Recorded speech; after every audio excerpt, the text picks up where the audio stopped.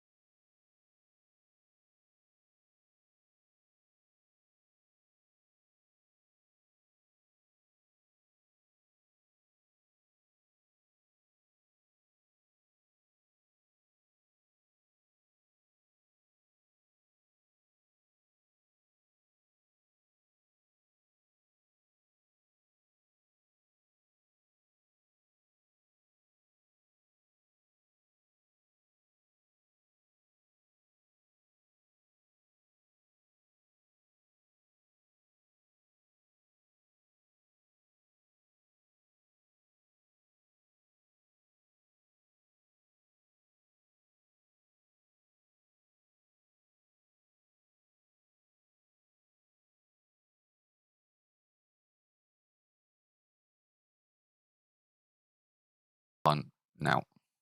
What's happening, people? Welcome back for match week 2. I've been waiting all week for this.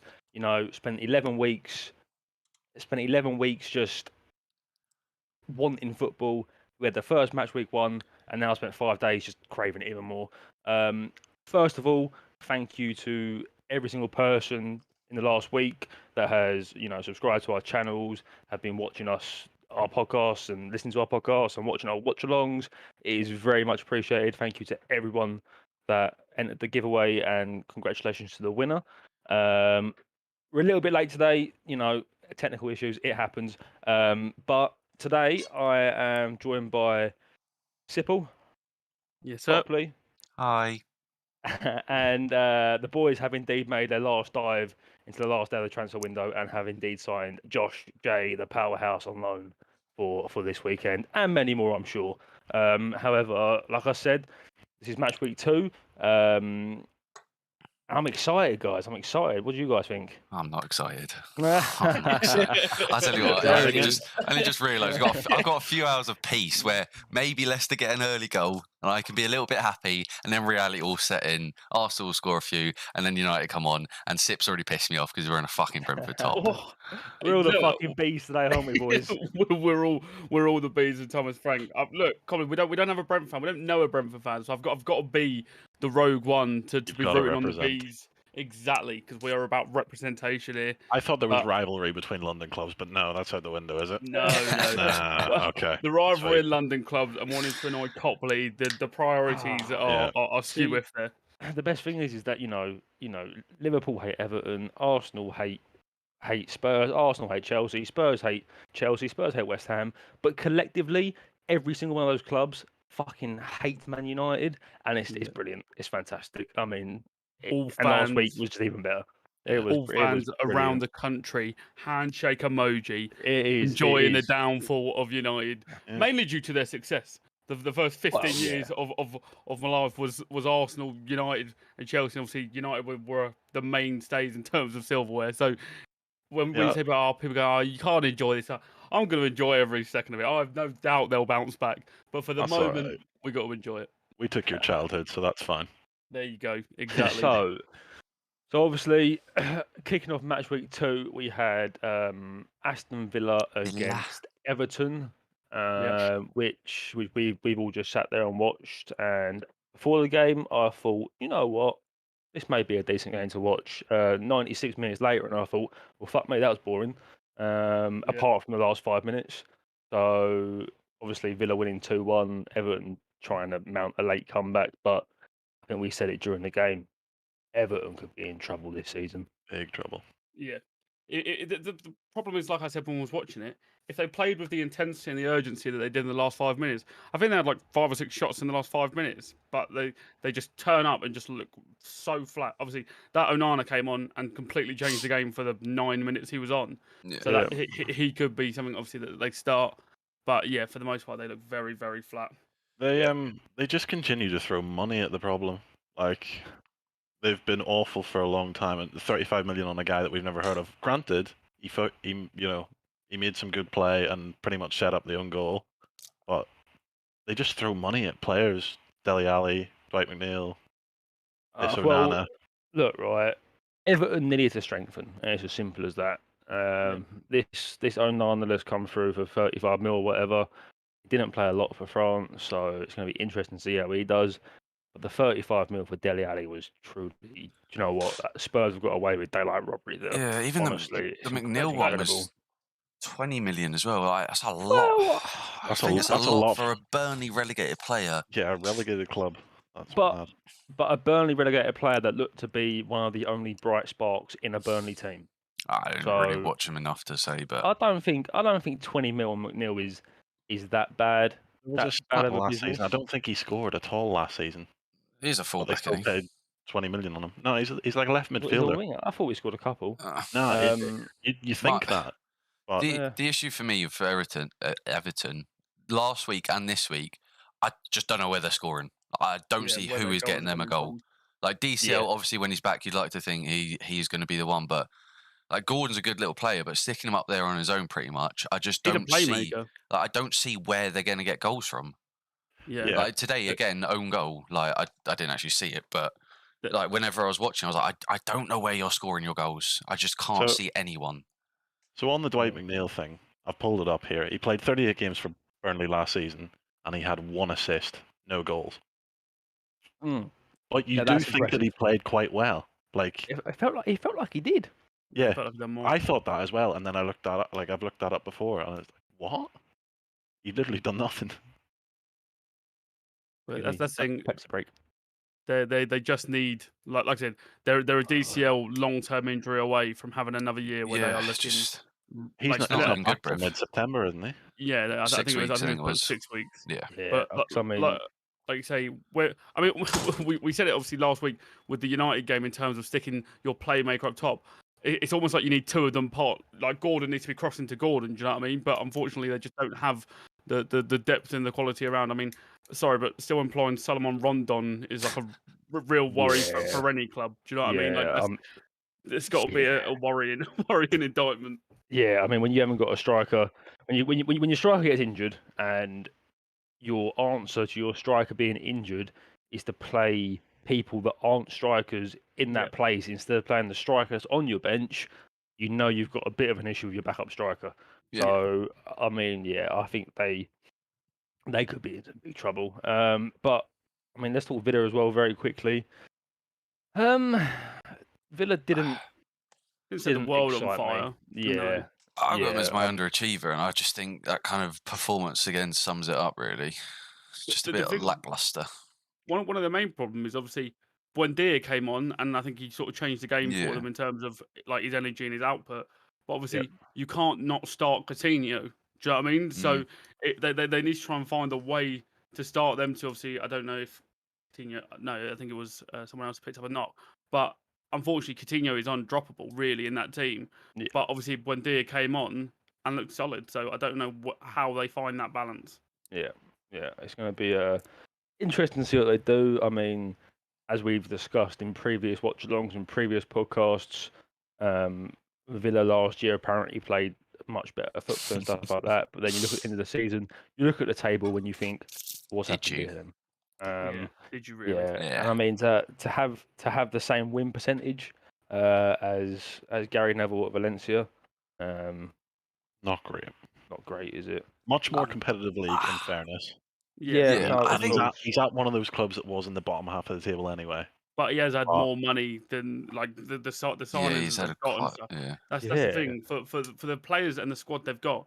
They should be doing much better than they are. Yeah, they do have. That's the weird thing. They got a couple of players that I think that Bailey. For me, I just think he's a really good player. Obviously, he didn't start today, but I was I surprised think that they he should be didn't doing a start today. lot better than. What did they finish? 14th or 12th last year? I think it was 14th. I think that, like looking at their squad alone, or even first 11, I'm thinking you should surely be pushing top 10 Yeah, and like see, looking to creep into that kind of area.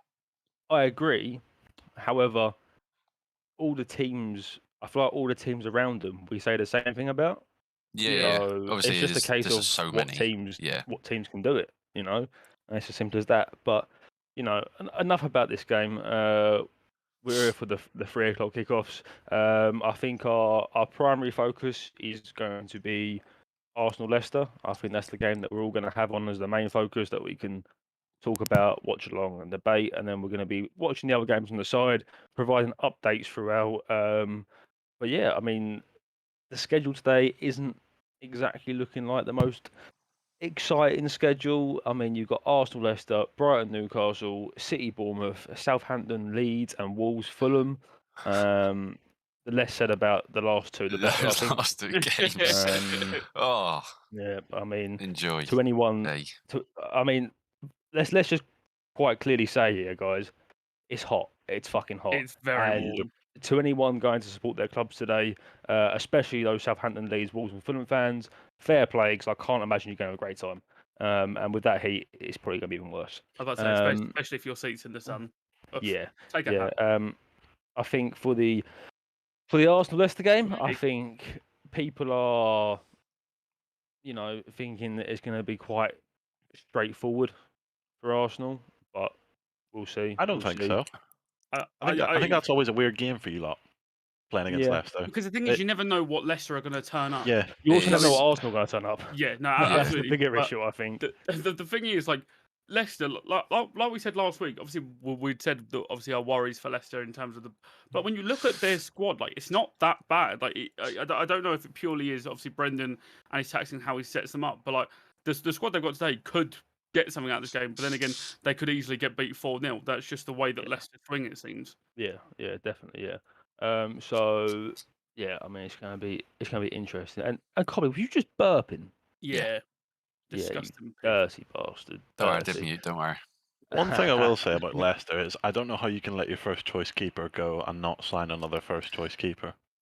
Yeah. Well, I mean, mean, the signings in general just. It was Schmeichel going has only happened recently. I think they will probably look to bring someone in. I feel Yeah. like They've signed barely a signed keeper. anybody. well, yeah, They made their first Yeah, Alex- signing, which true. was a keeper. I don't know who he yeah. is. Alex Smithies from Cardiff on a free Yeah. transfer. Yeah. Well, I mean, we'll see what happens with that. But yeah, and then we've got Newcastle or Brighton Newcastle, which I think has be the potential to alright. be an interesting game. Yeah. I think we didn't really. I mean, obviously Newcastle beat Forest. What was it 2-0 last week? Comfortable 2-0. Looked Yeah, very it was impressive. comfortable, but that was against Forest. So it's going to be interesting to see how they do against a better, well-drilled team. And obviously, you know, I think it's last the same week. for Brighton. Well, They're playing a better, yeah. well-drilled team this week. Well, this is true, and I hate to bring it up. But obviously, I mean, I hate to bring it up. But obviously, last week Brighton bashed about a Man United team.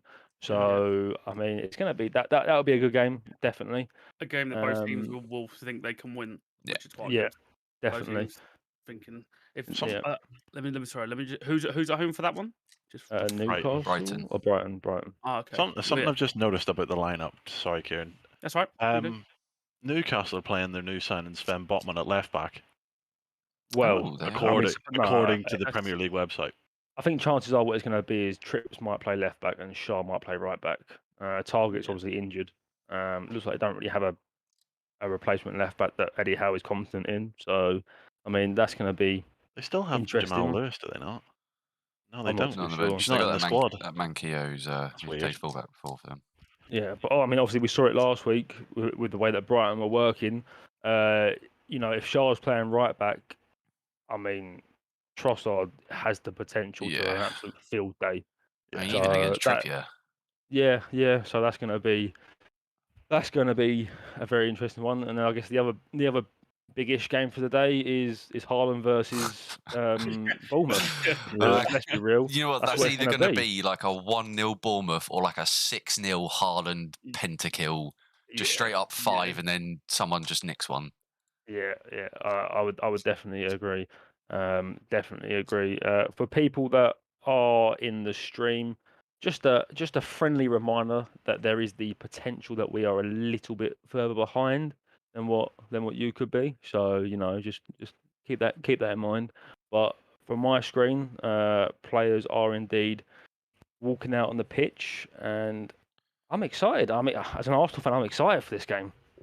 Obviously, we've got a game where Tillemans is going to sell himself, so you can bet your money that he's going to have an absolute stormer. Yeah. And of course, we've got Jamie Vardy playing against Arsenal, and for some reason, Jamie Vardy just loves scoring against Arsenal. So that's going to be. Let's hope he does today. Madison as well. Madison's got to sell himself to Spurs. Scores a couple against Arsenal. That'd be pretty good for him. I think that could be off now. The thing is, unfortunately, he's a massive Arsenal fan, so him scoring against Arsenal. He actually? Yeah. Like when we were linked with him, there's tweets obviously when he was younger, like telling Gareth Bale to fuck off and leave Jack Wilshere alone. My guy. Yeah, I like that. Yeah, big Arsenal fuck you, fan. Gareth Bale. Yeah, obviously we've got the City game on.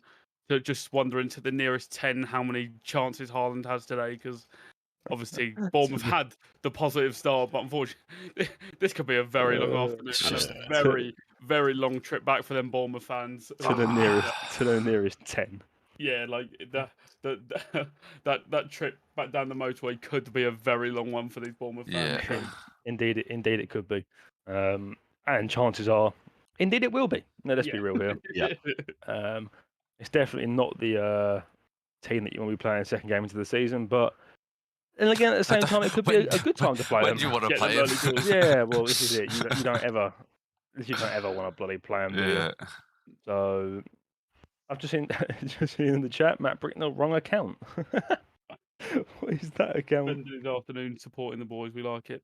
Oh, we love to see it. We love to see it. The thing is, for Bournemouth, I'd say there's got to be not a freedom about it, but you go up there expecting to lose. Do you know what I mean? So Yeah. if you can look good while you lose against City, you take that away and go, okay, against the lesser sides, we might actually be able to, obviously. But how good can you look at when this City team will pick you apart? I think the key for them is doing almost like what Fulham did, and Leeds did in their first season against Liverpool. You just go out and Just play. go The for it. worst thing Yeah, you could probably do is just sit there and go basically roll over, almost like West Ham did. Like, Yeah, There's no if you pressure. Just go and try and yeah, play if some you just football. try and play and lose, at least trying. Because I mean, look, you may fucking just park it and get a draw or nick a goal, but realistically, I think their best chance is just going out and giving it their all and actually trying to attack City and not just letting them freely Yeah. play.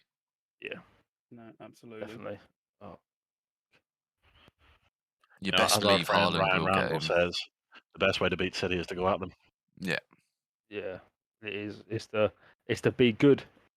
It's to be good defensively and do something on the counter attack, isn't it? they're just too comfortable with the ball. Like, Yeah. Well, that's what we said last week. they We said just last sit there week that and you they'll know, wear you we said- down. We said last week that 90% of the teams in the Premier League will let City play the way that City want to play. Yeah. And the second you do that is the second you basically say, right, how many are we going to lose by? Yeah. So it is nice to see football teams play with a clear game plan against Man City and try their best to, they know they are not technically as good as City, anywhere near as City, but it's nice to see teams attempt to give them a game by putting a game plan into place, which is, I guess, you could probably say the best team doing that last season were Spurs. Yep. For some reason, we have their number for the most part. Yeah. Whether it's in the Champions League a few years ago, now they just seem to hate playing against us. So Those two characteristics that we talked about, being good defensively and doing something on the counter attack, it's literally right in down what Conte does. yeah, Like every team he manages. yeah. The Man City game is underway. Everyone watching. Don't think we have, but prediction: Arsenal, Leicester, go Sip. I'm gonna go for a 2-1 Arsenal. Chaz, 2-0 Arsenal. Josh. I want to say 2-1. Yeah, I'm going 2-1 Arsenal as well. I feel like that's just the easiest answer. Yeah, I reckon It they just could seems like it's going to be that way. Saliba, obviously, come have a good game. Is Ben White right back again? By the way, Yeah. sorry. Indeed, yeah. Yeah, so that's where they could get some of their joy. Yeah, definitely, 100%. But we saw it last week that he didn't do a bad job of defending No, but against he Zaha. got protected by Salah a bit, He helping him did. out. He did. But I mean, that would have been something that they would have probably spoke about before, to be honest. Yeah. Salah would have probably been told, look, there probably are going to be moments in the game where you are going to have to help him. Yeah. And he done that well. I think it'd be easier for him this week as well. Well, you would like to think so. Who's playing left wing for Leicester? Left wing back will be. They're set up with. Okay, it is BBC, but it says that Maddison and Vardy are playing as a pair. You can never trust these Yeah. lineup kind of But things, can you? You really can't. kind of work out. It will be obviously James Justin will be their left wing back, who I rate quite highly. So Yeah. that will be. Yeah. I think that will be his main issue. Yeah. You have to interest in that Just seen. Ake starting today. I was going to say. Yeah. Just seen that. Why does he keep starting? I don't understand it. I don't know if John Stones is trying to come back from injury or something like that. You'd have to think. Yeah. I mean, you've got what? Diaz, Laporte, Ake, Stones. Yeah. As a fair bit of competition for them places, but obviously an early corner for Man Stones on the bench. No Laporte again. So I'm going to go with he has an injury. I was going to say, surely he's injured. There's no way you don't. Yeah, I think so. He must be. And look, to be fair, coming in at a centre back in a team like City probably isn't the most difficult thing to fill in for. No. No, I reckon Coppers could do a job at centre back. To be honest, I'm waiting for my call up from United, so unfortunately I have to turn it down for this week. But I mean, as an Arsenal fan today, I'm looking for more of the first 30 minutes against who did we play? Crystal Palace. I'm looking for more of that. just sustain, that 30 minutes sustained throughout the game. Yeah, in terms of controlling it. It'd be interesting to see if that's a trend with you lot this season. Like, does that first keep half? happening? Yeah, do you keep Come out the having gates a good early and- first 30 minutes, but Yeah. you can't sustain it for very Well, long? you see, yes, we had a very good first 30 minutes, but also Crystal Palace were definitely not at the races for the first 30 minutes. It looked like it took them 30 minutes to really get going. So, I mean, I think that was a bit of both, a bit of Arsenal being very good and a bit of Crystal Palace just being like, oh shit, it's the first game of the season. Yeah. So yeah, but I mean, I'm looking for a Jesus back-to-back today. I am. I'm hoping. Just get off the mark early doors. Yeah, get off the mark early because you're a striker that hasn't really ever had these stellar striking performance seasons. You've always you've done what's been asked of you, but you've never been this. Yeah, you've never been this main man figure goal scorer for the team. So, and as much as Jesus had a very good pre-season, this isn't pre-season. This is the Premier League. So he's going to want to get off the mark early just to maybe settle some potential like thoughts in the back of his mind that he isn't this like main man goal scorer. So as an Arsenal fan, I think that's what you're wanting. Without a Not doubt. to mention, there's about, I don't know, a couple million people on fantasy football that are looking for a goal like that, man. I would say more than a couple million. I think Don't all worry, four of I us don't are have him captain this in that week, so camp. he'll probably bag. Probably. Oh, Leicester. Wow. You can't. Oh, he's got to be burying that pass, not doing anything different. But I mean, we Anything discussed it different. last week, right? Right there, you've got Xhaka with a poor pass, putting the team in trouble, and you're thinking, He's give it. clear. He's clear. Oh, you selfish bastard. Sorry. Oh. End-to-end Why have you not already. passed that there? This is what I want to see as a spectator of this game. Absolutely. Got to say, if it's any surprise, people not watching, Man City are camped in this form of half. They've had about 3 corners in 5 minutes. Why hasn't Jesus passed it there? Yeah. I have no idea why the Leicester player hasn't passed it. I was going to say, squared it across. I need to see some replays of that because that was a chaotic. Josh, what were you going to say? I said Newcastle are under the cosh a little bit as well here. Yeah. A couple of sustained attacks for Brighton. But let's just quickly talk about that Leicester chance again. Should have done better. Who was it? Justin, was it? Yeah. No, it was Fofana. Fofana. Okay. Jesus. I don't know who it was. Justin's left back. If he was there, that would have been. Yeah, He was a very advanced centre back there. Should have done better, and that came from nothing that Leicester done. That came from a simple mistake from Granit Xhaka. So, disappointing. Yeah, it's what you said against Palace. I said last week. It's what I said last week. Palace grew into the game from when you made the mistakes. But all of their chances came from Arsenal mistakes. And it's not even like it's one of those things. Like if they do something that's magical or special, you're like, yeah, fair play. But if you give the ball away from a sloppy pass, you're like, you just stop doing. Like, how? Please, just stop. Yeah, and then obviously that happens. Arsenal counter attack, and I don't know why Jesus hasn't passed that ball. Yeah, a tale for both sides with the same outcome. Martinelli's made a great run through the middle. He's in acres of space, and maybe if that was Lacazette instead of Jesus, you're going off your absolute nut. The fact that wasn't passed through. Yeah, that was just simply not good enough. But it's been a quite a fiery start to this Arsenal Leicester game. Yeah. Quite end to end, which I don't think that surprises me. It's great for the neutral. Mm. Well, I think it is because at home, Arsenal Leicester at home, you'd want as an Arsenal fan, Arsenal to settle down quick and dominate the ball, but we'll see. Certainly a test. What is interesting is that gap in the middle that they've. It's opened a couple of times. Yeah, twice now.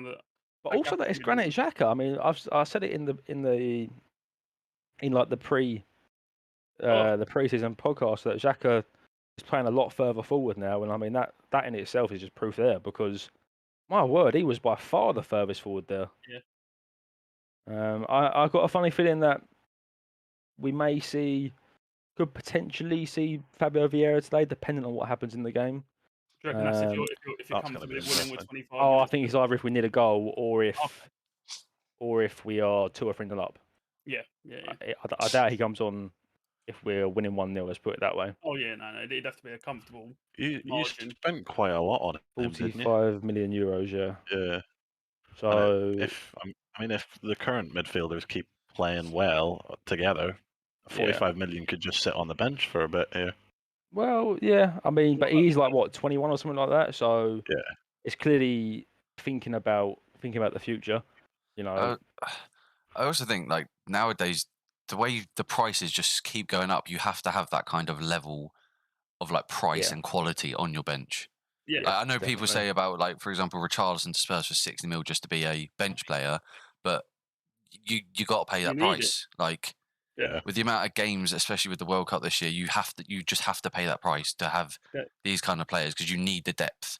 You can't have a player worth 10 mil who isn't good enough to come on and change a game. Oh, Man City just had a huge chance there. No, absolutely, and that's obviously a conversation I've had a lot with people when saying that. But obviously, we're all trying to recreate Man City. Do you know what I mean? Where they can bring off Foden for Mahrez. Obviously, last season they could bring off Grealish for Sterling. Do you know what I mean? We're all trying to be able to take off a Premier League starter and put on another Premier League starter. That's the only way we're going to bridge the gap, and that is just spending money, especially with 5 subs this year. Yeah, exactly. Good football from Arsenal. Arsenal seem to have slotted into quite a nice rhythm. They're controlling the ball. Yeah, they're controlling the ball, which is nice to see because there's nothing I hate more than just watching your team get attacked. Yeah, especially at home. Man City are a goal is coming within the next 5 minutes. Somebody just gets something on that cross. That's delightful. That Kevin De Bruyne's feet are magical. They really are. They really are. Looks like Arsenal have a free kick here by the corner flag. We all know Arsenal decent at set pieces. De Bruyne was involved in that screenshot of like an all-time 11 for the Premier League, wasn't he? Yeah. Yes. I believe so. You know the one that like he's the one for me who whatever, but gets in next from this current. Him and Virgil are the two that I think get in first from this era of players. Is he already at that level, or does he need another couple of seasons? I think if someone put him in, I wouldn't really be too upset. It's one of those things. Yeah, if you want to put him in, fair play. If you don't, fair play. Yeah. I think he's been so good for so many years. Oh, I thought that was in. Side netting. Oh dear, I just want to get an early goal. I love an early goal. I love just setting the nerves. I hate being a football fan. It's the worst. Just want to say, in the 10 minutes of gameplay for City, they've had 7 shots already. So. Well, I mean, that could go up towards 70, let's be honest. I was going to say 7 shots and 5 balls across the box that no one's got in the end of. Exactly. This is setting up. He's got to square that. Well, no, he can't square it. Saliba cuts him off. Watch, look. You might not see it from this angle. Watch Saliba's movement. He gambles that he's going to square it. No, after he got around him, he should have definitely. Yeah, I think maybe that could be him being a centre back. Yeah, potentially. If you're not going to attempt to square it, hit the back of the net at least. Yeah, exactly. It was a bit like the Eze chance that Crystal Palace had last week, where he's through 1-on-1 and he's put it straight at the keeper. Yeah. So you're thinking. That's impressive. Leicester have gone from the edge of your box to their box in about 0.1 seconds. Yeah. Just pressing. Now, I mean, let's quickly talk a bit about Jamie Vardy, because obviously he's getting on a bit now. Yeah. You've got Daka and Iheanacho waiting in the wings. Yeah. Is Vardy now, because obviously Vardy isn't the player that he was 3 seasons ago. Yeah. Yeah. A bit surprising to me that you've got Daka and Iheanacho on the bench, but you still go with Vardy. I think he He still didn't- put up numbers last season. Yeah, I Though. feel like Did he's just I'm gonna a check it. safe option still for them. Yeah. Obviously, he won't. He was going to lose his pace slowly, but I still think he's going to be their best option for a He year has or the two. know-how Yeah. to be a handful regardless. Yeah. But I mean, that man is just an enigma that will never be repeated. Yeah. But bear in mind Oh. how little people say that he trains and stuff, and like the fact that his diet's pretty horrendous by So- stories. His old stories is incredible. Last season, he only featured 25 times for Leicester. Yeah, but he I had didn't feel like 15 He got played. goals. injured a few times. Yeah. But I Yeah. mean, 25 I mean, games, 15 yeah, goals. yeah. Penalties going and back He was to- getting on. He's still Yeah. bagged. Yeah, going back to the fact that the story of Jamie Vardy will never be repeated. I mean, I remember because I'm also a Cambridge United fan, and I remember watching him play. You know, like watching him play for like Fleetwood and stuff like that. And the way that he's just progressed is just incredible. Proper late burner, Oh. wasn't he? Yeah. Oh. Hit with a chance that ends up being offside Yeah, anyway. Bournemouth Yeah, are really just but- batting down the hatches. Bournemouth are praying for the full-time whistle. They don't even want the half-time. Just ref, let's blow up. Let's go home. Just quick, who started, Bernardo or Grealish? Bernardo. Bernardo. Grealish on the bench. Yeah. Oh, I'm going to need to start following that Yeah. PL account. Yeah, so for the Because people if that I know see what we're talking about. if I see Grealish taking himself out of his fantasy team, No, it was Calvin Phillips taking Oh, Grealish yeah. out. So, which is funny in itself. Yeah. Oh, I love yeah, the so, thought of them sitting there on a Friday night going, "Oh, what do we do for the Yeah. weekend?" Do you know what I mean? Just So for people that want to know what we're talking about, prior to the game, I was looking at a Twitter account that discusses it tracks all the- professional players fantasy Premier League, and it was released that Calvin Phillips had took Grealish out and put Bernardo Silva in. So we was like, oh, is Grealish going to start? And Sip sitting there thinking, well, I've got Grealish in my team, so he bloody Yeah. better start. But he hasn't. He hasn't at all. But it's fine because he's going to come off the bench and do a madness. Well, you hope so. Yeah. And Eriksen's going to get 2 assists today. If he starts, it'll be interesting. It will be interesting to see how Ten Hag sets his team up after last Yeah. week's absolute I'd shambolic like to shit think show. that Eriksen start. He was probably our best midfielder last week. Yeah, Come 4:30, and maybe punch him a desk. yeah. You might as well get How's out that now. free? Yeah, Look, just- someone- you're getting him at I Fred know I'm Pivot. seeing it. God. You're getting him at Fred Pivot, unfortunately. Ah, This Newcastle game slowed down a lot in the last sort of 5 minutes. Eddie Howe's got the Has notepad there out. been any goals yet? There has not been a single goal. Not been a across the board single yet. goal. No. And that sums up Saturday 3 p.m, don't it? Yeah. Yeah. It's normally you normally get the drips and the drabs on 3 p.m on a Saturday. Yeah. Ugh. And the thing is, with the rest of the fixtures, obviously by the ones we're watching, they're all games that each team will think they can win. So there'll be a Yeah. cagey approach to Yeah. not wanting to give Yeah. up too much. Yeah. So you want to definitely. concede first. Yeah, and that's the mindset for most of them. The kind of games that you don't touch with a 10-foot pole when it comes to trying to bet on them, Oh no, because you don't know where they're going. I mean, Yeah. I would not want to try and bet on Wolves Fulham today. Like, No. it's Oh, That's a free kick. That's a booking as well. Thank you. yeah. got a bit of booking. Yeah, That's an early booking. Whoa. 85 million for Fana getting skinned by 21-year-old Martinelli. You love to see it. Oh, in a bit. it's a lovely bit of Give him a movement. little hug. Yeah. That is the figure that Chelsea are speaking about, aren't they? It's 85 million. I haven't seen the Yeah. figure, but Yeah, I think it's just Leicester doing a Maguire again, saying, look, if you want him, you're gonna have to pay over the odds. Oh, mean, do if you they- know what? No, if but they it's got- not though, right? Because listen, yeah, Harry Maguire was the captain of the team that won the league, or not captain, sorry, he was in the team that won the league, right?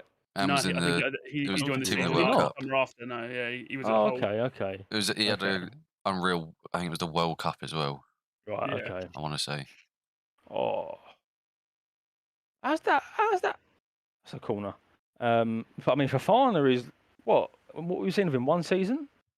Yeah. Yeah. No, he's been at Leicester for a few seasons. He may have been at Leicester for a few yeah, seasons. yeah. What have we really seen of him? Yeah, he One was injured. season? He obviously broke his leg or something last year. Yeah, I've that was always- I rate him, but 85 mil Yeah. obviously is always. You're gonna I've compare always- that to Virgil. Yeah, I've always said that Neymar transfer where it was 200 million, then everyone went, right, I'm going to whack an extra 20 mil on myself, just purely by chance. Because since then, we've seen some ridiculous fees for players that, let's be honest, don't warrant them. That transfer changed the whole dynamic of like how deals are done in the league, in La Liga as well. Every player almost has a ridiculous release clause on them. Yeah, you look they're just 1 in case. billion. Just in case PSG come in and go, yeah, we'll just pay it. Yeah, exactly. You look at these new Barcelona boys coming through, like you said, $1 billion buyout clause. It's mad. Gavi, Pedri, It's just crazy, ain't it? It's absolutely mind blowing. Yeah. Oh yeah, there we go. I'm sure Vinicius and Rodrigo from Real Madrid have stupid buyout clauses as well. Vinicius. There it is. And there it is. Oh, finish. That's an assist for Haaland, by the way. That is as an well. assist for Haaland. That was some lovely link-up play. So, honestly, watching them play football is magic. It is magic. Did I captain Haaland? Let me just. I did. I literally just opened my phone. Let me just double check. Pray that I did. I did not captain Haaland, unfortunately. I still have. I did. Let's get it. Haaland. But that's the thing. Obviously, we've seen Haaland being the clinical striker, but this here, like in terms of build-up play and just absolutely being a brute. Yeah, unreal. Just a bully, and that's a finish one. as well. And yeah, I think the floodgates might open. Yeah. You know, what? One brings two. Yeah, I don't think Bournemouth are really like. It's just like City are just that much better. It's not really like you can't not really doing anything wrong. That's beautiful from You're just not going to be able to do anything against the City team. Yeah, that's why I turn up. That's why I said you turn up. You set the baseline that you're going to get beat. Do you know what I mean? Like, but if you can have a decent performance in getting beat, then you take the positives against when you're going to be playing the lesser teams. Get your head over it. Oh, it's a good save from the keeper. That was a ball. Whoever that was. Yeah, that was a brilliant ball. Right away. So tell you what, it's a brilliant run into the box. That is from Granit Xhaka. Oh, Haaland Is it the post there? In quick succession. Has he hit the post? He's hit the post. He has. It's not even a save. Oh, keeps got it covered. Haaland just had a defender bounce off him. Yeah. And that's that unfortunate shin. The change between City and the Community Shield to last week and this week is mad. Like in the Community Shield, they didn't know how to play with a recognised striker, or it seemed that way. And then now they just find him constantly. Not to steal someone else's comment, but I was watching some football YouTube, and someone said they turned up to that West Ham game how they should have turned up to the Community Shield. It was almost like they were a game behind. Yeah, they were. They played 2 pre-season games, didn't they? Liverpool had a fairly hectic pre-season schedule, and Man City obviously didn't. So obviously, like we all said at the time, people obviously mocked Haaland after the Community Shield. It's like, if you know football, you know. How's that not a free? I'll tell you what. And obviously be a problem. I think as well, the worst thing for even, I know we're one game in, but the worst thing for Liverpool is City, I could be completely wrong here, tend to start slowly. I think last year they lost to Spurs. The season before that, where they won and we came second, they were struggling for a bit. They were sat at 8th. So the fact they're starting so far well is quite worrying, because this is normally their week. This is normally their slower start, slower period. Sorry. That's the thing. I think I'll raise it to Jim in the podcast tomorrow in terms of, is that already a worry with how close it finished last year, that they've already dropped points to Fulham? Obviously, we say it's early doors, blah blah blah. But that could be the 1 point, the 2 point different. Yeah. Exactly. So that's Alan St-Maximin has just been booked for a dive on the edge of the Brighton box, and it's a criminal dive. We're talking like Xhaka like last week. It's awful. Oh, do you know what? Tom Daly? Going back to... He's getting a 10 for that one. Quickly going back to officiating. I mean, Arsenal just defended their own box, and they have played it out nicely, and Saka's running away from Justin, and Justin's clipped his heels, counter-attack. And for some reason, there hasn't been a booking, and you have to sit there and wonder, he's clearly counter-attacking, so what are the what's the referee thinking? The whole, the consistency of officiating, once again, 3 p.m. kickoffs, it's awful. I mean, You know, that's why I'm pretty sure none of the Premier League refs got taken to the Euros. Oh, yeah. yeah. Don't blame me. Match week 2, and we're having these discussions again already. Yeah. It's crazy. It really is crazy.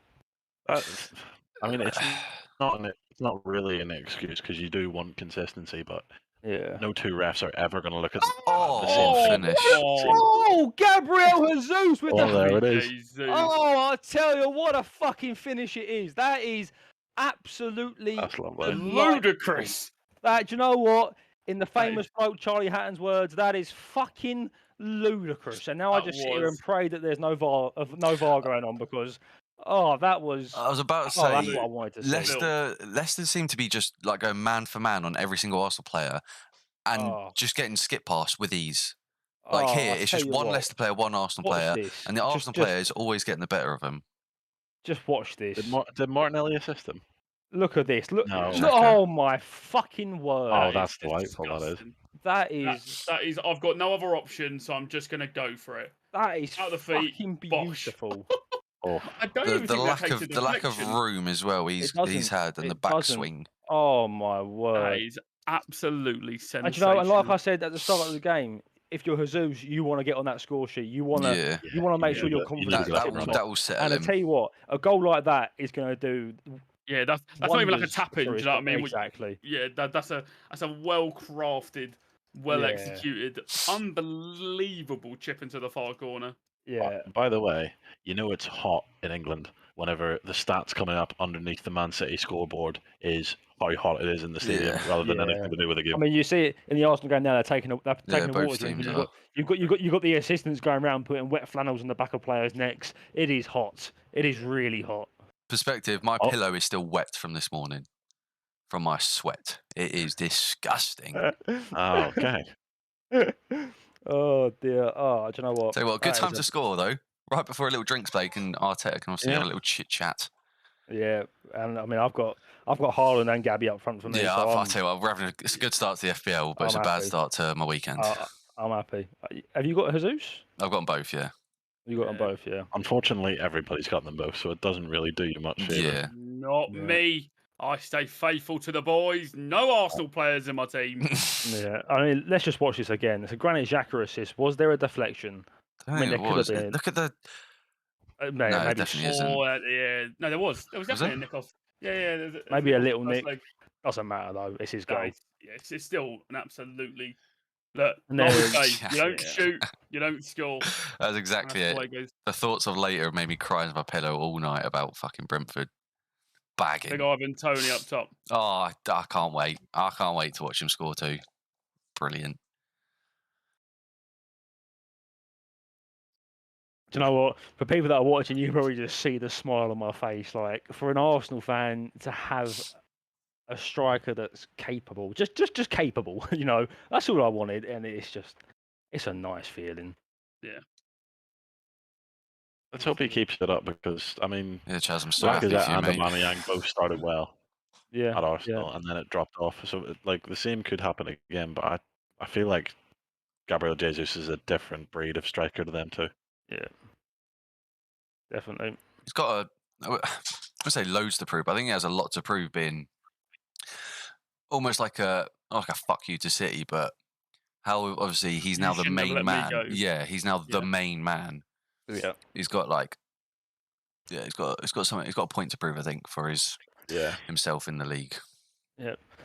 And you know, I mentioned this a lot last season. I mentioned it at the start of this season. It doesn't matter, you know, it doesn't matter who you support. Arteta has got Arsenal playing in a very similar style to what he learned, you know, from Man City, right? And you can see that with the positions that Zinchenko is constantly taking up. He takes up that kind of that holding Almost midfield role, CDM, yeah. and you know, which is why I said in the preseason podcast that this is the only reason why I see Zinchenko getting the nod against Tierney every single game where we're going to control the ball the most, because He's done he's done it. He's used to it, and yeah, it feels nice to see Arteta and Arsenal having the players that he wants that can do what he wants them to do. Yeah. Whereas you look at Ten Hag now, and there's something. Obviously, Ten Hag wants to do something, but he just hasn't got said players to do what he wants to do. So once again, pre-season podcast, I said this is the start of his era, and now he has to go through this season working out Just weather the players that storm. he needs and stuff like that, and then The worst thing you want as a manager is have to make do. Do you know what I mean? Yeah. And that's what the Glazers love. That is absolutely what Ten Hag is being made to do. Obviously, I don't think he won't leave, but there's got to be a frustration on his side. 100%. This season's like he's putting a plaster over a fucking knife wound. Like he's Yeah. just trying to stop the bleeding Canyon, he's trying to stop the bleeding as much as you can. Yeah. This is the thing. Ten Hag knew what he wanted. In his meeting before he signed the contract for United, I'm pretty sure he gave them 7 or 8 players, and in there was the likes of Darwin Núñez and stuff like that have been taken by other clubs, and we just won't provide him with the players that he wants. Yeah. And we're just going to make him, cope with having McFred in the middle whenever he wants De Jong. Yeah. And it's crazy. I mean, just quickly changing the subject. Get away from us before we get depressed. There was discussion in the preseason podcast about players to watch, and my player to watch was obviously pretty biased. It was Martinelli, and you have to say look, the first game he was good, but I mean this game he's been lights out. In my opinion, he's been just feel like he's got this something about him. I just like you can see he's got that ability to take on a player. It's obviously. There are still aspects to his the final product that will need work, but yeah, he's what 21. He's young, right? young. Yeah, he's young. He's young. It's one of those things that you see with young players. Whenever they first get a run in the team, they're confident and they try and beat a man, and then eventually it just sort of tapers off and they don't do it as much. Whereas Martinelli stuck to it. Yeah, he keeps just going at defenders and like doing what works. Yeah, it's like Diaz. Yeah. And we said it. I think I said it in the podcast, or maybe I didn't say it in the podcast, but I said it to like the boys privately that you look at Sancho, right, and you would say that last season he was the diamond in the rough, but he does play and is playing very within himself. He's playing very safe in regards to he likes to get the ball, and if he's not, too happy about taking the player on, he just passes the ball back. Whereas Martinelli and Diaz, they get the ball and they think, right, I'm going to keep going at you. I'm going to go at you until it works. Yeah. So, I mean, that's something that, if I'm a United fan, I'm looking for Sanchez to do this season, is to get that confidence back. Even that with Rashford. Like, you look at Rashford now. When he came in and he didn't have a care in the world, and obviously I understand that's how the football world works. That is filth from De Bruyne. Oh, my word. I just missed out what happened. What a goal that is. He's approached the box and you're thinking, you're going to try and get this onto your foot. So he just says no. And he just outside, essentially passes it into the far corner. Who assisted that? I'm not too sure. But yeah, when you watch Rashford, where he first burst into that scene, he was terrorising defenders. He's got the most beautiful flip flap ever, but you don't see it anymore. No, you haven't seen that for I'd say a year or two. Do you know what I mean? And that's every time he gets a touch of the ball, he's always flat-footed now. Yeah. He's never on his toes. And, when you were young and you had football coaches that told you always be on your toes. Yeah. Never. He's always flat-footed. That is unbelievable. He's broke his ankle. He broke his ankle. That's not a 30-yard screamer. Don't get me wrong, but the technicality of that goal, the feint to send the defender the wrong way, and then just outside of the boots it into the far corner. Do you know what the thing is, right? He's hit that and he's gone off straight away to celebrate. He knows that's going in. The second that he's hit that, he's thought, I've scored here. Yeah. That's beautiful, that is. That's really beautiful. That is absolutely filthy. Have we had a goal anywhere else yet? No, not in the league. Just the games we're watching. I've got the flash notifications ready. I see Brown in the chat saying we've got Super Callum Wilson. I did have a look. We're a bit behind. Do you think that something had happened? Yeah, no, there's no goal yet. No. I have just updated the scores. I was slow in the Arsenal one, but we're all up to date now down below us. That's perfect. And that's the thing, obviously. The Southampton Leeds game, Wolves Fulham. I forgot they were on. As expected. Forgot they were on. Yeah, exactly. That is Nothing going normally on. the case with the 3 o'clocks because most of the big teams are saved for TV. I'm just gonna have a look at the stats and see if there's any. Yeah, it's pretty. In the Southampton game, Leeds have a lot of the ball, but not really doing anything with it. Oh, Things. one thing worth noting that Patrick Bamford got subbed off in the 28th minute, so it looks like he might have Another injury? Yeah. another injury. That Nah, poor bastard he's been just cursed, hasn't he? just can't seem to get a run of Yeah. fitness more than anything. And I'm sure it's no surprise, but Wolves Fulham has seen one shot in target in the first half hour. You're telling me that's not a riveting game? What the No, hell? it's not. I for Far one from it. am shocked. I know we That's a got free- a few Arsenal fans in the chat. Are we all excited? Jack, I know you're in here. That's a booking. That's a booking, ref. Oh Get your dear. Look out. It's a booking. It's as simple as that.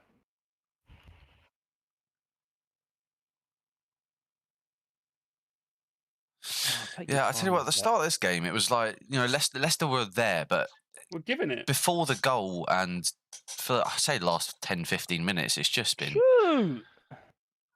Arsenal just looked comfortable. Yeah. Yeah. The first 5 minutes we thought, Yeah, oh, first okay, 5, 10 they might, minutes, there was a bit of something. yeah, they might turn up and but it looks like since then they've just That's nice football. This That's is lovely. the issue here. Oh. Leicester just, it's always one man on one Arsenal player, and every single time you're getting the better of them, and it's just way too easy. It's not like I don't. Go on. That's legit. It's just the fact that it's always a one-on-one, and every single time the Arsenal player is getting the better of them, there's no cover or anything at all. I only know one Leicester fan, but I'd be really intrigued to hear their thoughts on how on how they're playing and like because they cannot be. They have a decent squad. Brendan Rodgers is in trouble, I think. Yes! Oh, Gabriel Jesus makes it 2-0. Oh, stick. that is beautiful. Do you know what? And that's quite funny because pre-season against a few other teams. It might have been Chelsea, right? But there was a corner come in and Jesus just kind of just lurked at the back post and just waited, and it's almost like a mirror image position of where he was there. Villarreal. It was just routine. Yeah, it was just routine. It was a ball into the box, a flick on. Can we get it in the net? And I mean, once again, Jesus 2-0. Don't know about VAR, offsides, not sure. Get that second goal updated. Now, I'm not going to take credit for this, but all I'm saying is I captained him 0 goals. He's not captained 2. So if you Arsenal fans want to slip me a tenner each week, I won't captain him. I think it's come off a Leicester head as well. So yeah, it's Vardy's flick on at the front six. Yeah, so. Good flick on from Vardy. Yeah, unbelievable. I reckon FPL should just give him the points. I reckon we give it a Leicester goal personally, 1-1. Yeah, that is. I mean, look, everything just alone. Everything I'm seeing from Arsenal now is what I wanted to see after last week's performance. Yeah, just dominant. A game that we're comfortable, a game that we dominate, and for Jesus to be the person that scored both goals is just, it makes me happy. In the Newcastle game, we've just had a goal line clearance there that went to the goal line technology, and it was a good 2/3 over the line before Trippier. Was that for Newcastle? No, it would have been a goal for Brighton, I think. Wait, it was it 2/3 over? Yeah, almost. Yeah, not fully over. Yeah.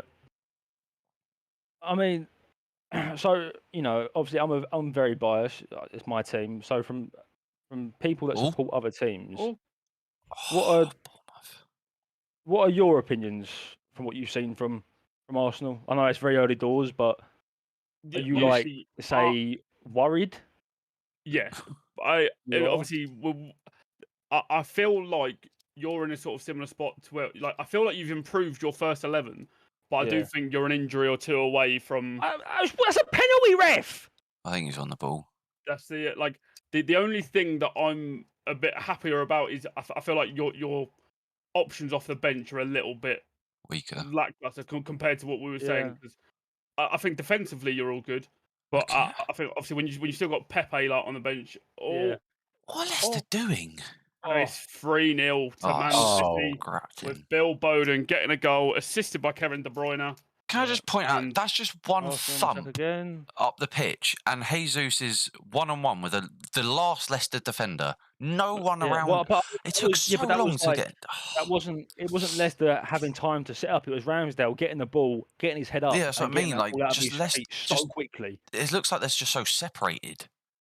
Yeah, this City team are just going to be a problem this year. I know it's Yeah. Bournemouth, But but like we said, you just can't see them dropping the points that you say Liverpool already have. yeah. Off Team's Haaland was gotta on do hand better. to poach that if needed. Yeah. And this and the and cricket that's the scorer's thing. coming.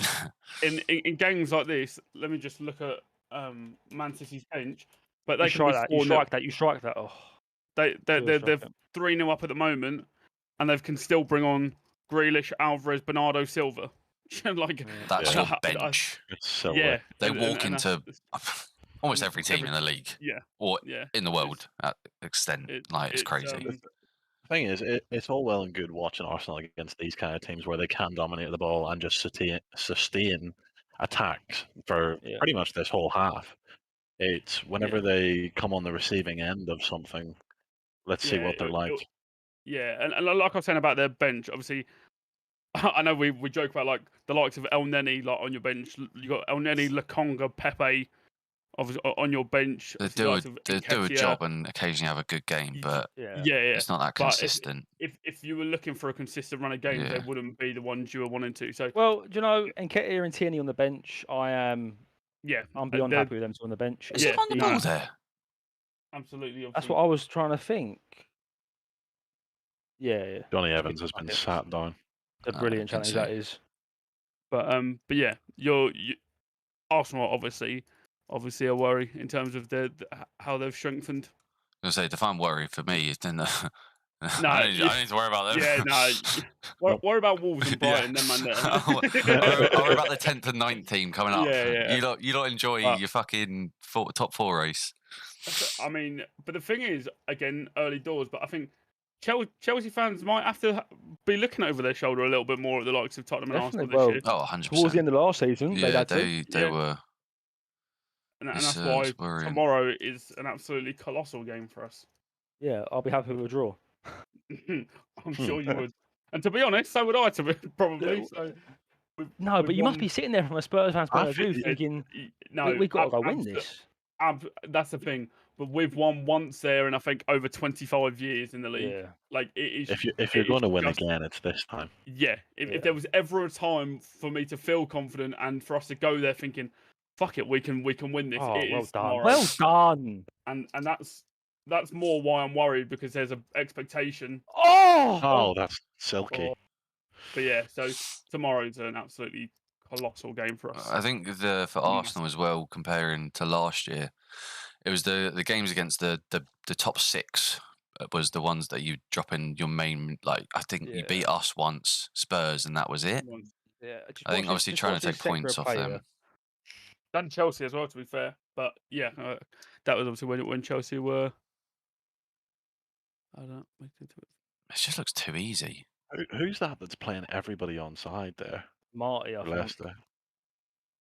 Yeah, Marty, I think. And he's trying to tackle 4 fucking people. I just want to say, obviously, this price tag for Fofana's looking a little bit more ridiculous with every attack that goes on. He's been getting out. Oh, that's bad. That could be. You give him the pen? He's given the red. pen, yeah. Yeah, I was gonna say, is it a red? I'm not sure if you can give it a red because of double Was jeopardy. it Ramsdale? Yeah, I Oh, think. sorry, I was looking at the Man City challenge. Yeah, I was going to say, what has Ryan Christie done to Gundogan now? He's made the most of that. Yeah, but I was obviously another. the Yeah, I was gonna say context- another angle would be alright. Hey, what? Oh, I can't really As see it. soon as his arm touches it, and Yeah, no. That's soft. That's not a penalty. Like it's a mistake, but it's not a penalty. it's I mean, if his chest has Stop. hit him, then it will be a penalty. yeah, That's they'll poor slow it. They'll Like slow he's it pulled down. out It's of it, poor- but it's poor from he's still hit Yeah. him. Obviously, it It's depends poor- if there is it is actual poor from contact. I Ramsdale. can't see if there is contact. To control a game this much, and then to give away what is probably going to be Oh, a lesser goal and left be one. 2-1 is Before disappointing. half time as well. You just don't. That's the worst time to concede. It's going to the board. Go to the screen. The only thing is, if they give a pen, what's the red card rule in this? Right, What is it? watch this. I'm gonna full screen this one. Yeah, I don't think Ramsdale made a change. I think it's Vardy making an absolute meal out of it. See, the thing is, yeah. See, whenever the This ref isn't the goes, angle you should be looking at, ref. yeah, whenever the ref goes to check these things, I don't even think that thing Yeah. that you just It's a brought up dive. properly It's a ever gets dive. considered. No, I think Vardy's done well to It's- make it look like the arms are tangled. It's a dive. He's dived. I would not want to be the one like. Yeah, I can't see it. No, he hasn't given it. He's got a book. He's got a book Vardy. Then he has to book Vardy. I don't think they do that. I don't. He think... has to. I don't know if you book. I think you just say there's no, not but enough I mean, contact. you can't give a yellow card after VAR. Like You can if he was deemed to. Like, no, they don't. I don't think so. If there's zero contact, yeah. I think if there's contact there, then I think it should be a penalty, even if if it's Ramsdale's chest onto Vardy. That's the only I couldn't see it. It looks like if Vardy didn't jump, Ramsdale was going to clatter him. But where Vardy's gone to make it look make it look so much worse, he's done himself out of a pen. That's a letter for Ramsdale. Yeah, that's the thing. That's how quickly the game can change just like that. Quickly it can change. Potentially get sent off. Obviously depends, but yeah, Callum Wilson. A little rush of blood. So you get into half time and I think I had a fucking rush of blood there. That was nearly it. Thank fuck for that. Now get into the changing rooms, please. Strike that. Strike that.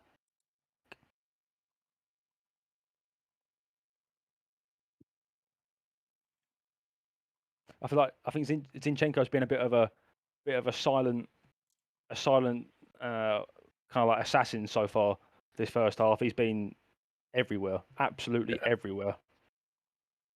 He's been fucking unreal.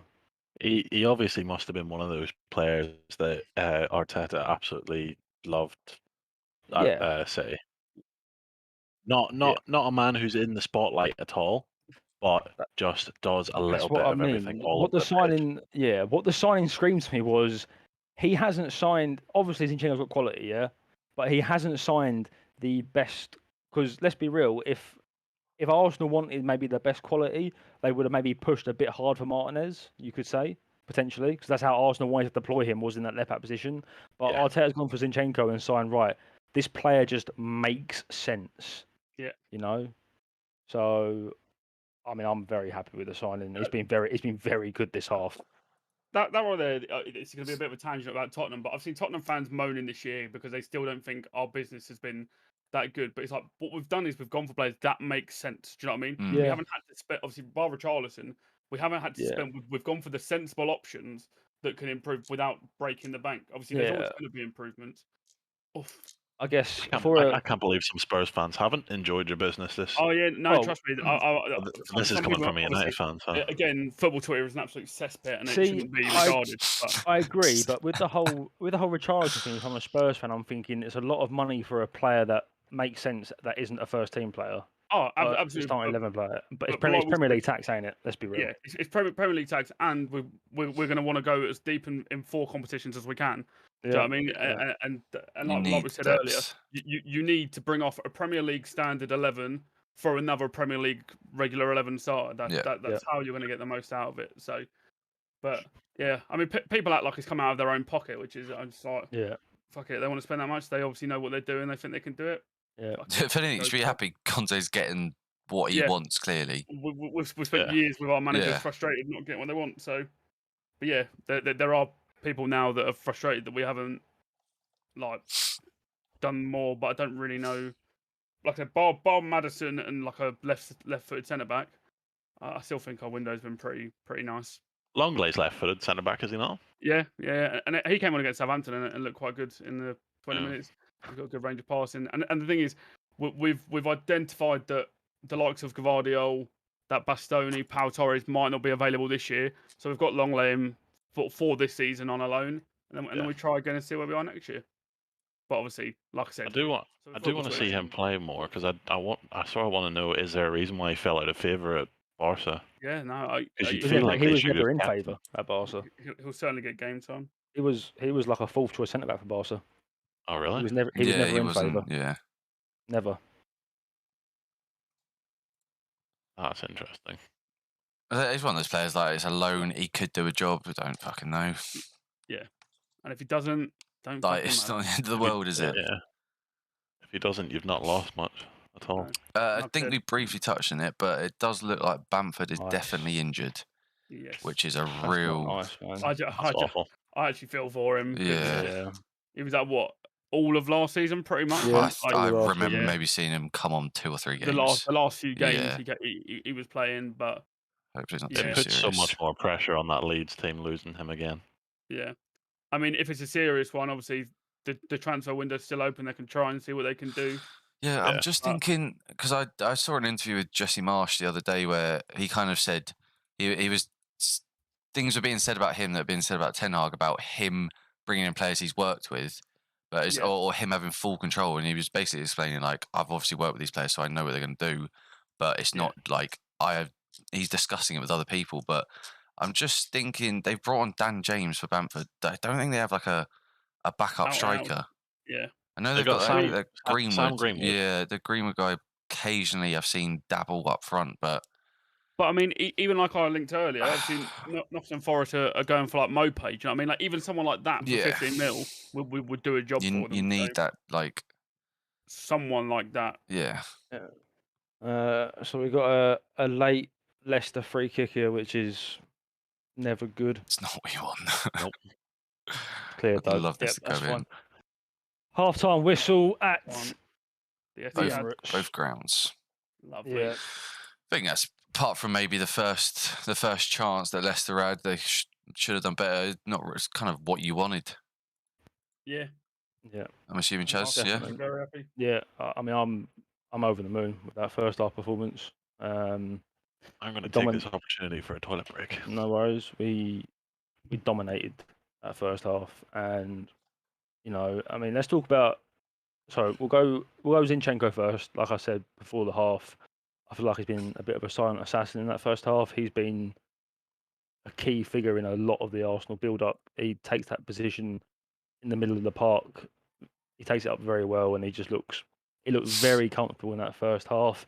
Obviously, Jesus, you know, he scored 2 goals. He's looked fucking brilliant. Simple as that.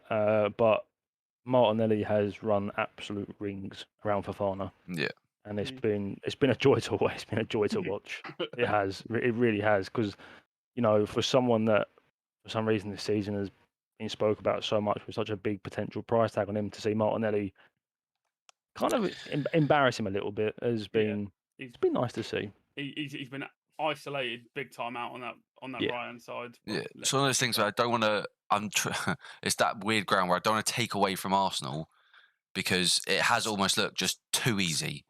Where I'm like, obviously Arsenal are looking good, but like, what the fuck are Leicester doing? Yeah. Like Yeah. every time I'm just watching, I'm like, it looks so like I'm watching United all over again. It's just like it can't be this easy for a team like for Leicester, and I don't know. The only as we spoke about the Leicester fan we know, and I always see a lot of them are sick of Brendan Rodgers from what I can tell. And I think it could be one of those seasons where something has to happen for him, or his head's on the chopping block. I don't even think he gets that long. It's very reactionary. It's very early doors. But this Leicester side haven't looked good. Don't get me wrong. Obviously, won the FA Cup. Unreal. What was it the year before last? Against Chelsea, yeah. And I think obviously that bought him the stay of reprieve for last year. But unfortunately, obviously, this year I don't know how long they give him. Yeah. I don't know if we get to the World Cup break and you go right, let's get someone in so they've got a month to work with whoever's left, get a philosophy going. Yeah, actually, I don't really know. I mean, Fofana may go, but don't know what actual players are going to go to the World Cup Leicester squad. You probably think you'd have a core of around like at least 10. I reckon 95% of their squad's going to be sat at Leicester. Yeah, exactly. So I think, I'd be surprised if he carries on like this, I'll be surprised if he makes it that far. But you've got to think if you're the board, that's a perfect time, time to make a switch. Yeah, Who that do was they the get? other. I don't know. But The other thing that Harnick's just put in the chat about it was obviously Yeah. last week we saw in the second half, Zinchenko had I'd say definitely a few defensive issues against IU. So it was obviously going forward, he slots into that little hole that he's done under Pep before. It's just when he's under pressure, how is he going to cope? But obviously, if there's no pressure being put on him, so pretty much every Leicester attack has been mounted through that left side where Ben White is, and there's been nothing really from the Leicester players. I mean, the ball's come over, Ben White's cleared it, Ben White's made a couple of tackles. They haven't been given the chance to show what they can do defensively this game. They really haven't. It's like Vardy has to work magic from fucking nothing. Yeah. I mean, Zinchenko hasn't played as a fullback this game. He's played as a left back. He's played as a centre mid. Yeah. Simple as that. He has not played as a fullback. So it'll be interesting to see in the second half. Firstly, how Leicester come out, because now you're assuming that Leicester should come out all guns blazing. They have to. They're 2-0 down. Like something's got to change. They have to come out all guns blazing. They have to try and get something from this game. So maybe we see them. Yes. One thing I wanted to see what you're saying about Zinchenko playing as pretty much a DM. He hasn't really played left back. Yeah. When Tierney becomes fit, would you not see Tierney play left back and Zinchenko maybe replace Xhaka in the midfield? I know you're a big fan of Xhaka, but what do you think? I think it's a possibility. It's an option. It's definitely an option. I think there's potential that, like in some cup games, you might see Xhaka put on the bench and Zinchenko put in that left side of midfield role. But I said it in the podcast and the pre-season podcast that with Arsenal, Odegaard is the club captain. Yeah. And in my opinion, the only reason why he is the club captain is because Granit Xhaka does not want that captaincy back. When he was captain, his time at Arsenal was absolute hell. Absolute hell. But you see it on the pitch, when the players get together for their circle team talk just before the match kicks off, he's the one that's like dictating like the speech and stuff like that. He's the one I'd look to as an Arsenal player. Yeah, I mean, it's just at this point, it's a bit of material around Odegaard's arm. Xhaka is that leader on the pitch without a shadow of a doubt, and I think he reminds me. I feel like he reminds me a lot of Jordan Henderson, where Henderson clearly is out of place quality-wise in that Liverpool team. Yeah. However, he brings so much more to that Liverpool team than what someone else would. And I feel like with Xhaka, it's exactly the same. But then again, you look in that first half of the game, we're dominating. Xhaka's made a couple of fucking really good runs forward, causing them issues. He's helping control the game. So, I mean, yeah. There's two different types of captains, really, isn't there? There's your captain who is very vocal, and there's your captain who leads by example. Yeah. Odegaard's very much the latter of those two. Yeah, I would say so. He's a very, he's a positive player. He's a good energy around the team. He captains his home nation, so it kind of just made sense for him to be the captain. I think there's potential that if Tierney was a 100% guaranteed starter, I think he could have potentially got the captain's armband. However, he's not. So Odegaard captain, Xhaka leader is the way that I see it. So that's why I feel like Xhaka will week in, week out be a name on the team sheet. Yeah. Would that have been something that you would have wanted to see, Kieran Tierney as a captain? Like, given the fact that he's not been there for that long? No. No. So the reason why I wouldn't want to see him as a captain has nothing to do with how long he's been there, because Odegaard's only been there for this is his second season now. Yeah. Tierney is a very passionate. He's a very passionate player.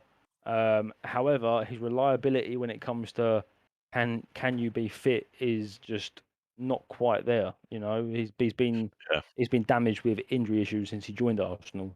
So you can't your club captain can't be someone that isn't reliable in that sense. Yeah. But yeah, I mean, I'll tell you what, that Wolves chance, I don't know if anyone saw it on the screen, was fucking criminal there. I don't know why he squared it. I don't know why he hasn't just. It looks like he took just one extra touch too many, and that extra touch was also too heavy. You should just shoot. Yeah. Keep us on the fucking floor. Literally. It's, but I mean, as we predicted at the start of this stream, the Southampton Leeds and the Wolves Fulham look to be your standard 3 p.m. kickoff that when match of the day comes around at 10:30 p.m. and these two games come on, you get up and you skipping make it. a fucking cup of tea. Like they just look to be those games. Yeah. It doesn't surprise me that they are both nil. There may be a 1-0 if you're lucky. Yeah, they are classic 1-0 games, aren't Yeah. they? I mean, I've got them on my bet. I was going to say, Wolves, Fulham, when you're making draw. your acca, you tend to steer clear. Or Well, you no, pray. I saw the game and I saw the draw was like 3, and I was like, you know what? Have you stuck draws on? Yeah, I was like, only on that game, I was like, I fancy that game as a Yeah. draw. I fancy that game. I mean, the Acca's not doing very well, but at least that one's doing all right. I've managed to get to half time with one of my Accas being more than my original stake cash out wise, so that's a positive. Yeah. I'll tell you what, The another other one- positive. the other one's the all- the FPL's other one's doing already- well. Oh Well, yeah, I'm like, I've just had a look at mine now. I've already got Arsenal and Ipswich have come in. And I've got Trips my other- clean my other sheet two so are drawn. far. Ramsdale, Cancelo all clean sheet, and Jesus and Haaland absolute bagging. Well, Haaland's only got an assist, but yeah, he's I'm captain, so currently he's on got 8 points. 18 points so far. I've got Bruno Guimaraes. 18 points I'm on. I'm just gagging for that City and Arsenal clean sheet. And Newcastle. yeah. I know you've had it on, Josh. Any real big things happening in that Brighton Newcastle game? Any team needs to come out Not looking Apart better? from the goal line clearance. Yeah. Not really. It started off very end to end, and it's sort of there's been chances here and there. That goal line clearance is obviously the biggest chance of the whole game. Like I was saying, So far, neither team wants to be the one to concede first. Yeah, and it's like off the back of last week, where obviously Brighton looked very impressive against us, and even though it was against Forest, Newcastle looked pretty impressive as well. You wanted to see what they'd do against two teams that are on the same sort of level, who Yeah. would, if there was any team that would outclass the other, but they haven't really. Yeah. Does not surprise me one bit. Right, where are we at? Let's have a little look. When's the team sheet's out? 29 minutes. Fuck. 29 Fuck. minutes. So yeah, I mean, let's talk about United Brentford quickly. Obviously, if you're a United fan, you are just thinking, right, clearly Ten Hag's system hasn't come into effect yet. Clearly, the identity isn't there yet. However, with Liverpool next week or whatever it is, we have to get 3 points today. If It's we not an lose easy here, game either. no, if we lose here, then we've got the exact same start to the season as what you lot had last season. Yeah. 3 games, 3 losses, and it's looking a bit dire. Difference being that we played City and Chelsea, Yeah. and you played Brighton Brighton. and Brentford. Yeah. I Sip, you mean, muted. Of course I am. Of course you are. Just sat here for like 3 minutes. Just looked over and you're like, Yeah, I was literally just saying. Obviously, the difference is you had they had Man City and Chelsea in their first 3 games. You had Brighton, Brentford, and obviously Liverpool was just a gimme anyway. But I just It's, there's let me have a quick look. So Martial is out again, which was the one thing I was hoping would not be the case. Oh wow! I thought that was only meant to be a first week thing. Yeah, well, it was. He may be back for Brentford. Not sure. I think we've seen that he likes that big striker. So obviously, it was interesting seeing Eriksen deployed as the centre forward last week because he likes I think Ronaldo was fully fit though. Yeah, well, that's what I mean. It was like he liked that. I know it's a stupid fact we're linked to him, but the links to Arnautovic, The Morata, big bully up you can front. see that style of player he wants to hold the ball up, press from the front. So Yeah. I think it will be a big thing to actually have him back. Surprisingly, I mean, it's me praying if anything. Yeah. So I'm hoping this So- week. I assume you see Ronaldo start probably. Yeah, so if people remember, we done the Brighton United watch-along last week, and I was very passionate and very opinionated in a footballing sense. So if I'm a United fan, I'm looking for 2 things this game, and that is for the players to look like they actually fucking want it, and to look like they want to put that shirt on and walk out on that pitch, because we didn't see that last week. And Give me an ounce of intensity, yeah, please. exactly, exactly. Just a Second smidgen. balls, just Yeah. actually try and bring them down. I just Yep. feel And my second point is nothing to do with the actual players themselves. It is, if I'm a United fan, I'm looking to see a difference in that team shirt. I'm not the Ronaldo difference. Yeah. I think that's a given. I'm looking Yeah. to see something change in the midfield. You, I don't think defense is going to change. I think defense will be exactly the same. However, one thing You go, Josh. Go on. Go ahead. One thing that we've lacked the last couple of years is jeopardy after a bad performance. A lot Yeah. of players can have a bad Bollocks from our performance, manager. and they are getting picked next week. Ten Hag needs to set his standards out early. If you have a bad performance, you will be dropped, and whoever is waiting on the bench will get your place. Not a bad and then you have performance, to go right? back. Because players have bad performances, Yeah. and that's fine. But it's the performance that they put in last week where The it same was, shit as last it year. was shambolic. It was embarrassing. It can't happen. That can't be the United engine room. It's as simple as that. So I feel like there's potential for the midfield three today to be completely different. Yeah, I think I'd like to. Completely. If I had an ideal world, it would be. Well, fucking hell, actually. There is no Eriksen. ideal world for this club. Ericsson, Fred, Donny, Garner, Yeah. Donny, someone, just don't fucking say McTominay on that sheet.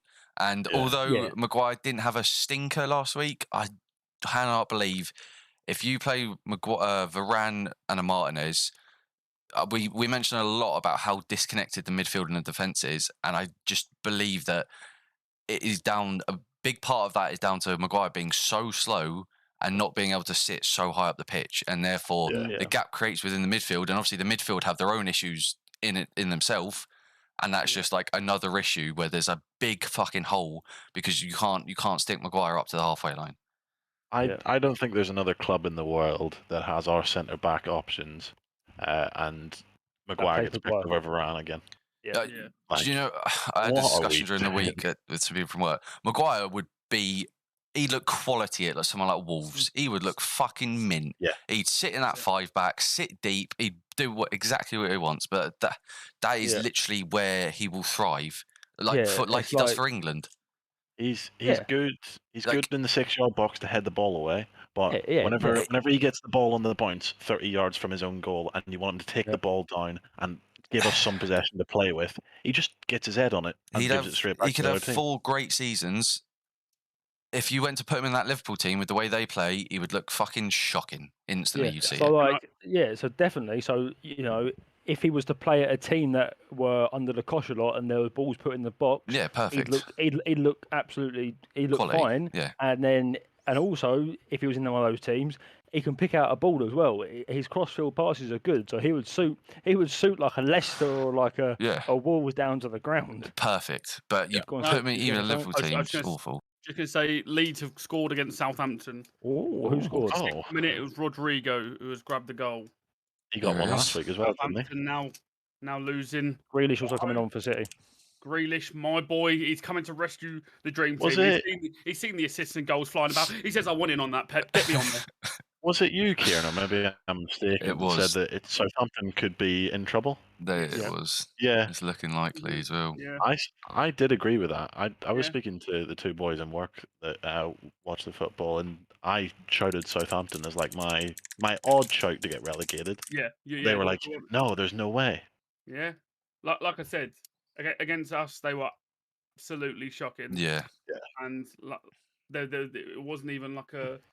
Yeah, they were just shocking. And like I said, now 1-0 down at home. That's 2 losses on the bounce. It's looking like obviously still got time to turn it around. But a lot of people said that their new keeper Bazunu had a good game, but he conceded 4. That speaks a lot if your keeper's having a good game. Yeah, they got him from City, I think, and to be fair, he made some good saves. Like he stopped it being 7. Do you know what I mean?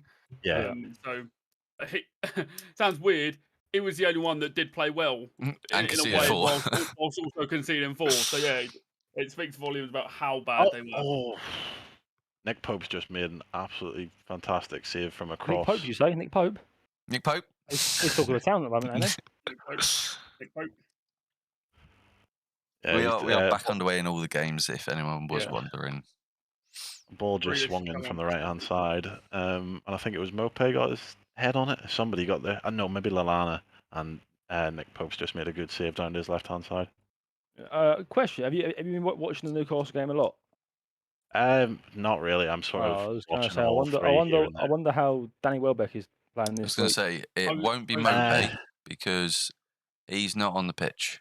Yeah, it was Lallana then. I was going to say, going back to United, obviously, when we saw how well Welbeck played last week, you've got to think Ivan Toney's probably like a pack-a-punch version Even Yeah. of Welbeck, who the could facts, who not could cause even more problems. not even He's- us, but like literally as we were saying about what Ten Hag plays with, it screams Ivan Toney.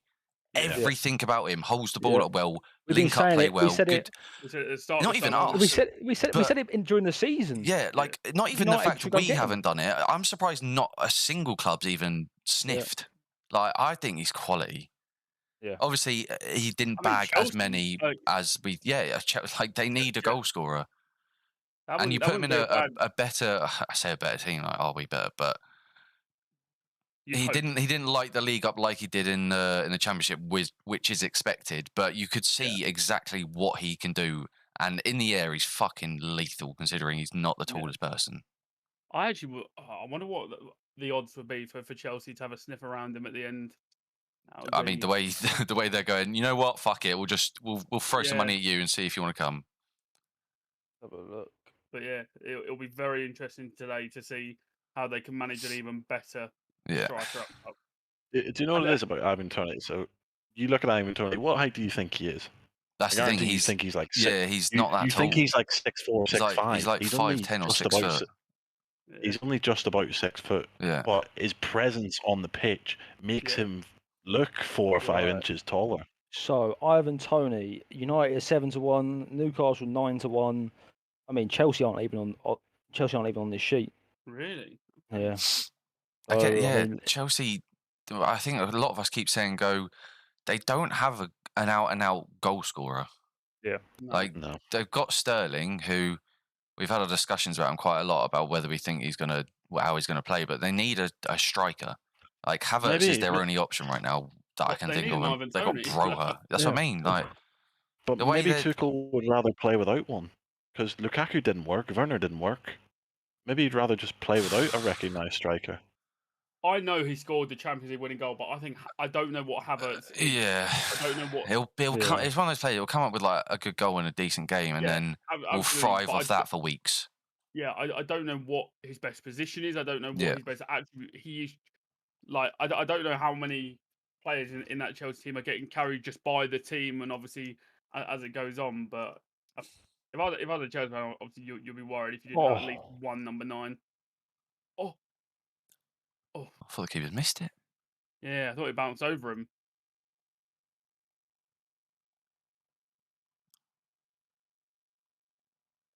So I think only the one change was it in the City game. Everything else, all lineups are pretty much the same. I was literally about to say, it is crazy that City can be 3-0 up at half time.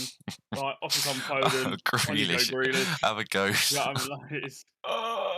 Yeah, I mean, it hurts like so much that they can do that. This is why you don't go anywhere near a City midfielder in your fantasy because you don't know that they're going to play. Yeah. But this is why we're a City United. Remember that one. Stop it.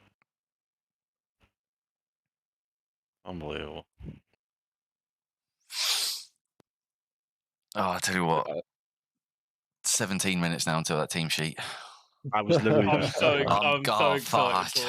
We're all fucking bees. Come on. Something else that I seen on TikTok this week was, do we think that 5 subs is too much this season? We discussed this a little bit. Yeah. It's obviously advantageous to the big teams, which... Yeah. I mean... Yeah, I guess would it have been better at 4? 4, yeah. That's what I was going to say. Why wouldn't you go 4? I think all it does is just bridge the gap in having a bit more depth and therefore making it harder for the smaller teams. Yeah. That's the thing. The big teams wanted it. The smaller teams were against it. Understandably. Yeah. You know what I mean? But obviously, the bigger teams are gonna have the voice. I guess you go like there are positives for bigger like you can therefore see more youth players maybe start playing. It gives them more opportunity. We've said that. Yeah, it would have been good if it was 4 and one extra had to be an academy prospect. Yeah, something an under something or from your academy, something like that, so you can actually see it's not just we're just going to buy the best squad in the world and then win. Yeah. That would have been a good rule. Yeah. FA, if you're listening, we're all available. Yeah. Is there ever is there a rule at all anymore where you have to start somebody from your academy at all, or No. No. You have to have homegrown players, but that's just English. That's Yeah. not. Yeah. That's nothing. I feel like there's something to look into. I mean, it'll probably never happen just because of the commercial side of the Premier Yeah. League and all the transfers and stuff. But It would be a really, really good incentive. I feel like to benefit the England national team and stuff more, if there was some sort of rule where young English players had to play a certain amount of games for each club. Yeah. Chaz, with the way last week went in obviously mainly the second half, are you almost a little bit weary in case Leicester nick a goal and then suddenly the pressure's back on like heavily? Yeah, it's like I feel nervous now. Yeah. When it was all good in the first half, 2-0, and then you're like, wait, hold on. Leicester nick one, it's 2-1, and anything fucking happened from there. And Arsenal haven't by any means of doubt come out in the second half and looked like Yeah. they're controlling the game. Leicester obviously attacking here. They don't look like there's anything. There's just nothing on for any of them. Yeah.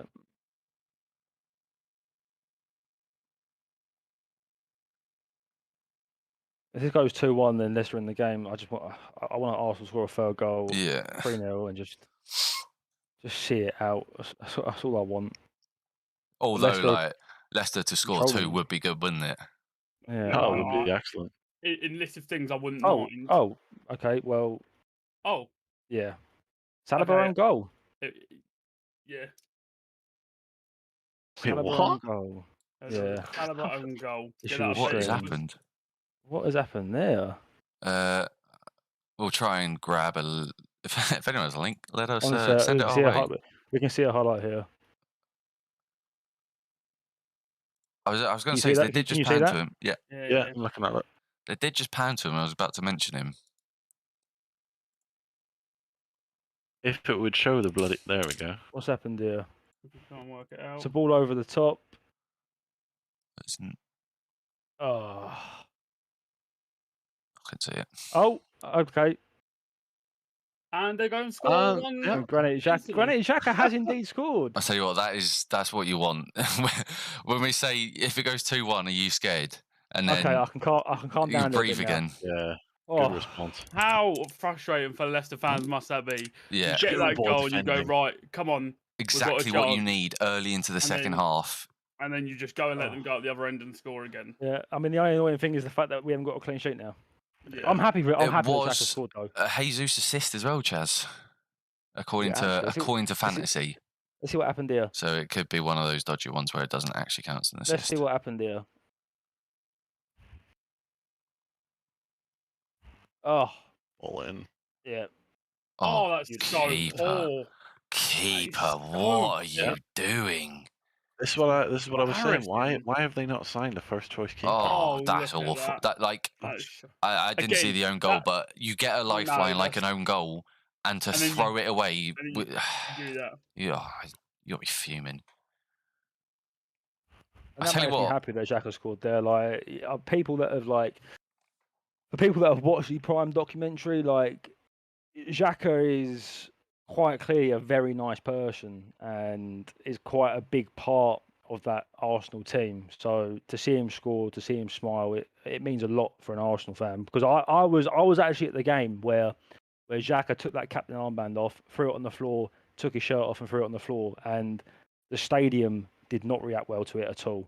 It was like it was one of the loudest I'd ever heard the Emirates, and it wasn't in a good way. So I'm happy that he's always had like this. He's like reformed. It's crazy.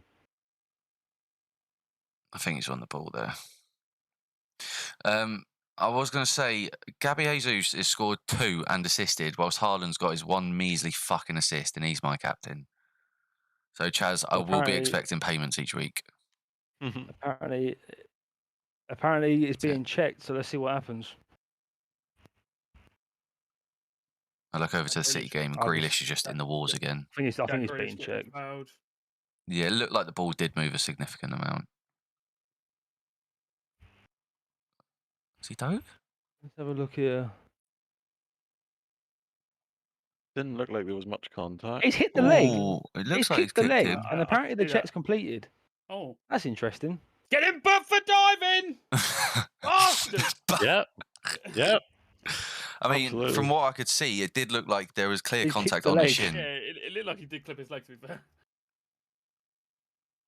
Honestly, I reckon 9-game ban for Jesus for that. Sickening. 11 minutes. Fuck. Right. What I don't want to see now is Arsenal concede another one. It looked, Yeah. From what we saw, from what we saw though, it was just a sheer misunderstanding mistake Yeah. between Saliba and Ramsdale. That's the thing. Like, it's kind of a freak goal They happened happen. for you and then happened against you and for you. Yeah. Yeah. They every team gets them where you get just a random goal that you're like, how have we conceded there? And the worst thing is, the only thing you don't then do is go and throw it in your own net at the other end. Yeah. It's piss.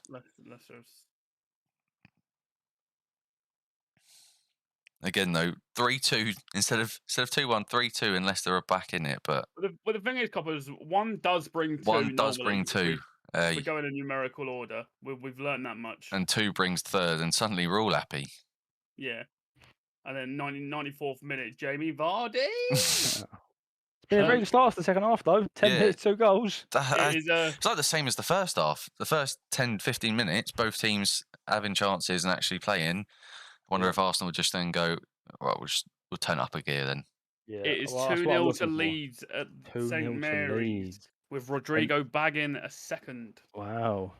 I'm telling you that. We mentioned him that's last. amazing. We mentioned him He's last getting time. going, him. Say that again, Yeah. sorry, Yeah, Chris. he's said he's getting going now. I think he's on 3 already. He scored one Yeah. last week as well. When he came in, it was an alright price tag, and he didn't. He came on occasionally and scored, but I think especially now with Bamford injured, he could be. And Rapina gone. He could be there. Obviously, we don't know the severity of Bamford's injury, but he could be deployed as their striker now. I think last season he was looked at as like a FIFA player. Like everybody knew him from FIFA and knew he was a good player on FIFA. but Literally. That literally is it. He Everyone, didn't That do fast anything bloke. last season. That fast bloke you put in you the get him team at the early. start. You get him early for a few K. Yeah. That was him. But he's got himself going anyway. Worries for Southampton though. I was about to say I'm glad there's been a lively start to the Arsenal match because there's been nothing happened in the other 2 games really. Well, the Wolves game, is still absolute shite. Still 0-0. I guarantee there's probably not even been another shot on target. Probably more Let's have a atmosphere at your local library. Yeah, we are. What? How many minutes are we in? 60 minutes, and we've still had 1 shot on target. Nice. Riveting. So I'm looking for Arsenal now to go and put the final nail in the coffin and get a Yeah. fourth. That's what I'm screaming out for. Because at 3-1, you think Leicester are thinking still something here. At 4-1, Leicester are thinking, I want to go bed. Get me back on the coach. Yeah. Man City game. Man City just probing away as they always do. Yeah. Making chances because you know that one of them This will chance go was in. close. Not too bad at all from Gundogan on the edge of the box there. I feel like he's underrated in that City team. Yeah. Who again, sorry? Gundogan. Gundogan. Like, he's so fucking good. Yeah. And that just speaks You just never seen it in the first season or 2 that he was there. He Yeah. never showed it, or he didn't get enough chance to show it. But now he's been getting Penny, chances give left, it. right, and rhubarb. It is just not fallen for Haaland today. I'm telling you, I captained him. Tell you what I want to say is that Players out. obviously, bar the own goal from Salah, which is a bit disappointing. He won't be happy with that. I know I've been purely focused on the Arsenal game. It is pretty impressive how well he reads the game. He reads the game very fucking well. He always gets in front of his man, and I think as an Arsenal fan, seeing that in your centre back is an absolute joy to watch. Much like how we've now got Jesus, and that's a joy to watch. Last year, our defence at times was a bit iffy, but Saliba looks very strong. Just the way he just walks around the pitch and Conducts the ball, himself. the ball at his feet. He just looks like, right, I'm okay. He looks like the man, doesn't he? Yeah, some players you look and don't- you can just tell they're on edge or they're a little bit shaky, but he just looks comfortable. Like Gabriel. You don't You don't win the French Young Player of the Season for nothing. Exactly. Exactly. No, he obviously showed very good potential Yeah. in Liga last It's season. like, yeah. I feel like Gabriel's what you described. He gets on the ball and you're thinking he doesn't look too confident, or what's he going to do with it here? Yeah. And whereas Saliba just gives me that bit of confidence. If Gabriel gets the ball, you're like, just get rid of it. Don't pass it to them, please. Literally. Man City players are just They're absolutely just shooting. queuing up It's No, a no, shooting no, no. range. on the edge of the box. Ugh. I've just seen Gundogan, Cancelo, and I think De Bruyne in about 5 minutes, all just on the edge of the box, just absolutely peppering. Here we go. Couple of subs for Leicester now. Looks Dennis like Pratt. Tillemans is off. Yeah. Tillemans off for I tell you what, someone. Dennis Pratt. I completely forgot Tielemans was playing. Well, he's been non-existent. Much Yeah. like You wouldn't think Madison was playing. Yeah, I think the only players I know are playing are Vardy and Fofana, but not for the good reason. So it looks like now Leicester are going to kind of like a 4-4-2 kind of. They're not playing 3 at the back anymore. 5 at the Yeah, back Marty's anymore. gone off. So that's going to mean that you can expect Leicester to get a bit more attacking, but also potentially a bit more gaps open up in the Leicester defence. Man City as well are just flexing a little bit on Bournemouth by bringing on John Stones and Bernardo Silva because they fucking can. And if they can, they will. And if we can, we will. Wait, did Bernardo Silva not start? No. No, he didn't. Chance? Oh, did he not? No, don't think so. Who did start instead of Grealish? Foden. Okay, yeah. No, he didn't start. Yeah, they're bringing on Bernardo You Silva and start a game. Stones. Yeah. That is. This could be obviously early stages. Arsenal could get a bit of pressure here, and obviously for you, Chaz, you just hope they can just deal with it and then maybe look to that's what eventually I'm on looking the for counter. now. I'm looking for a bit of still at the back, just kind of commanding their boxes and just looking comfortable. You know, that's all I want to see right now. Is just Arsenal look. Yeah, you're always going to have games where you need to soak up a bit of pressure. Yeah, exactly. I want them to no soak one the is pressure City. up. Yeah, That's all I want. And I would quite like a Gabriel Jesus hat trick as well. just the cherry. But on top. you're not being greedy. Yeah, you're not asking too much. Not being greedy. Maybe a Martinelli goal as well. He deserves a goal. Coppers, are you excited for this I'm team shitting news myself. in a I'm mere matter of fucking minutes? shitting myself. We'll let Sip read the team news out when it does come out. Yeah, I can read it. But the worst thing is, United do it in number order, and it's the worst thing ever. But I'll try and make the best. Just don't react. Just read the names and don't laugh when you see McTominay. No, I'm joking. It hasn't come out yet. I will. I'll read it as soon as it's up. I think if I'm Leicester, I'm looking at Zinchenko as the side I want to attack and put him under a bit. Yeah. There's been a couple of times in the second half where it's gone down that side and Zinchenko's just dealt with it.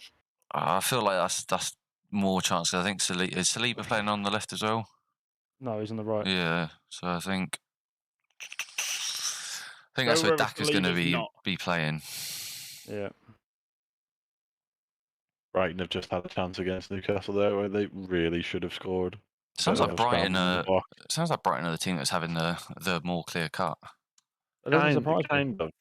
Newcastle had 2 corners there in the last 5 minutes. The Danburn got his head to both of them, but he's got a bit of a BIPDB head on him. And he sent them mad wide. High and wide. Sent them mad wide. If you're going to do it, you might as well send it mad wide. There's no point missing close. That's nice football, that is. Nice one-touch passing out of trouble. Yeah, very nice football. What's that? I've never seen that. I haven't seen that in a while. And ball! Good ball in. Nope. I don't think he was in the box anyway. No, he's outside.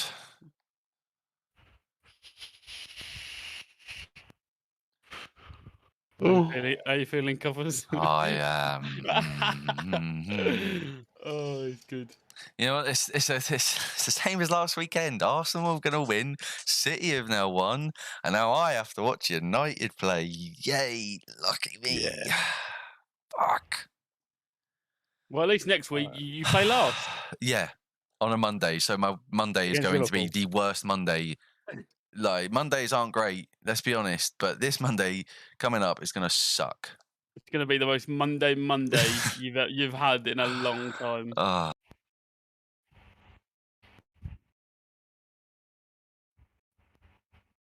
I'm just actively refreshing. He's so lively. Oh, Unbelievable. that was unreal. I can't believe no one's gambled. I can't believe someone needs to be in the position where Jesus would normally take up. That was a beautiful bit of play. There's an awful lot of that in football at the minute. That there's never ever anybody there to gamble whenever a cross goes in. There's no way he's disappeared now. Oh, he's back. He's ready for it. Is that Madison down?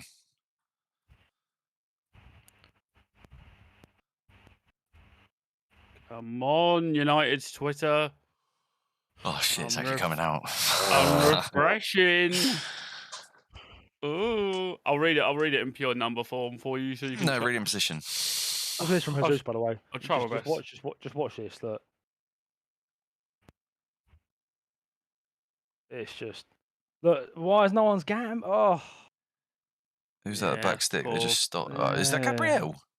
It's half. Gabriel was in the middle. Yeah. Okay. Just... Listen up. So we have De Gea. Right, let me try and work this out. Dallo, Martinez, Maguire, Shaw. So the same back line. Yeah, and then you've got Fred, Ericsson, and then you've got Bruno, Ronaldo, Sancho. Oh, he's not playing McMuffin. All right. McMuffin is on the bench. So in number order, it's De Gea, Maguire, Martinez, Ronaldo, Fernandes, Rashford, Ericsson, Fred, Dallo, Shaw, Sancho. It's interesting to see he's gone with Ericsson and Bruno. Yeah, so he clearly thinks that can work. Yeah, I mean, that also says to me that Fred is playing 6 again. Yeah, I don't think it necessarily says to me he thinks it can work. It also makes me worry. It's like, this is all we've got. Yeah. Like, this either works or McTominay comes back in. Our only move is not playing McTominay. Yeah. If anyone cares for the Brentford lineup, it's Raya, Ruslov, Hickey, Janssen, Ben Mee, Henri, Norgard, Jensen, De Silva, and Buemo and Tony. Damsgaard, their new signing, makes the bench. Yeah. So just quickly in the last of the game, Vardy has departed the pitch and Iheanacho has indeed come on. So Leicester now playing with Daka and Iheanacho up top. Oh, Grealish looks like he's down with a knee injury. Goal back. 2-1. Grealish? Southampton have got a goal back. Joe Aribo, their new signing from Rangers. Yes. It looks like that's my kick. The ball's come over the top and it looks like he's just got tangled or something, but he's down holding his knee, which is obviously never good. It doesn't look like it's like someone's actually studded him, which is almost worse. The man of the hour, the Pope, is keeping Newcastle at level here. Oh, I couldn't see it, but I think White's made a last-ditch tackle at the back stick. I think Grealish knew while he was going down there that was bad. Yeah. He was all Grealish been clattered again. No. It looked like an impact injury, like where he's landed dodgy, and as he was going down, his hand was already like in the air, signaling that it was going to be discomfort. He was going to be in discomfort. He's buckled it. Back stick. Middle, too late.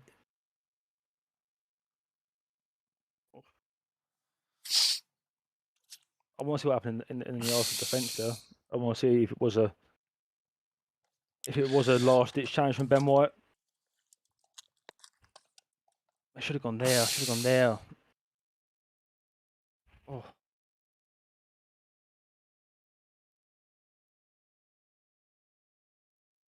Yeah, Brighton are really growing into this game in the latter stages. We see what's happened. What's going on here? Ooh, some substitutions.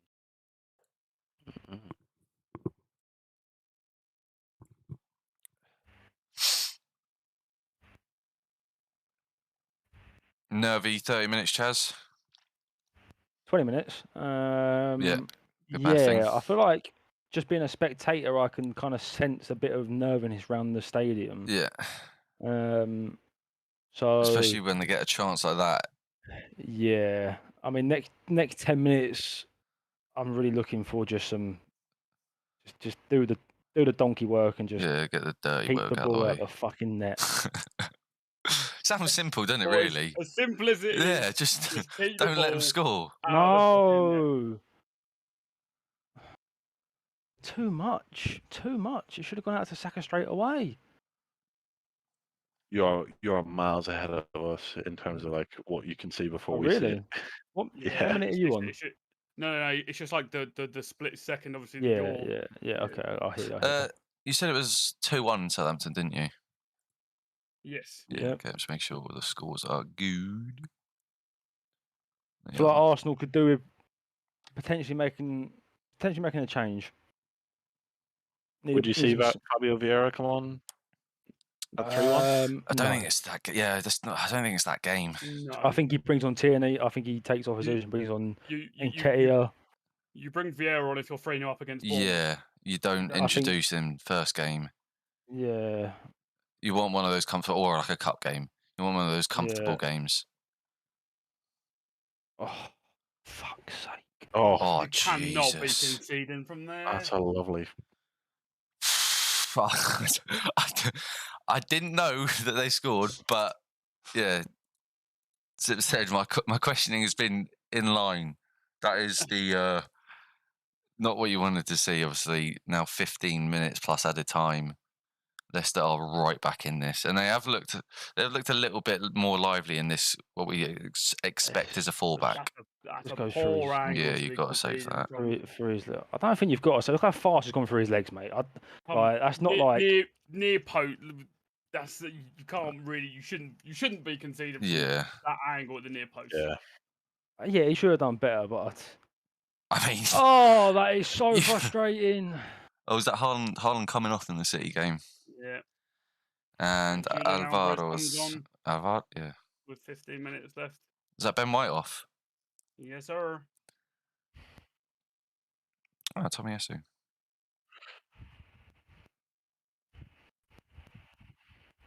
Now That's what I mean.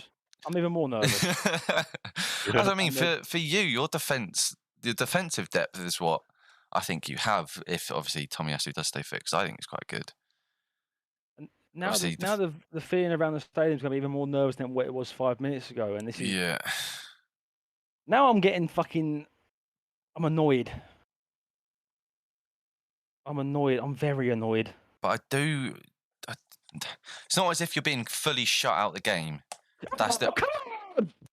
Oh, It's in there! what a finish that is. So Come on! fucking bad, man. And Come you're on, in my man! FPL. I What a love fucking that finish that is. That's a fantastic fucking goal. Leicester, man. Oh, How do you score twice and just let bags? Oh, How do you say on FIFA, you're most vulnerable after you. I mean, is that another Jesus assist? Or was it twice in a game is. I don't know. Yeah, you can't look. concede. So Martinelli wins the ball. He tracks back. He works his socks off and wins the ball. What happens here? It is Jesus. Yeah, it's another Jesus assist, and this is a brilliant finish. This is weak foot. Oh, what a finish that is! That's a brilliant finish. I was going to say, although Leicester obviously had scored, it weren't like they were completely dominating. You had still before the goal, you had still had like glimpses where you were attacking. So yeah, that's a brilliant finish. I mean, Leicester fans are going to be fucking fuming that they've scored twice and instantly concede. Like, just give it fucking 5 minutes, please, at least. In regards to Arsenal defence, I feel like they've apart from the Maddison goal, I feel like the Saliba goal was a freak goal. We agreed on that. Yeah. Apart from the Maddison goal, they have done their job defensively. There hasn't been much come, but they can only face what they get given. Yeah. And I feel like they've done their job. I feel like that goal there was Zinchenko was a little bit too far pushed up, but I think that's because Arsenal were originally in possession of the ball. So as soon as we got dispossessed, that slot becomes open. That's where it's come from.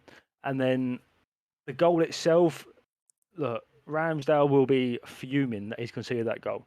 And yeah, he probably should have done better with it. But at the same time, Maddison struck the ball. Gabriel's got a leg dangling, which is blocking the view, I would assume, a little bit, and it's flashed past him through his leg. So, I think it's just one of those that, yeah, he should have done better with it. But apart from that, I don't feel like our defence has looked that bad. However, at the same time, they haven't really instilled a lot of confidence in me. Yeah, It's a weird one. I know what you mean. that's Like, the thing. Even if Leicester haven't created much and have still scored 2, do you know what I mean? Yeah. It's like, but I mean, Leicester's got a goal in the 53rd minute, conceded in the 55th. Got a goal in the 74th, conceded in the 75th. like even But, even 5 minutes after, like, Yeah. just That's awful. you get into the game to just give it away so easily twice. Like, not even once. That's definitely gone out. Yeah, corner. So Zinchenko's come off and Tierney has come on. It's been a very end-to-end second half, and I'm just now praying they don't fucking score from this corner. Jose Sarr has saved the Mitrovic penalty, apparently. Wow. 81st minute. That would have been huge for Fulham. Yeah. King Mitro. I mean, to be fair, if you're Fulham, you'd still take. Oh, yeah, you 2 still take a goals point, to start but the season off. yeah. But obviously, 3 points is better than 1. You know what I mean? But believe it or not, Copley, that is a wild mistake from you. Oof. Oh, City again. Now that ball's out of play, I just want Ramsdale to sit on it for a second. Just calm. Everyone just calm down a second and go again. You just need to go back to having a good amount of possession and just sustaining an attack for a good 10 minutes or so. But look at this again. Look, Martinelli working his bollocks off to get that ball back. Oh, Yeah. it's Creating. 4 for that's City. unfortunate. Who scored? It's a Jeffrey Lerma own goal, I believe. Is it assist from Cancelo? It's looking No, like it's Bernardo. goal. Yeah. I'll tell you what, that's a brilliant finish. That is. I mean, the one thing we were talking about Martinelli for me was his lucky. Sorry, I read the word lucky.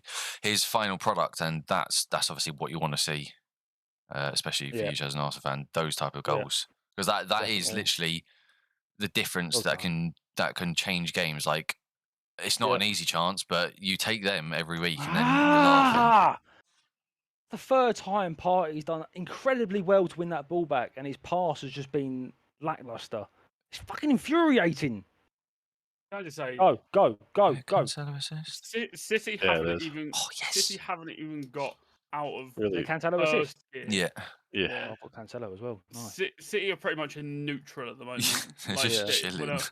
Like there's been nothing for them to worry about today. Yeah. Nice to see for an Arsenal fan, Tommy Asso also. Southampton have equalised. Equalised against Leeds. That is 2-2. I'll get the goal scorer. I was going to say, do we know who? No. There could be a handball in the Newcastle game. Wait, is he just? What's happened? Just missed open goal. Oh, it's a bit choppy for me, but I didn't see it. Yeah. Off balance, but he's got a score.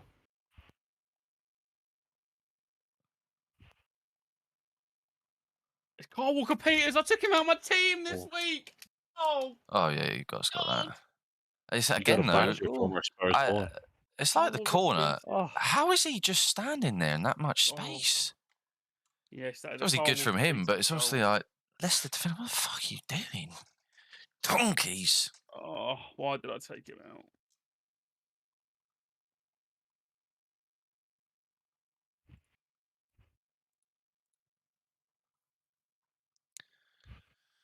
Leicester want to nick a late one before like the 85th minute, you know. Give us a little bit of spice.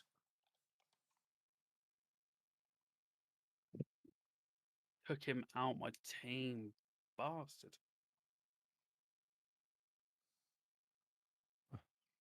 Yeah, so in truth, Brighton should probably be 2 or 3-0 up here. Yeah. Yeah. A better team. I mean, Nick Pope's made 2 really good saves. Trippier cleared one off the line, and Dan Burns just made a really good block there as well. It looked like a handball, but it's come off the side of his stomach. But it's not been the game that I thought it was going to be. That's for sure. No, I think most of us thought that game might be a little bit of a snooze. just received confirmation from Cal that your third kit is indeed fucking horrid. Yeah, I did see that we're playing in it. I mean, look, it looks like a bus seat, and as someone who is acquired to a bus seat, it's honking. It's grim. Carl Walker comes off to secure 6 points and clean sheet at the back. Who is this? Pascal Gross should have had a goal there. Are you saying, if anything, Brighton nick a late one? Oh, without a doubt. Yeah. I would Pascal like to Gross also just inform people I have indeed had a 7-fold on. It was 39-1, so it's £10 to return, £390. And I had decided to cash out for £215. Oh, great. So It's crazy that Chaz's banker that wins, he didn't tell us again. A nice little victory for me as well today is I have indeed made myself £200. Cannot complain. What? Moving on. Any gifted? Yeah, no. Well done, Saliba. Well done. Just to repeat, this has been a light training session for Man City. Yeah. Their heart rates probably even haven't elevated. Yeah. I also just want to say, I don't know if people would notice that, but Saliba doing defensive work and winning the ball, and Arsenal fans giving him a standing ovation. I mean, he is class. I don't want to get too excited about it. He's a young talent, but he's fucking class. Yeah. He's unreal. He looks like he's fucking blowing. I'm not fucking surprised, mate.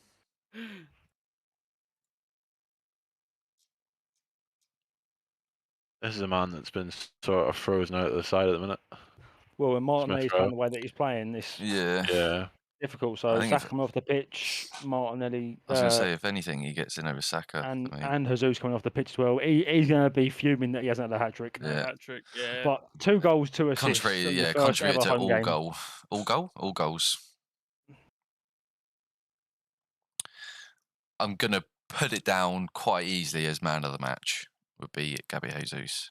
Yeah, yes. I think that's a very, very fair Without statement. A shadow of a doubt. Oh, my dream team's on 25 points. I feel as though there's about to be a big change in this Newcastle game. Chris Wood's coming on. Oh. It's about to get dicey. Fuck Chris Wood. I've withdrawn £190 and now I have some money to play with on a bet builder for the United game. 4-0 Brentford. I'd put 2-1 Brentford and double Tony. Yeah. You put that on? Oh my god. No, that's what that's my what I'm thinking. Towards the end of the game now, how is everyone's FPL looking so far? Good. Points-wise. I'm actually on 25 points with only, and I've still got I've got 6 players left. So I'll take it compared to last week. I'm on 47 and I've got 4 players to play. Yeah, I'm on 50 with 4 players to play. Yeah. 47, and players 47, being Trent, Sessegnon, Salah, and Diaz. I will be captaining Jesus, so enjoy him doing nothing against Bournemouth next week. Come on now, Copley. Enjoy him doing that. You've had your week of fun, Chaz. That's all I'm giving you. Oh! How's that not going in? It's got to be seeing the back of the net. The choice of captain today has lost me a good 11 points, I think it is. Deciding to go with Haaland over Jesus. Yeah, I think most people would have. Yeah. Now, I'm big in my conspiracy theories and things like that. I'm a believer that if Haaland wasn't captained by so many people, he was bagging today. 10 points is still a good return. I'll take it. Yeah. Compared to what I had last week. Yeah. But it just means that Kane is bagging a brace tomorrow. So I don't mind. You really don't mind if he bags a brace tomorrow? Look, Harold, I don't mind. Not so too own goals. Have you got Haaland and Kane up front then, Kieran? Yes, sir. That's a lot of money on your 2 strikers. I respect it. It is. My midfield has a weak point in Eriksen. Well, what I thought would be in terms of how many times he actually starts. Yeah. Hey, 2 from 2. So I've got Kane, Haaland, Son, Diaz, Eriksen, Grealish, Walker, Cash, Sessegnon, Cucurella, and Jose Sarr. I've got Jesus and Haaland up front. You'll be getting some points from Jose. What's happened here? How's he not scored? Oh, he's hit the back. Yeah. So Jesus will obviously get 3 bonus points as well. Yeah. Guarantee that. Shit. Ramsdale's let me down. Pedro Neto's letting me down as well at the minute.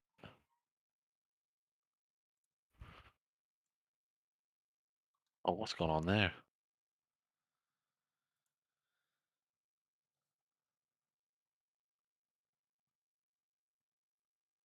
Tell you what, This is getting nervy in this Newcastle Brighton game.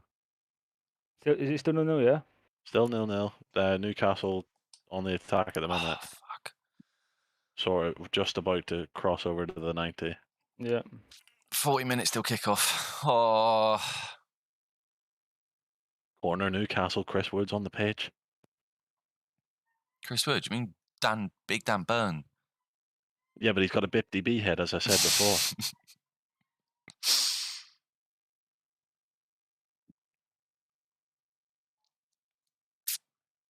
God, Tarek Lamptey's just so small. I mean, apart from, I He's- think, Wolves Fulham game, expected. This Arsenal game, relatively expected. Maybe the scoreline not, but City Bournemouth, we expected this to happen. Yeah. All pretty, Yeah, I all feel like pretty it's been a standard pretty- results, I think. Wait, say Southampton are 2, aren't they? Yeah, Yeah. that's the one anomaly for me. Is it? What do you I expect just from didn't think there'd be that many goals, if I'm honest. it? Okay, yeah. Oh, Yeah. was Man City's 4-0, by the way. Just a quick one while we're. They getting are towards the indeed end. 4-0. I was just trying to take a goal away from them, so I don't like them. Gotta do better, Copley. Yeah, I know. Look, the nerves are setting in. I'm going to be honest. I'm shitting myself now. Not long left, pal. Not long I left. was sweating before because I don't know if you know this, people. It's hot. All right, I'm no weatherman, but I hot. can tell you it's fucking hot, and it's getting just hotter. confirm, people, it's hot. But not only do we provide great football content, we're also great weathermen. Yeah. Geologists. Too right. Probably speaks volumes, to be honest, that Newcastle are just trying to keep it in the corner there. Oh, it's got to go in the middle. I've seen. They really are trying to hold on. I've seen tweets Oh. from Newcastle fans saying that this has been the worst performance they've seen in a very long time from the Mighty Boys from the northeast. So But it is 0-0. So you kind of take it, don't you? Yeah, 4 points from your first two games. I know they'll want to be winning every game, obviously with the confidence and stuff. But obviously, unfortunately, that's just not the reality for them this year. So you'll certainly take a point at a tricky place to go, Brighton. It's can Tricky be hidden play against, as we saw last week. exactly. If I speak, Oh, we suck.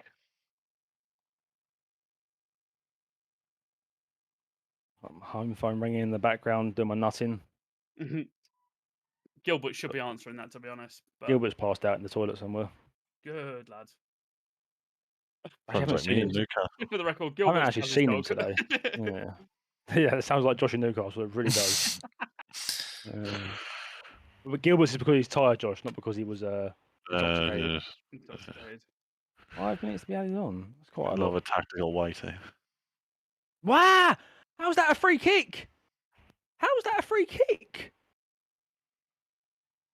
Now with 5 minutes left to go now. Just please don't think- concede one. You've got to be a little bit worried if you're a Leicester I fan think you're this safe. year No. in terms of the direction you're going because they haven't Yeah. really made that. The chances that have gone in have been half chances. Do you know what I mean? You haven't. I don't think we mean, saw a freak Vardy have a accident shot. from both of them. Yeah. Do you know what I mean? And you've just got to be a bit worried about, well, pretty much fucking everything. Yeah, that's the thing. I mean, they've looked better in this fallback, Yeah. Yeah, but definitely. like Vardy was working with fuck all. Yeah. They had that one chance in behind where he's tried to get a pen, but that's literally. Yeah. Oh, is he just eating an absolute? Is he eating his Yeah. arse a bit? Looks Don't know like if we're he's allowed to got show that. an elbow across there. So he's going with his shoulder. Get him off! Oh, that wasn't actually that bad. He's made a meal of that. Yeah. Yeah. Salah's just been taken out in the City game.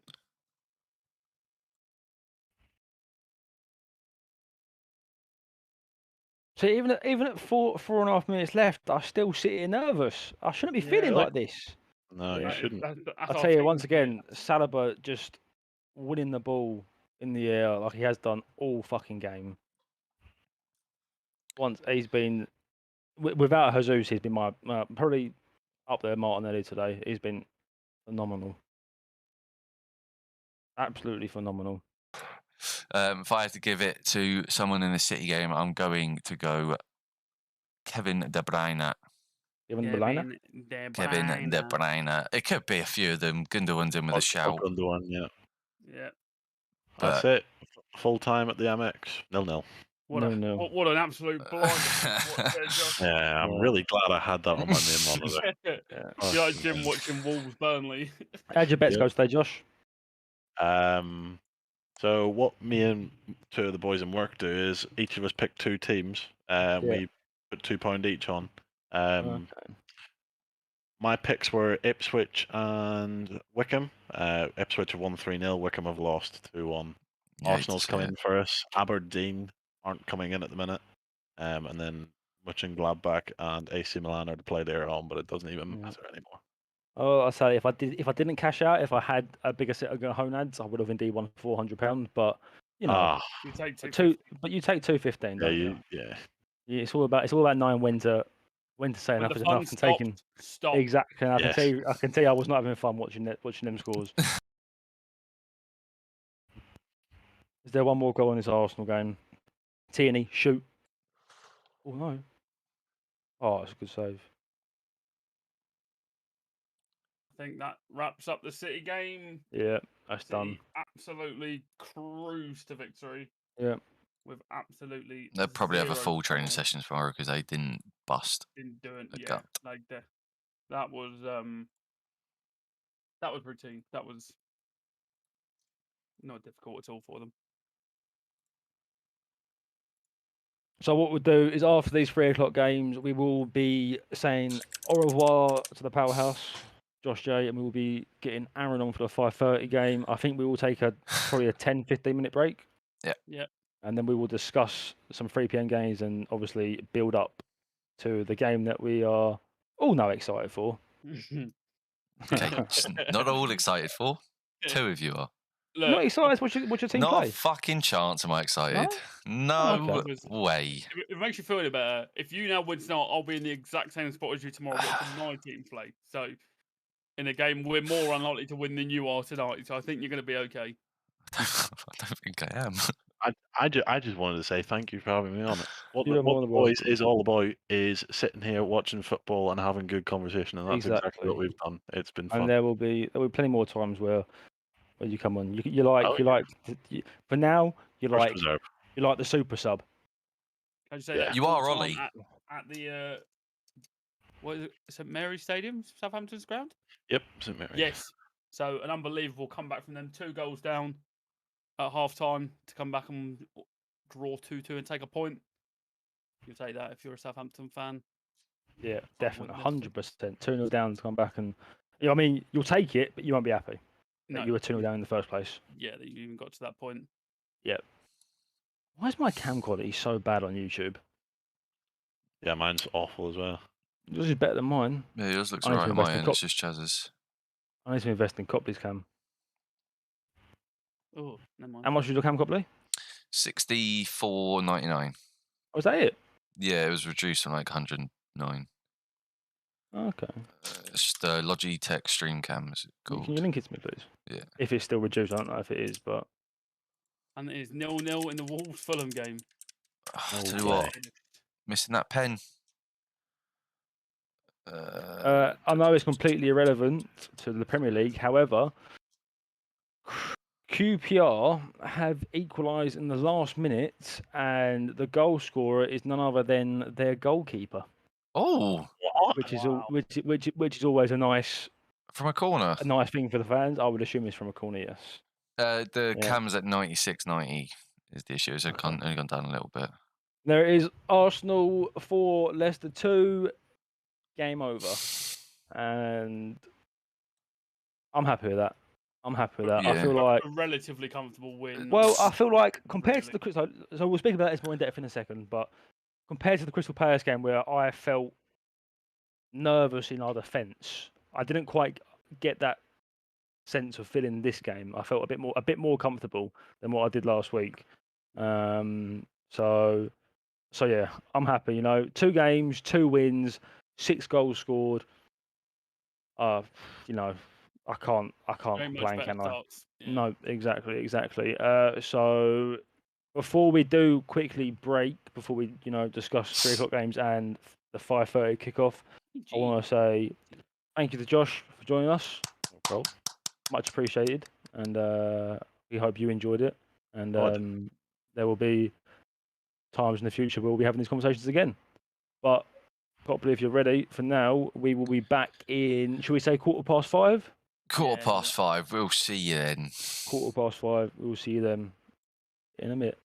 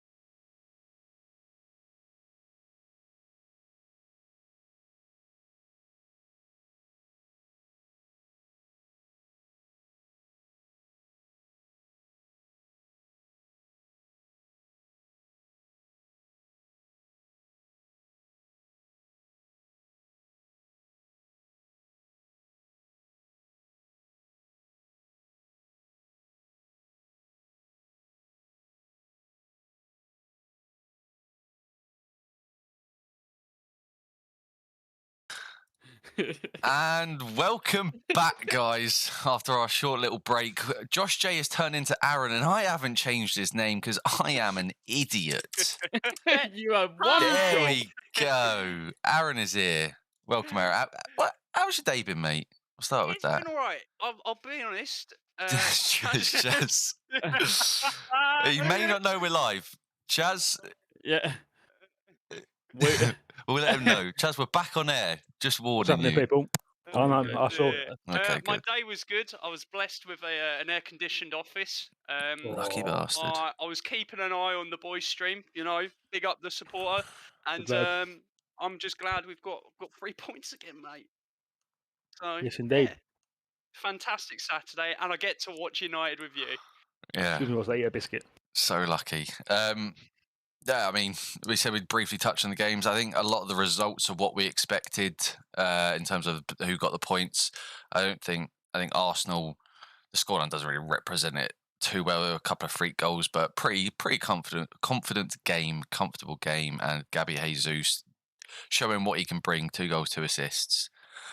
But on to the big stuff, the big teams now. The box office club that we are. United Brentford. I am fucking shitting myself. Oh, It's Why? going to be a good one. Where do I start, really? I'm not confident in us. Brentford at home is not an easy game at Brentford. Tony is someone that I'm gagging to have, and I just know that means he's going to score. I'd also take that Ray. I think he's quite good. He got injured last year. And if we don't get points in this game, we're going 0 for 3 from our first 3 games, which is never a good start with a new manager. One big point that Neville's just said there before they went to a break, he highlights, obviously, Brentford are a big team in terms of height. And bar Maguire and Ronaldo, United are not a very tall team when it comes to defending set pieces. So it's going to be interesting to see how they can manage that in terms. And I think he said Brentford were the 4th best team aerially last year as well. So this is a big test from set pieces. Just a quick halt on that. Shout out to Pepsi Max. We're lovers of Pepsi here. Do Absolutely love Pepsi over here. Just hit us up. Yeah. If I'm United, I'm worried. I'm worried about the potential of 0-3. Yeah, I'm very worried about that. Doesn't matter what way you look at it. Martinez maybe and is a very good player, but what's he like against one of the most prolific headers of the ball? How does he match up against that? A big, strong, tall, in your face centre forward. It's going to be interesting to see. Yeah, you'd like to think United have got some sort of game plan to make sure that Martinez is dealing with the pace. And if I haven't looked at the lineups, but I'm pretty sure Maguire's starting, but he will be the defender in the air as such. They just need to communicate if they're gonna improve from last weekend. You know what? All this chat about United, it wouldn't surprise me if they just came out and had a comfortable 2-0 victory. You know? Fucking love it. It really wouldn't. So that's why obviously for my prediction, I'm going for 3-0 United, just like I did last week. How I said that I think they'll be all up for it, perfectly fine. Coppers, 3-0 United. Covers the M is absolutely huge. On the graphic. Oh, is it not? Oh, we've had an absolute you haven't done it in studio mode. I have done it in studio. Sorry. It's very amateur of me. It's unbelievable. Sorry. I don't know why it's not changed. MNU. Why is it MNU? Why is it just not man? Man. Sorry, Copley's I'm having a state. You know what I'm blaming? I'm blaming United. It's all United's fault. Just making me nervous and fucking general. Yeah, no, well, it's teething problems. So we're trying. Why did that not change? I'll figure it out. Change it to Matt. There we go. There we go. That's perfect. So a few minutes before kickoff, we'll start with Sip prediction. Yeah, we laugh and joke. This should be, I'd say, a comfortable 2-0 United. Maybe 3-1. I think United will. There's. I say this, and I know Copley's going to go. We could be. There's no way they're worse than last week. I don't think there's a universe where they could be. Don't think you can get Ten worse. Hag allows. I don't think Ten Hag allows it. Yeah, exactly. So I think I think Ronnie's ready to get this season underway because I think he's accepted now that he ain't going anywhere. So I think this is a comfortable United win. Yep. Aaron, yourself? I still think they'll concede. I do see it being a boring game. I really do. Maybe it's because I'm anti-United and I want it to be a boring game. But just being a bystander into this, I'm going 2-1. 2-1. 2-1 United. Okay. Me personally, I'm saying 3-0 United. I reckon it'll be a nice walk, breeze in the park, easy as you like. I said that last week. That's why I'm saying it this week, because last week they got pounded. So, yeah. Copley, yourself? 3-1 Brentford.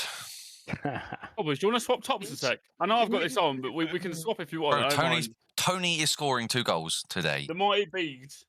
Tony's scoring 2. Ronaldo's getting a goal, and we're gonna go with Damsgaard comes on, or Norsgaard.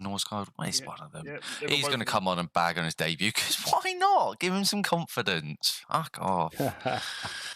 I'm excited though. I'm hoping it's not a boring really. game. I don't think I can really get bored of watching United. No one. They'll either play good football or they play. They play bad. It's a win-win. The way it's entertaining. Yeah, exactly. So yeah, let's hope for a good game. Give me 1 second. Gabby Jesus is the first player to score 2 goals and provide 2 assists in a game since Mateus Pereira in April 2021 against Chelsea. There you go. Fun fact. Sorry. It's not that fucking long, is it? Nah, it wasn't. I was reading that and I was like, okay, well, last year. Sorry. Yeah. I'm the first person to use my toilet since last night. That's kind of what it's like, ain't it? Who came up with that stat? Who's tweeted that? It is Squawker. Squawker News. Tossers. They're verified and everything. So wankers. You would hope they'd have better. How do you feel about the way United have lined up their midfield today? Obviously, all I did want to see was no McMuffin, and there is no McMuffin. I'm surprised to see Eriksen and Bruno together. I think it could work in that second half where we saw Eriksen coming deeper. I think it can work when we're controlling the game. Obviously, are we in that position to be thinking we're going to fucking control the game? So that slightly worries me, but it can't be worse than McTominay. You just can't. The way I see it is that it's going to be a very similar shape to the way Arsenal play. So you're going to have that standout number 6, then diagonally left, diagonally right. You're going to have Eriksen and Fernandes. I'm going to assume that Eriksen may play the more Xhaka role and Fernandes may play the more Odegaard role. It's just going to be because Odegaard and Xhaka play that role very well. They enjoy getting stuck in and tracking back and helping the team. So it's going to be interesting to see if both Eriksen and Fernandes can do that. Because the last thing you want to see if you're a United fan is Brentford dominating the middle of the park. Eriksen being made to track back as well. I think the biggest worry is Fred in number 6. I do. I've got to say as well, in terms of obviously Bruno playing the more forward of the two of him and Eriksen, if he gets another chance like he did against Brighton in that first 5 minutes and he blasts that over, he's got to be careful because Eriksen could quite easily play that role if he's not up to it. And then obviously he could find himself in a position where obviously they bring on McTominay or another DM if you buy one. No. If you bring on, say you've got Frankie, so he could find himself very, very quickly drop because Eriksen will put them chances away. Yeah. Who did Brentford play last week? Brentford. Leicester. They came back from 2-0 down. Yeah. A couple of good goals in the game. This is their first home game, ain't it? The fans are going to be up for it. It's a small, compact stadium. The place is going to be rocking at the first whistle. So let's see what happens. Exactly. Arsenal were victims of this last season. First home game of the season for Brentford, and you saw how much their fans were just up for it. And just to quickly add, just to reiterate the point, that third kit is fucking awful. I was just about to say that. It is awful. But yeah, look, it's a close stadium. It'll get loud in there. Yeah. I'm hoping for. I just want a good game. I want a good game of football. This will be a good game. I think this will be a good game. Good game of football. That's what I want. Definitely, that's all I can ask for. You know, Arsenal done the job. I can sit here happy now, and that's all that matters. I can watch this game happy. I can watch the Spurs game happy. Oh, life's good. Life's good. I want to bet. I won the first acca of the year for myself. You had a good one. There we go. Oh, Sorry, I was having some technical difficulties. I'm all good now. Good. Oh, Fuck where's your Thomas favourite Frank. man? Fuck you, twat. Up the bees. You didn't know I hate Thomas Frank with a passion. I love Thomas Frank. Fucking He's twat. everything. Aaron has a white ball in the back saying that we're going to win the league. He's referring to Arsenal. Come on now. Let's not get ahead of ourselves. I'm not going to win the league, mate. We're going to fucking breeze the league. Invincibles again, I heard. Yeah, exactly. I mean, if you deep it, we've actually got the squad. I'm When you're like, when you think about it. Shut up. There he is, the ball man himself. The Messiah. Yeah. The prophecy. Yeah. You know, that manager's that's done so much in the Dutch league. That really competitive league. Yeah, he took his team to the Champions League semi-final. Something you wouldn't know what that is for a while. I was going to say, we've been to a final, mate. You've been there, but not for a fucking while. Yeah. You haven't entered the group stage for a while. Also, took his team to the semi-final and then capitulated to Spurs. Tactically watched his team lose a 3-0 lead. So had a 3-0 lead with half hour left and lost it. So yeah, that's my Messiah. I'll tell you. That is my Messiah. Can this work, please? Just a little update on the Pierre-Emerick Aubameyang deal. Chelsea will be in contact with Barcelona through I'm the sweaty. weekend to discuss conditions of the deal and then decide on first bid. And it's not over for Wesley Fofana. Chelsea plan to try again in the next few days. They're definitely going there saying, look, we've seen that performance he's just had. We'll give you 20 quid and you can keep the change. I saw some stuff on Twitter from Chelsea fans saying that if we spend 85 million on this guy, I'm not sure how to feel. Yeah. Because he got wrong. Rings were ran around him. Yeah. Yeah. You know, it wasn't Arsenal doing anything special on the left. It was purely Martinelli versus Fofana. It was always 1v1. He just lost it every time. 1v1. He got battered every single time. So I don't feel like he's done a very good job of selling himself there. But Chelsea are Chelsea. If they want someone, they'll go pay ludicrous amounts of money for him. Yeah, they'll pay over the odds. Yeah, exactly. They're playing Football Manager. Ten Hag dressed like he's going to play some golf as well after. He does. I was going to say it suits a honking kit. Coppers, get ready to start that time. Yeah. We do have time now, you know. I'm trying to brag, but it's all down to me. I like that. I've just shout out Randall. And here we go. Do that so I can lean back and relax. Oh, I hate you all. Coppers, take the reins. I'm Nice early goal from United to settle the nerves, eh, Coppers? I still think he'll be nervous. No. And until it's 3. There we go. Timer started. If I close that, is it going to work? We're all good. So if you remember rightly, when we watched United play last week in their first game, within 11 seconds they were already looking nervous and already conceded a chance. So it's a good start. They haven't this time. Just want to say, instantly you can see that Eriksen is going to be that player that's dropping deeper, further back with Fernandes pushing up. It looks like he's almost playing the 6. Alongside Fred. Fred's pushed up. That's interesting. So that's a bit of a worry, because if you need any sort of defensive stability through the middle, my worry. Oh Jesus Christ! Okay.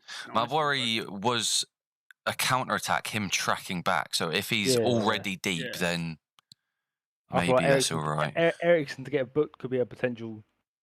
Could be a banker. To get booked, he'd have to make a tackle, and he does not like doing that. So or a little shirt pull, on the counter attack, which is what I'm thinking of. Yeah. And then they bring on McTominay, and he'll get. Oh, Marcus.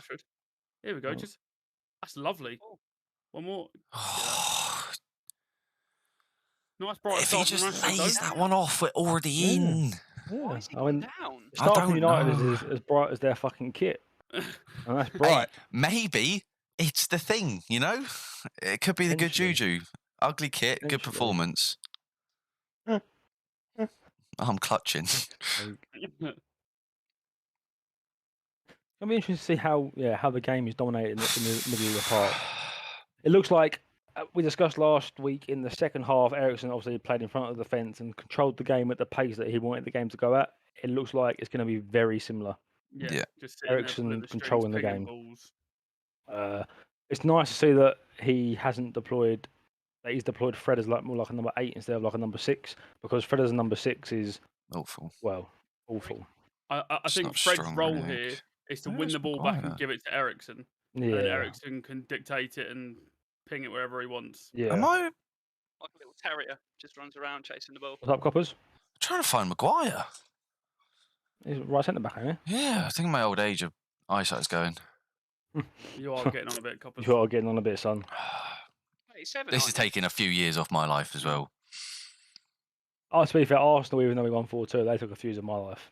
Well, a Yeah. few months, should we say. I was still a bit nervous at times. Oh. Did you watch the game, Aaron?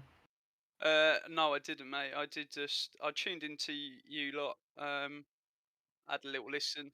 Yeah. It's not f- Heard off. that Jesus scored a ludicrous goal. It So was a nice fucking goal. It was alright. Very nice. It was be a nice. nice to have a Martinelli sip. also scored a pretty fucking yeah, it was a pretty nice beautiful goal. finish. I heard. It was. So It was. If you, I think quite into I was words. thinking in the break that if you ever want to see what it's like to be an Arsenal fan, it was Maddison scoring, my head in my hands, and 45 seconds later, my arms in the air shouting yes.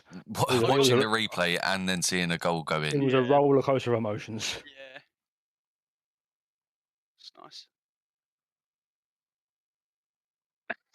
So it's just he's like, fuck it. I don't shot on trust target, why any of not? you. I've got runners, but fuck the lot of you.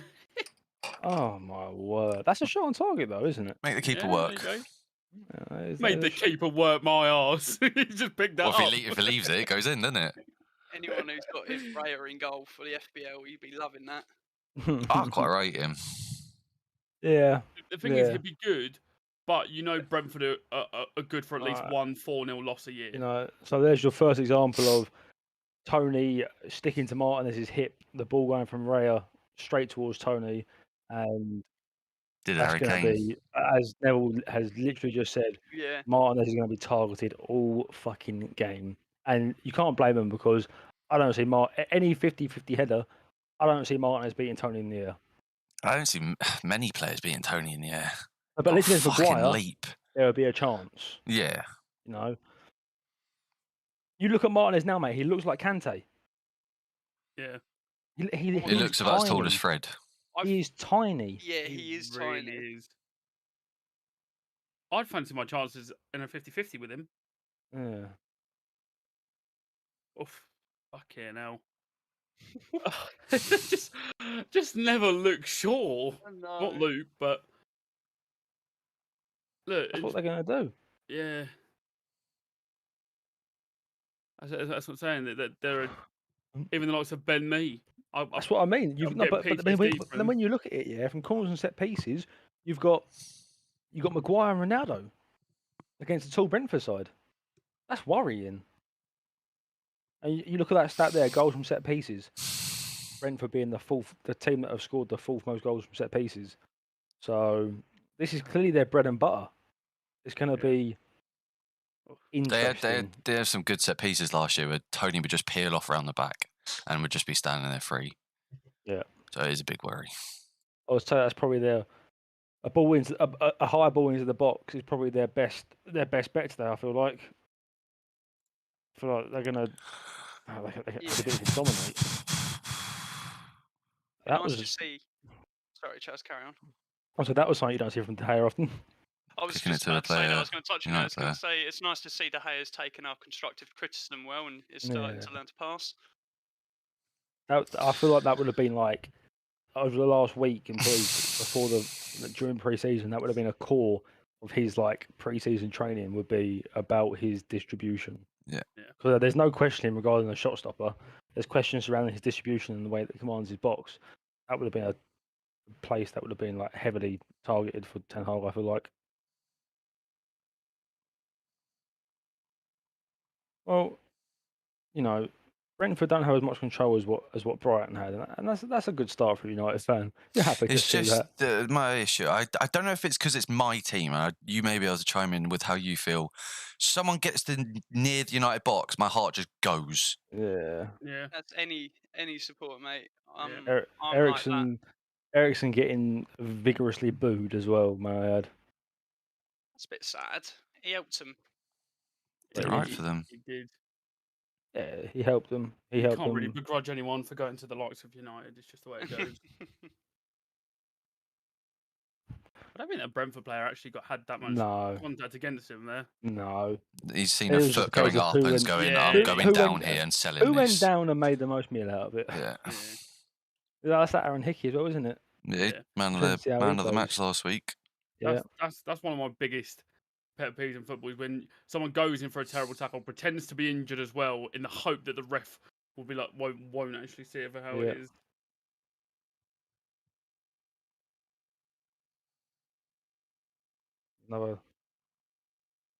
What's he doing back here? I know, mate. Jesus Christ! When they displayed the nosebleed teams on Sky Sports, it did look like he was sitting. He wasn't. It was like he was in a false nine. Yeah. So, give me 1 second. I'm just going to close my door. It'll be interesting to see if it is actually a false nine or.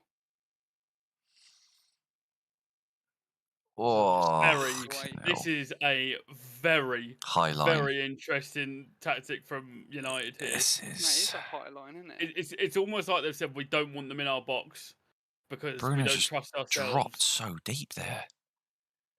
This is the issue. Look at that for a high line. And they've just run. Oh, that's my issue. It's just you're almost playing chicken at that point. It's like who's going first? Is this line holding? There was a game 2 seasons ago where Maguire, I'm pretty sure it was like against I think it was the Everton game where we capitulated after being 3-0 up or something, and you could just see he dropped that second quicker than every other United player, and then just caused everyone else to be onside. So it's just as long as you're all together, fine, it works, but you got to have some balls to do it. Yeah, but again, that was we're going to play as high up as possible because we don't trust ourselves in the box. We don't think we can beat you straight up.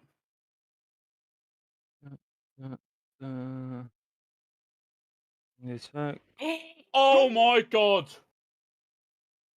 Oh my god! Oh my word! That is not what you need right now. Wow! Oh my fucking god! Sorry. There is absolutely no excuse for that. That's unforgivable. No, what has happened here? Oh my! Do you know what? 2 minutes ago, we sit here saying, yeah, he's a good shot stopper in his work on his distribution. That is. Oh my god! Oh, that gets worse every time you see it. That is. Who was that? De Silva. That was the mate. the goal was De Silva. Yeah. It's one of those things as well. 10 minutes in, for like us, it was like it's not been too shaky. It's the last thing. It's it's just fucking pathetic. It's actually pathetic. Wow. I know, obviously, he hasn't had a good start, but would giving Henderson some more game time have done you something? Because I needed to do. Fucking and the thing is now, mate, I don't know. And now the fans are on side. You heard the jeers there. Do you know what I mean? It's going to become more uncomfortable. Oh. He's got to do better. You just got to make. The keeper has to make a save. Yeah. Again, and that's exactly how many more of them does he get before it's like right? Eriksen goes up top. Ronaldo also limping. I think that there shows exactly what we were missing last week with having that bigger striker who can just receive the ball, lay it off, and we can play off him, which is, I think, obviously the performance itself was abysmal, but I think it was a massive, like a missing piece in the puzzle last week. Yeah. But doesn't matter how well you or all right you start, if you concede a fucking shit goal like that, it's fucking pointless. And the worst part is the one player that you just want to make sure he's got confidence. It just ruins that. Oh, that is fucking. Oh, that's fucking beautiful to see. Oh, I love it. I love it. Might have just cost him his international. Already has. I don't think he started. That was gone ages ago. Oh, was it? Oh man, Yeah. how much I pay attention with the They international. use the Brighton keeper over him, and the Brighton keeper is woeful as it is.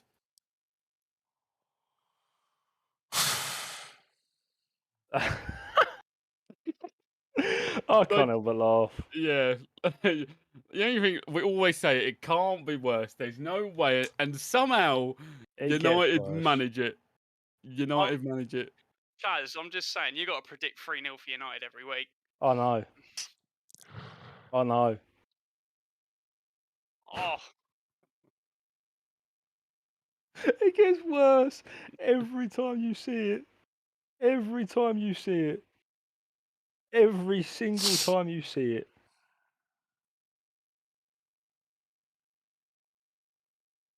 Oh. United just look flustered again. I'm saying Brentford, like they're pressing before the goal. They were pressing to get that free kick, and the line was stupidly high, but they have been pressing. Oh, wow! Look at that record for a team like United. 6 losses. It's not even so much the losses. It's look at the goals conceded. Yeah, I was going to say. It's the goals conceded and the lack of goals as well. Only 2 goals in their last 6 away games, and they're not. Look at Copley's face. They're not difficult games. I mean, the only 2 that were difficult in my eyes were obviously Liverpool and City, but Everton, Brighton, and Palace, like, you expect to at least score. Yeah. Once again, Bruno doing too much with the ball. He could get it the first time. If you're Brentford, mate, you're shooting from 20 yards every single time you get a chance. Without a doubt. Brentford plays good football, yeah. Oof. Oh, nice from good challenge that is. That's a good challenge that is. Nice to get that cut out. Oh, it's just... There's some times where we just play the ball out quite easily, quite nicely, and there's other times where everyone's just static. And it's just like, why? What is the difference? Why is it changed? Each passage of play is different. It makes it so hard for us to get the ball out. It's like we play football with the sliders down and we want to make it harder. We're not good enough to make it fucking harder. We shit. Oh, and there we go. You got my work colleague in the chat. Brentford are massive. They are indeed fucking massive, and it does indeed get worse. Man United. I think they'll probably come back into this game. Yeah, you'd imagine they will, but that for a goal from De Gea, I've just seen the replay again on Twitter. It's just golden. It's awful. It's awful. Oh my fucking! Oh my fucking word! As a booking as well for Maguire. See now, if you're Tony, do you now switch on to Maguire and just be a problem? Aggravate him, give him some elbows. Is that not? No, it's not. What Tony's done there is he's got his leg across, and as soon as Tony gets his leg across there, it's going to be a foul. Again, just make it hard for ourselves again. Why? If only they had Ericsson on the end of this. There was no pressure on Ericsson really. It was one pass, and suddenly we're now centre backs booked, free kick at edge of our box from us having no pressure. It's fucking impressive. It's actually fucking impressive. Rule 1 of football: if in doubt, fucking get it out. And you've got you lot. It wasn't playing- even doubt. It was a fucking but 3-yard pass. Yeah. Oh, give up. This a fucking... reminder that David De Gea is the highest paid goalkeeper in the world. Come on, Frizz. Copley doesn't need that. Highest paid. Even my Paris dad's in on the in the accent. chat as well. Oh, fucking hey. Oof, that went a million miles. I can see we've got a few new people in the chat. Just let Yes. people in the chat know that we are slightly behind. So please refrain relax. from anything. Yeah. He's got to do is put it in that corner. Why is he I gone can- a centre of the goal? I can see things in the chat that are already saying something to me. So I mean, let's just wait and see what happens. Oh my! Oh, it's my calamity. word! Oh my. Oh, that is a Oh my! atrocious. Oh my. That is. Come on, the bees! I don't even support them, but come on, the bees! That is. I'm sorry, Copley, but that is unfucking forgivable, mate. Coppers, can you update the score, please? That is. Oh my god! Oh, some fucking wire veins coming out my head. I can't help this. What happens here? What in the world are you doing? Oh, that is calamitous. That's a Good nice finish as finish, well. by the way, when you've got the pressure and the people Yeah. blocking. Yeah. Reverse across the goal. That is. So in the first United game, we realised that Fred was not number 6. In the second United game, we realised that Ericsson certainly is not No. a number 6. No. Already, we're 18 minutes in and something's got to change. He can't just stand there on the sideline and let it carry on. It doesn't make sense. You can't. Yeah, but you don't expect this to happen in 18 minutes. But it has No, happened. Yeah, so you've got to react. Now you've got to. Do you possibly bring off Bruno, push Ericsson up for the likes of McTominay or Donny? I don't think you can't. change anything yet. It's 2 goals we've given them. Yeah. Like that, kind of like in the Arsenal game, our freak goal was like you don't expect that to happen consistently. Oh. So obviously hell. you give it time, and if they create like actual chances and go and score, then yeah, you change something. But I don't think you change anything now. Yeah. These players are fucking terrible. It's incredible. He's got a right fucking job on his hands here. Yeah. Everyone criticised Ralph when we said we need 10 players in and out. He was right.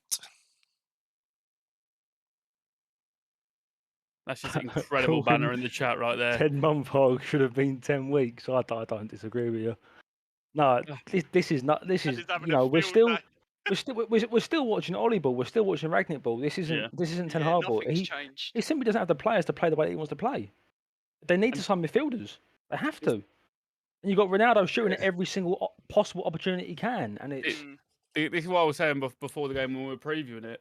It seems like at the moment Ten Hag is having to make do with players, which is the worst thing for a manager. And like I said, obviously Frankie's gone on for too long, but obviously, like you said, okay, Ruben Neves, there's alternatives. Get people in early doors so that you can try and instill something. But at the minute, he's square pegs and round holes is all you can really say. I do find it funny also how Ten Hag and his assistant look very similar. Yeah. Bit rude that his assistant's got an AirPod and listening to N-dubs, but yeah. it is what it is. Just a uh-oh.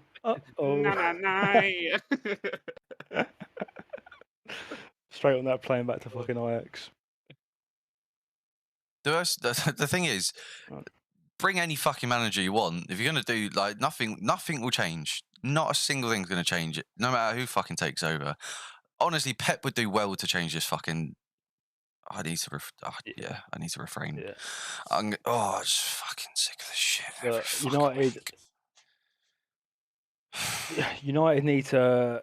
They find themselves in the same situation they found themselves in last week. However, this time is a bit earlier. They need to they need to score soon. A goal before half time has to happen. Yeah. And the thing is, with that Brighton game, with how they were pressing, you'd say if there was another 10, 15 minutes in the game, they probably would have got the other goal. So the only blessing in disguise is that it has happened this early. That's the thing. Yeah. Like, it's not. If Brentford do something special and score too early, you go, yeah, okay. If there's like some massive issue where just there's a disconnect between the midfield and defence and they break on a counter attack, we've just gifted them 2 goals, literally on a plate. It makes no sense. Yep. Like, we could do all right going forward. I haven't fucking clue because they're just going to sit back now. It's so dumb.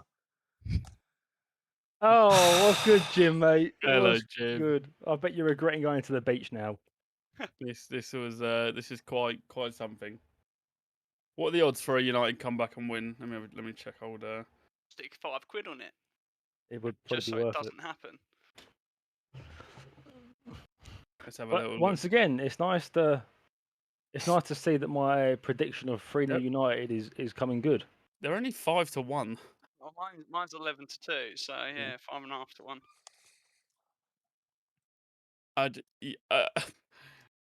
Yeah, just a bit speechless for this one. To be honest. Literally, like I went into the game in my head, thinking to myself, "This is what I want to happen." I never in a million years thought I would be sitting here 22 minutes in, thinking, "This is happening." Like it's crazy. It's mind blowing. We said it can get worse, but at least with Brighton, they scored 2. Like they worked the goals. Yeah. We've scored 2 goals essentially. This is literally just United just giving themselves issues.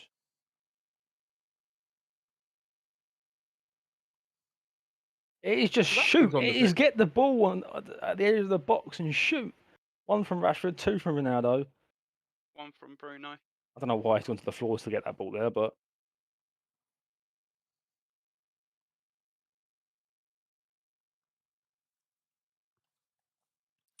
I think when you go 2-0 down and even like we get into the edge of the box, we're doing little bits in their heads. It's like, well, we're 2-0 down here. Something has to happen quick. Yeah. It just changes the whole dynamic of how you play properly. Literally, it's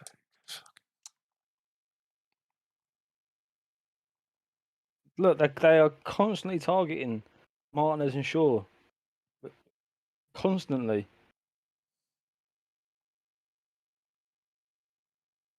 Oh, I don't know at this point what anyone can say about United. Yeah.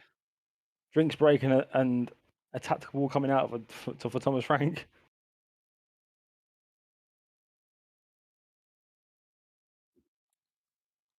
Copley, you said like nothing's going to change. What is it? Is it the players that have got to change? Yeah. Is it the players have some of these players clearly, no matter who, we've had 4 managers now. Obviously, some of them aren't tactically there, but you say what you want. Ten Hag has obviously taken teams, and you can see what he's done.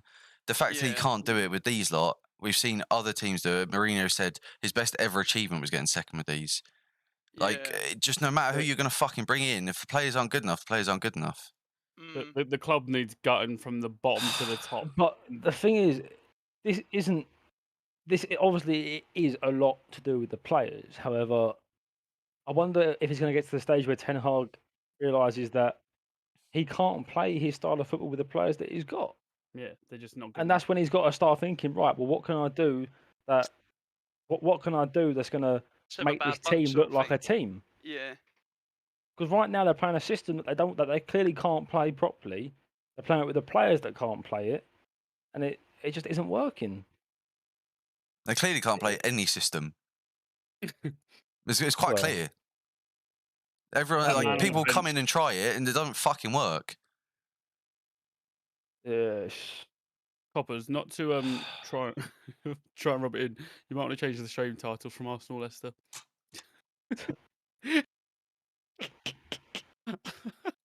Look at this again. Look, centre back split, coming short. What happens now? The thing is, Copley, don't change the title to "Look at this shit show."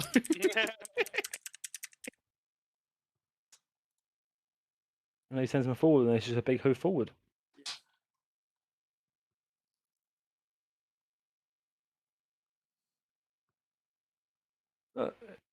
It's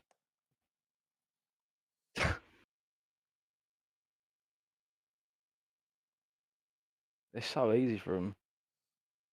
Yeah, Gary Neville said it at the end of the game last week. United are the easiest team to play against. Just yeah. I wonder now if United went in for Tony, would he even go to United? Would you want to go to United when they're in this kind of disarray? Like Yeah. as for any player, would you want to? Why would you want to? No, you wouldn't. But money talks. It always does. Oh yeah, it does. And United are still United. But if you're Frankie De Jong sitting at home at the minute, you think the players that Barcelona have just got in, which they will be able to register, they'll be absolutely fine. You're thinking, fuck me, I'm all right, thank you. Do you know what I mean? There is not much of an exciting pull about United at the minute. Yeah. And that's talking purely from the Frankie thing. Obviously, with Tony, United are still a big club, so it's the pull of United will always be a factor. But for the likes of Frankie, what in the world can United offer him at the minute that is worthy of leaving Barcelona? The only thing they can offer him is a contract where he knows he's going to get paid.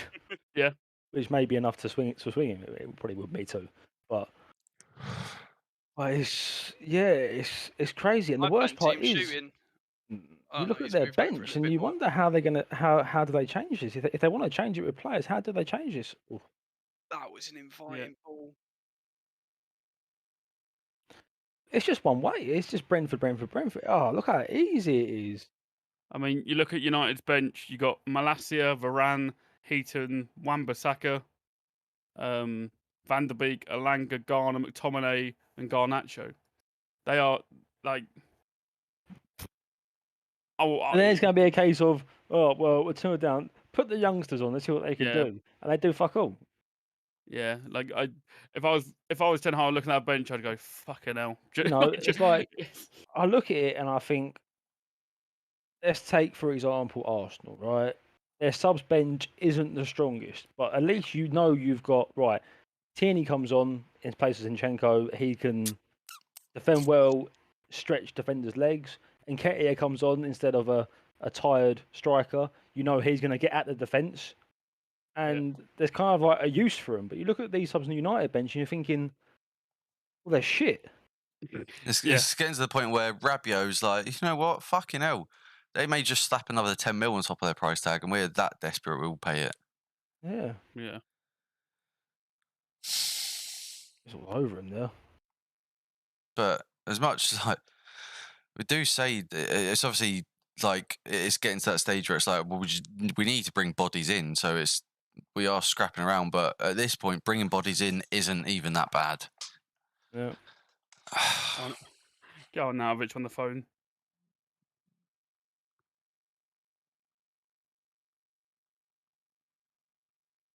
They're all over him. Oh my god! It is free. It's Ben 3-0. Again, it's the set pieces. It's the height. They cannot deal with it. It's the height. I wonder if this does get does get allowed. It looked like it was a bit of a scuffle in the box. But the thing. One page, one, darling. The thing is, there's not even a reaction anymore. Like we're watching it going, fucking hell. Look how easy it is. Look, backstick winner.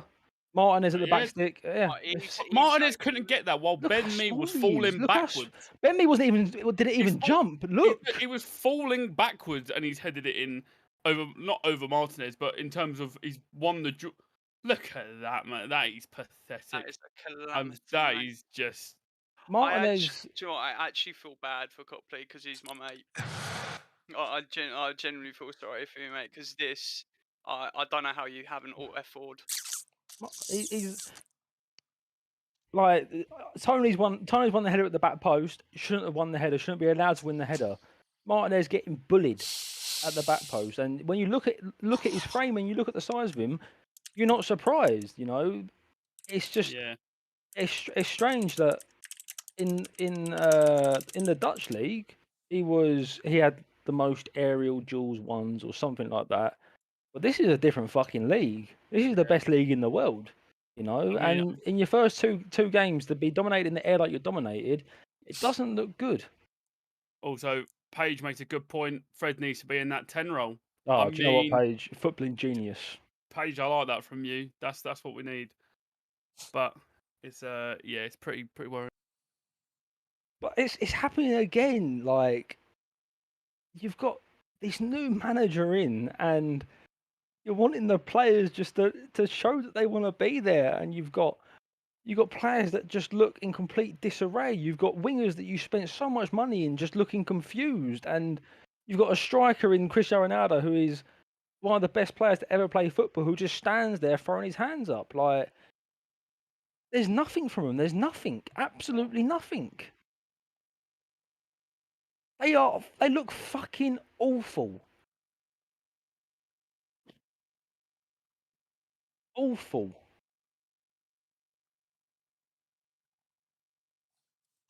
Well, that was Copley. It's crazy that after all of this, the only thing you needed was like a manager like Thomas Frank to come in. You know, if you had Thomas Frank, this wouldn't be the case right now.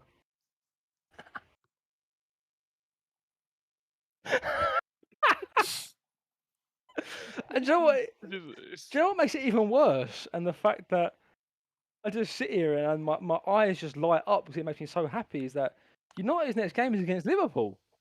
Yeah. If they play like this against Liverpool, then they're going to have 9 shit past them. You just know they're going to take 6 points off us this season. No, 100%. 100%. But look, right. Let's also take nothing away from Brentford because they've come up with a game plan. And I don't care what anyone says. It's not a case. Man United have been bad, but it's not a case of Man United making Brentford look good. Like, their pressing, their ability to win the ball back, their set pieces, they've been really good. This is it's this is unbelievable. I wish I could hear Jim's laugh right now. So do I. As he sits there watching this. So do I. Like, it's crazy. Oh, and then my boss in the chat. Imagine being a United fan. Well, Mark, let me tell you, thank fuck I don't have to imagine that. Because that sounds fucking awful. It sounds absolutely I generally believe awful. I've just numb to it. Like, I'm not even... I just don't give a shit. I'm past the point of caring. That's a good No ball. way. It's going to be 4-0. He's going to score. It's 4-0. Nah. Oh my god, it's so easy. That is dire, mate. Come on the bench. No, Judge. There's no structure whatsoever in your team. Oh, no one knows their role whatsoever. That is it's 4-0. embarrassing. But this is nothing. But this is nothing to do with United. Look how good this fucking goal is from back to front. Look how fucking good it is. Look, the runs made. It's just brilliant. It's just classic counter attack. Look at that! Look at that fucking ball. Wow. It's a good finish as well. I would be interested to know the last time United were ever 4-0 down by halftime. We Google it. What a pass by That is Tony, a great by the way. ball as well, yeah. That is a great ball. Like, on the bounce as well. Look at that for a through ball. Weak foot as well. It really, really doesn't get much better than that. Oh my god. That is. I'm mind blown. It's a night. Like Neville said, it's annihilation. I would love, and I mean love, to be a fly on the wall at that half-time team talk. That dressing room would be perfect. I'm just looking forward to TalkSport on Monday morning. It's going to be great. You know, it's going to be fantastic. I know he's absolutely not the problem, but you haven't even seen Rashford at any point in this game. Like bar that. You haven't shot seen Rashford, from, Ronaldo, or Sancho. Yeah, they picked the ball up and shot. Do you know what I mean? But this is.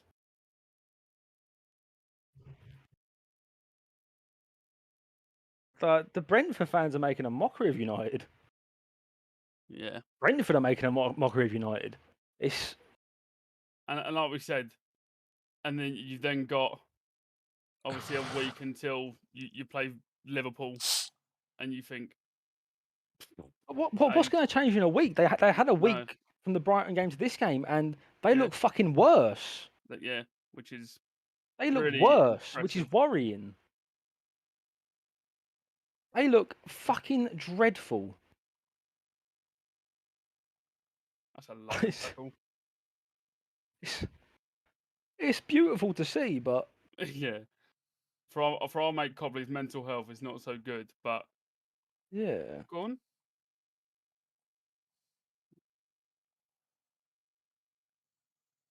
Get up.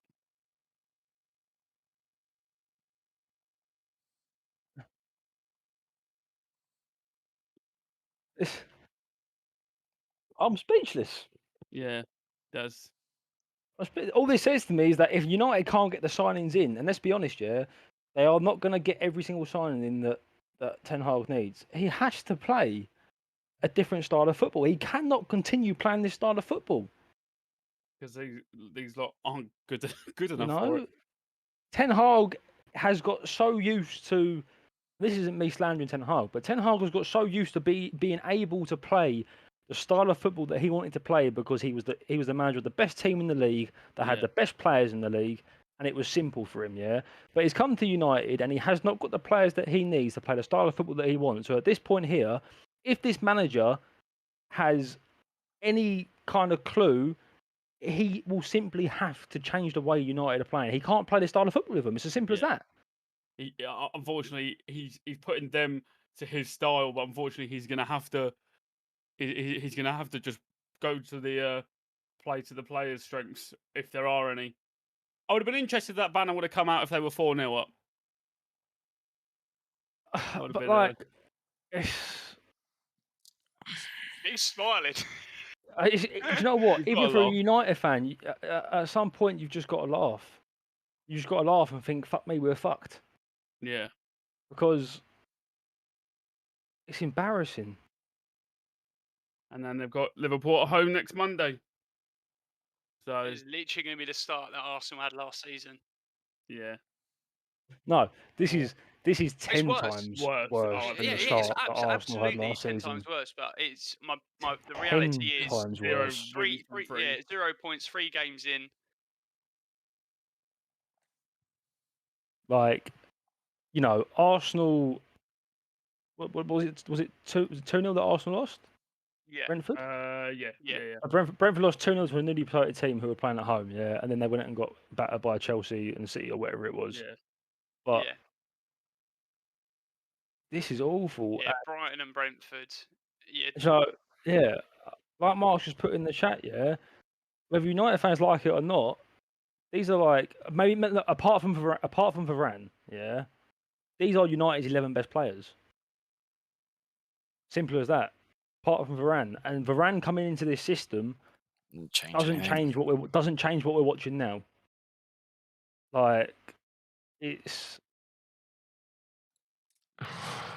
yeah, and then you know if he takes a long hard look at the first 2 games and says to himself, right, I've got to change the system. He's going to be changing the system against a team like Liverpool, and it's like, well, you can't really change the system against Liverpool. It feels nice that there is a new laughing stock in town. It really does. It's not new. No, but I mean, like, fucking another season of it. Being an Arsenal fan, I was so used to being the laughing stock of the league, but yeah, they haven't even offered anything going forward, like in the slightest. I'd say on a more personal note, my mum's just come in to show me a present that she bought me today. Some Greg's branded sliders from Brentford. That is what we like to see. Even Copley's not cracking a smile. That's how much he's depleted. We know how much you love those Greg sausage rolls, mate. Worst thing Greg is, sliders. Oh, he fucking shit. And a vest. Is that a vest? That's a Greg vest. It's a Greg basketball Oh. top. Oh, that is beautiful. That is fucking unreal. Get it on. And that's still the second best. You think I'm taking this off? You think I'm taking this off right now?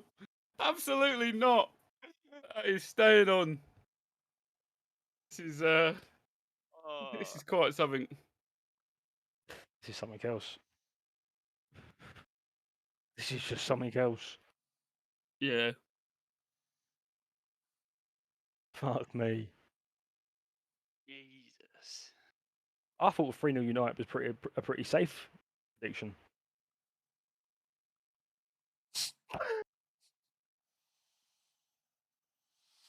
Oh my word. You know, what, sitting there as a United fan, like I can't even begin to imagine. I really can't. I really can't. I think we're all just sitting here speechless. I am speechless. I mean, yeah, like as you said earlier, don't take anything away from Brentford. They've come out with a game plan. They've stuck to it. They've pressurised United. Yes, they got a lucky first goal, but they jumped and pounced on the back of that and haven't let go since. They've defended well as a team and attacked well as a team. But even if United were to score now, you think to yourself, they still don't stand a chance. The worst thing is, even when Arsenal were mudded, you kind of saw what Arteta was trying to do. You knew it weren't gonna be mudded for long.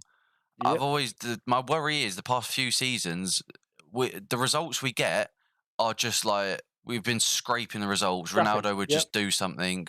Bruno would just score from some stupid shot. I don't see a fucking way out. Just we say like you're saying, Ten Hag needs to change the way of play. To fucking what? I just don't see anything that will change. He has to. Yeah, he has to try and change the way that they're playing because he can't carry on playing this system of football. I don't even think right now we're playing this system. I just think they're trying. No, but you saw it at the start of this game where it was the way that the players were set up in regards to defenders, like centre backs going wide, number 6 dropping in to try and receive the ball from keeper or defence, and they don't look comfortable doing it. You know, it's like Arteta tried to do that with like Holding and fucking Callum Chambers, and you look at it and you think, well, that's not going to work. That's not going to work at all. Yeah. No, that's my point is like, when was the last time you saw United look comfortable?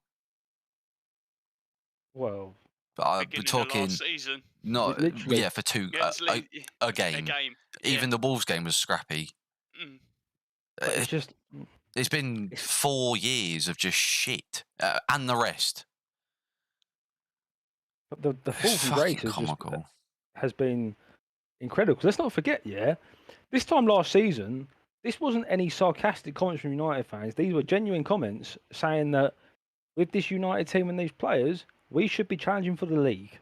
They were genuine comments made by Man United fans. I thought they were going to do it last season. I really did.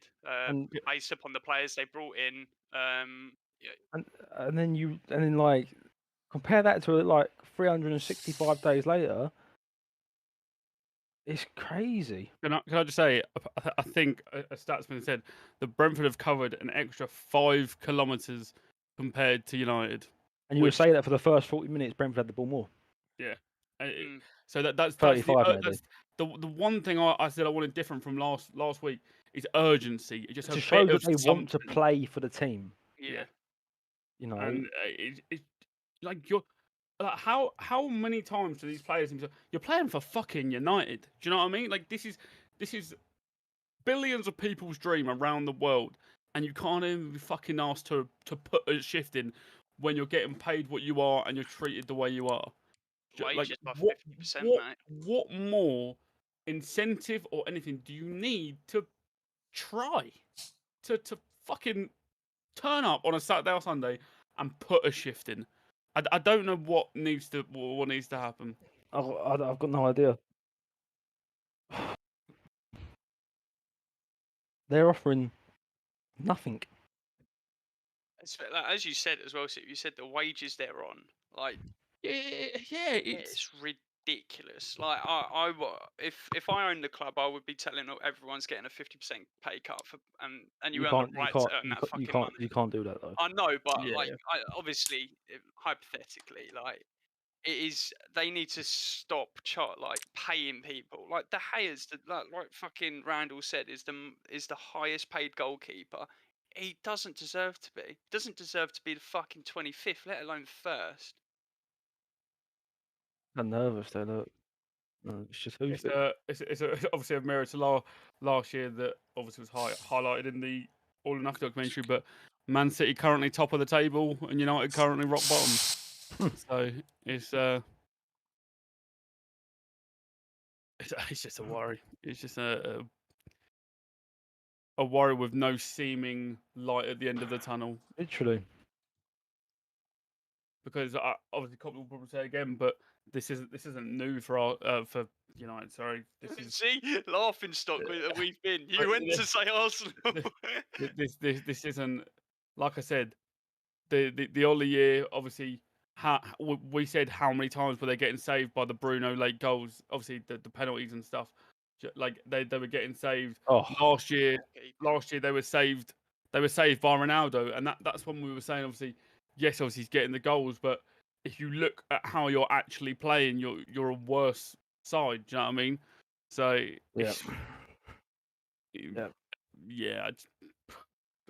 I don't even know. I don't. Words genuinely fail me right now. Yeah. And if you also if we're talking the more technical, tactical side of things in regards to opposition teams coming up against Man United, you're going to get it throughout every game of this season. Teams are going to pinpoint Martinez as a weakness. Yeah. Not defensive wise, aerial wise, and it's going to be very interesting to see how United manage to deal with it and how he deals with it. Yeah.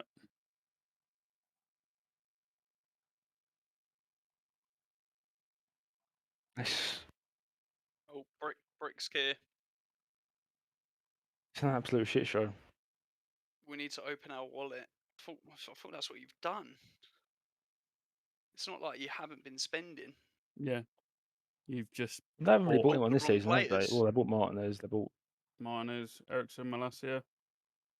But I just think the persistence with De Jong has just been... Here we go again. Tony back post. There you go. I know his tenure as a manager was fucking abysmal, but... Pause the timer. I'm just going to reset it. I think Ralph pretty much summed up the club perfectly, as in the heart, more than what we expect, just needs to go. From staff, players, owner, all of it. There's so much that needs changing, but I don't think people are willing to do it either. Yeah, and I mean, last week we highlighted Eriksen in the second half playing that deeper role, dictating the game. This game is proof that in a game that you're not controlling, he can't play there, because he has been. I think. Shit. Sorry, I think you've got to pick between him or Bruno. But yeah, 100%. You've playing two of them, you just can't do. You can't play both of them. They're both too attacking minded. Yeah, and I know obviously Bruno's done the business over the years, but obviously in these two games, you say that it hasn't worked. So unfortunately, one of them's got to give. And I know they've both been signed with the intention of being first-team players, and that rotation won't be a word in Bruno Fernandes's vocabulary. I mean, he's used to being the start. The same for Eriksen. But something's got to give, because that midfield is too weak when you're playing both of them. To people from Kieran Shep, no, I had a very passionate rant very early into the transfer window. But I was right. Matic and Pogba were our best two midfielders. Matic being our best CDM at the age of 58,364 isn't there. We don't have that was our only out-and-out DM, I'd say, at the club. He's now gone. We've replaced him with nobody. I can genuinely see. I'm gonna go to the Luke link. I can genuinely see the potential of Martinez being moved into midfield. I was about to say that. So when Varane's fighting back fit, well, he's on the bench again, so is he move fit? Martinez there. He must be and fit. If he's on the bench, he has That's to be what I fit. mean. Then that's what I would test. Just test it and do it. Like So, what have you yeah. got to lose in this game? What have you? There's no harm in testing it. You're talking, one of the best number sixes in the league for God knows how many years. Obviously not last season, but prior to that was Kante, who was no taller than Martinez, and he was just a straight out and out break up play, win the ball, get your team on the offense. Yeah. And the thing is, go on. Go on. I was gonna say, from what I've seen, Martinez is good on the ground.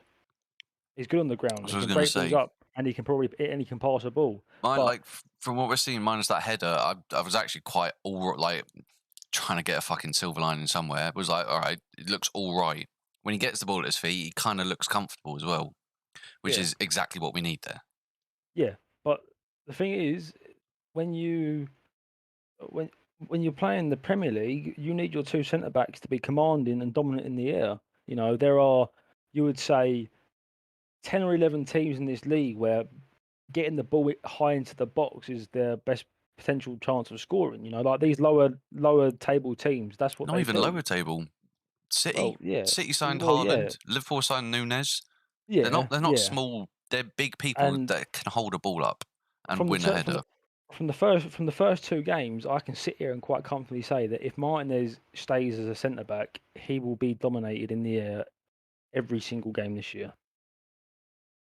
He's simply not good enough in the air when it comes to these bigger, more bustly strikers, defenders. So it would not surprise me if we see Ten Hag deploy Martinez as a number 6. They need to get someone in there, and there's no one on the bench that they can get in there. Like there's no talk about United signing a CDM, a number 6. There's talk about them signing De Jong. He's not a number 6. So the only logical way to go is to say, we signed you as a centre back, but we're going to try you in midfield. I just don't see it myself. I don't see him being. He's done it as well. It's not as if it's something he'd never done before. That's new to him, yeah. I don't see Martinez being a successful centre back in the Premier League. I just don't. You got to just push him up. Yeah. And the thing is that solution's right there. Sorry, I know you probably just said this, but obviously you weren't here, right? But what I said was that one of the best number 6s over the last 6 or 7 years, not last season, was N'Golo Kante. Yeah. He's no taller than Martinez, probably about the same size, if not smaller.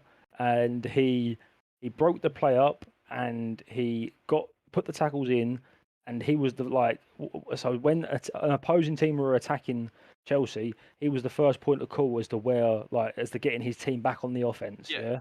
And United don't have that. So you got Martinez, who's quick, who's good on the ground, who can pass a ball, who can tackle. He has to tackle. He's a defender.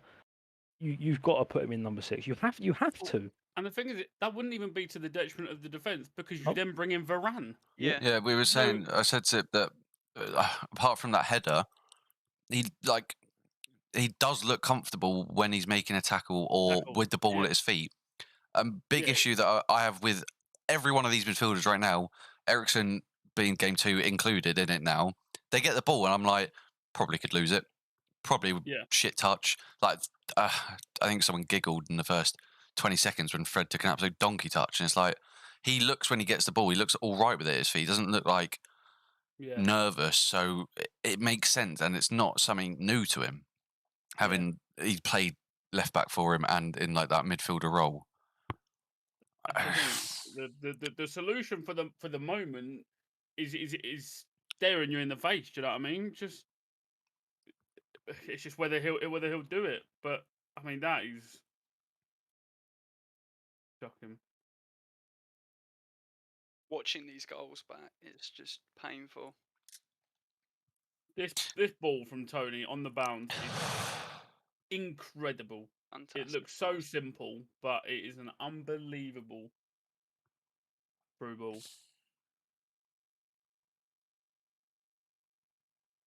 I think we said in the podcast that if we lost this game, not even being reactionary, that Newcastle would finish ahead of us.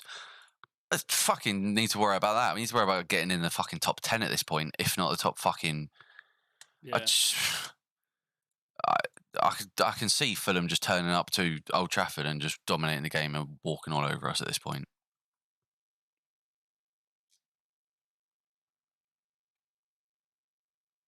I'm speechless. I was just creasing.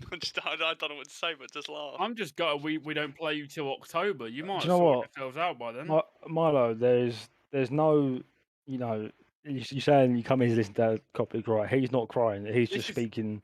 It's past that for United fans. It's so boring. I think United fans have now accepted that they're absolutely fucking dog shit. It went from like anger. I used to get angry to then it was fucking. It was comical. It was like, we're this bad. It's past that. I don't even know what this stage is. This stage is just fuck off at this point.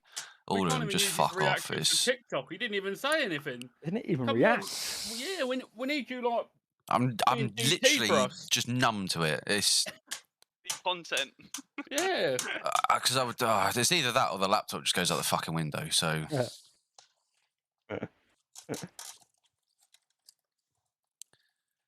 Oh. I'm glad we play you at your place on the 6th of September, Copley. That's all I'm saying. Yeah, you play them soon. I'm fuming. It was a good dish to get the Chinese. I like the beef in black bean sauce. It's a bit spenny, but the duck pancakes never go wrong. We're getting pancakes. I'm gonna say. They got a CDM. Salt and pepper chicken. CDM, please. Can you drop it off to Brentford?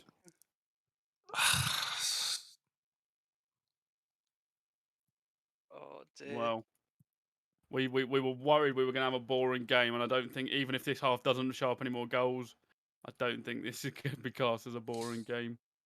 Yeah, I mean, do you know what the worst? Don't look like. I don't know how to say it. I can't.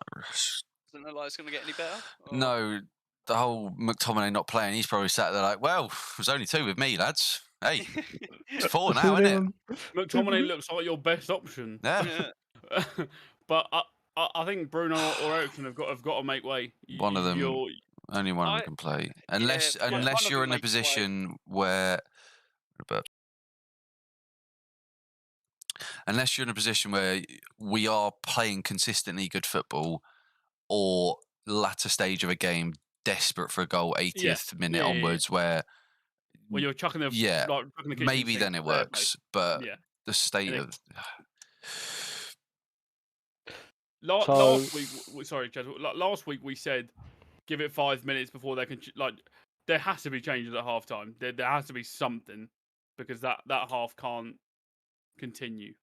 Yeah.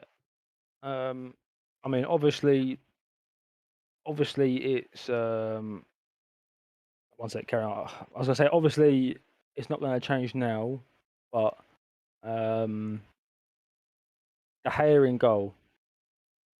What you saying? Is it the same De Gea that? Well, it's not the same De Gea that you had 3 seasons ago. Is this the De Gea that in the first COVID season, where he just like, obviously with De Gea you normally go, okay, he can't distribute, but the amount, like the fact he had the top amount of saves last year says a lot about the team, firstly. But what he can obviously do, and if he can't do that, he brings fuck all, because we know he can't pass a ball. 34. But he's getting on. Like people were laughing at 31 even. He's still, but people. Yeah, he's been around for a while. People laughed at Dean for leaving. I mean, he got promised football and again. You can't blame him now. No, and that's the thing.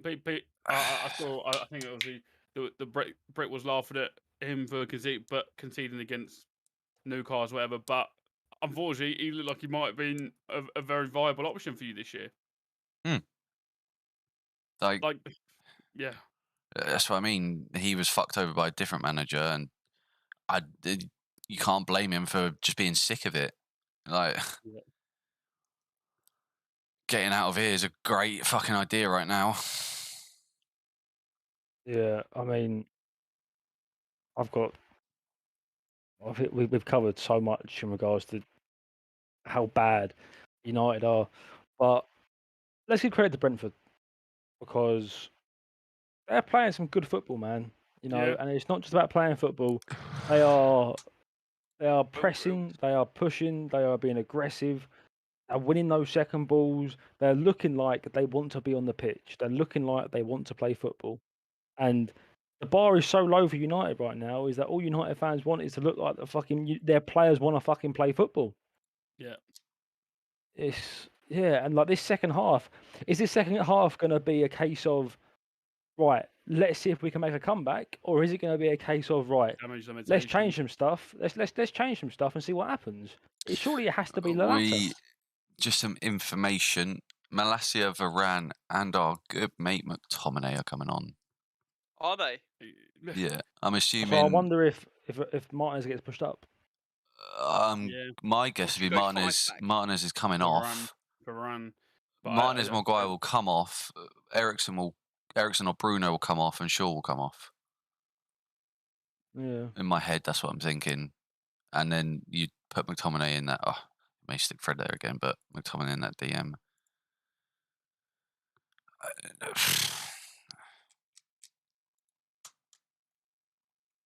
I have a feeling Fred will come off, Ericsson will come off, and Shaw will come off. And we're going to see Martinez in the CDM role alongside McTominay, who will be the 8. I'm so glad I don't have to watch Pochettino try and get a tune out of this team. Or you go 5 back, which I don't think has he ever played a 5 back? I'm pretty sure he has a bit. Or they used to deploy. They used to shuffle into a 5 back off the ball. Yeah, and then you obviously have Martinez playing left centre back, Varane playing right centre back, and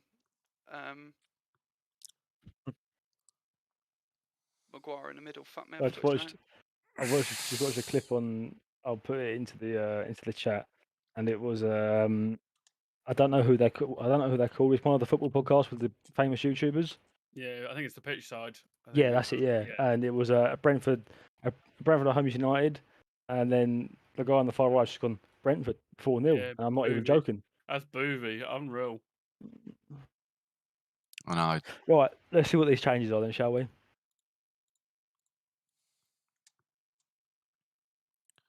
Let me get the timer ready.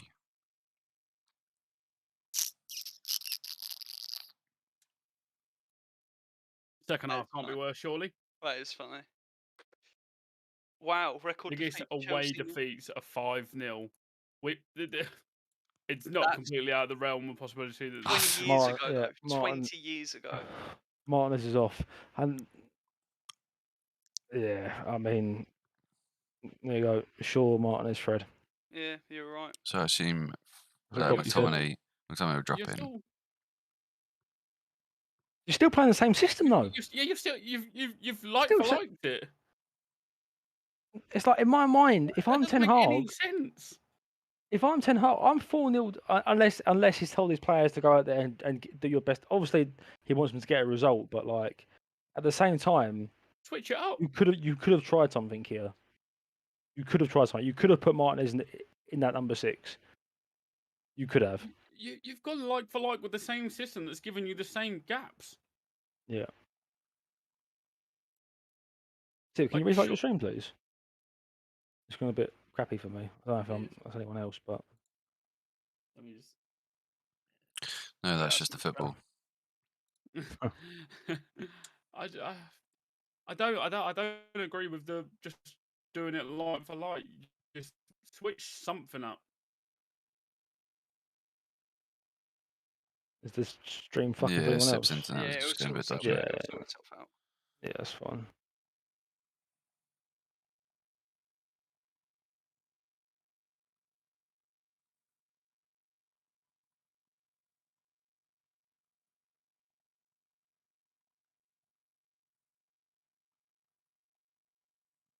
Right, well, second half. Let's see what United can give to us. Just the same. It's the same setup, just different players in these positions. Yeah, it looks like Okay, the quality has gone for me now, but it will switch. Yeah. Is the stream still really bad for anyone else? Yeah, it's just gone bad for me. So give it a second. Yeah. It should sort itself out.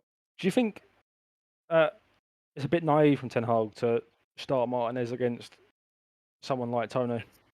A team that are so aerially dominant. I don't think so, That's because that's meant to be one of his biggest traits. all the teams have got these big strikers. When you have Varane sit on the bench. Yeah. Trying to think of 3 teams that don't have a bigger man up there. I think Arsenal won.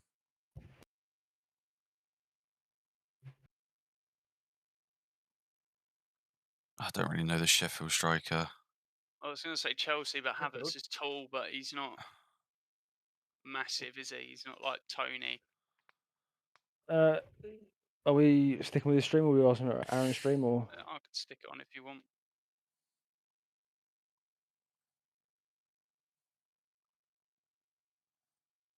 I think you're in there. Your webcam's gone a bit fuzzy as well.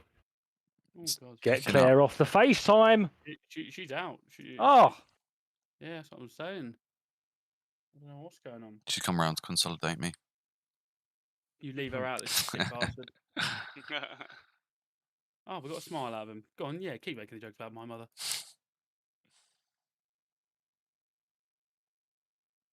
I think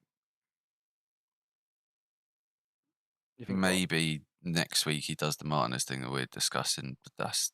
Yeah, but what I said is that why would you do that against Liverpool? Because that just seems strange to me. I mean, but if you don't, all you're doing is almost, you say like for like, but you still be playing the same system, moving Martinez there now anyway. Yeah, you will be playing the same system, but you'll be playing with a capable number 6. He's played there before. Everyone's watched Aaron. Wait, that's loud. Everyone switched Aaron's stream. Yeah, I mean, you're playing with a capable number 6, or someone that should be capable number 6.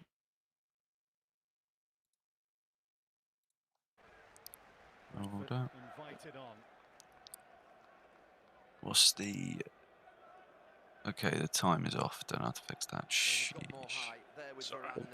That's right. 20 seconds off, fine. No, yeah, that's fine. Ready to attack it. Oh, that was going through the stream. I was lucky. Oh, fucking hell. Dickhead. Don't want to fucking be here. Get me to bed.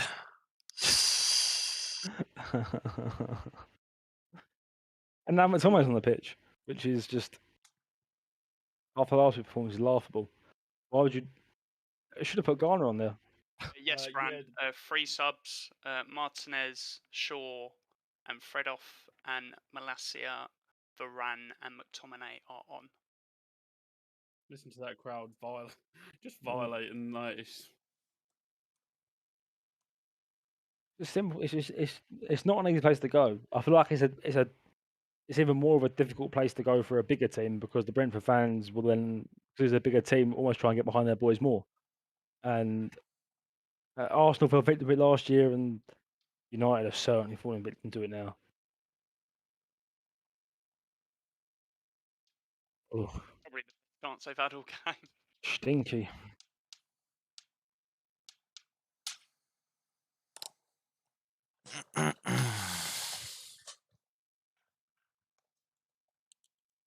That was better football. Yeah, it was.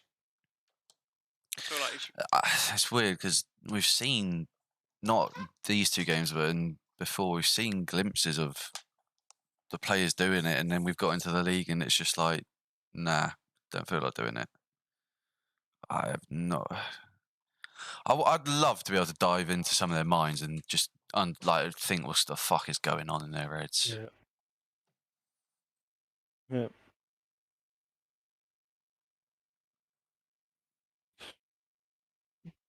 I just want to see. I don't want to see it, but I just want to see United just offer something, anything.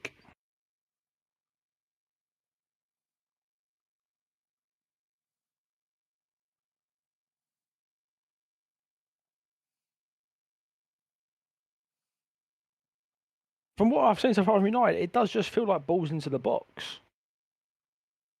It doesn't. There's no like intricate bits of play, you know.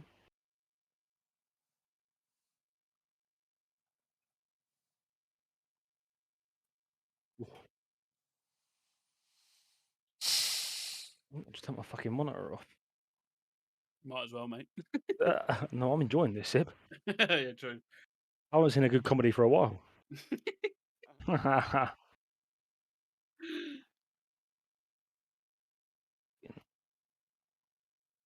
think this makes up for missing out on the Arsenal game. Oh, 100%.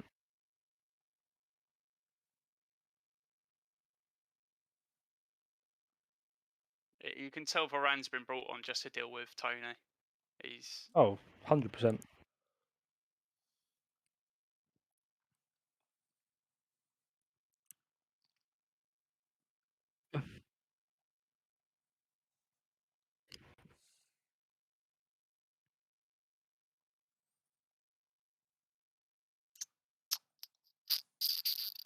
You see what this Malassi is like as well.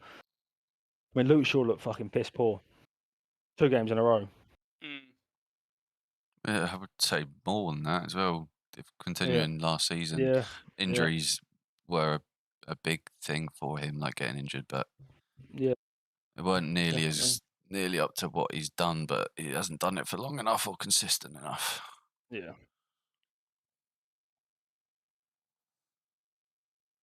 I feel like United got the potential to score a couple of goals this half. I can't see him getting anything out of it, but you saw it last week in the second half after the half time. They came out with a bit more about them. You're probably going to see that again now.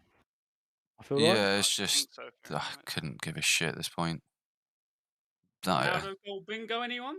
Not 78 doing lose the game in the first half. Can you play football in the second half? Brilliant. Gives us 0 points.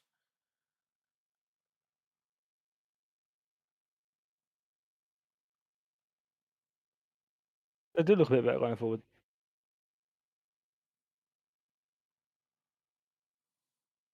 See a stat for how many shots that have been outside the box for United. Every single one of them. Apart from Ronaldo's headers. It's Still got a leg to that. I don't get it. What? Oh, I just got.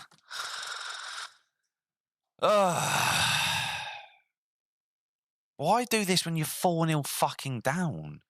I know a team, Brentford are also going to be playing a little bit differently, but yeah. What?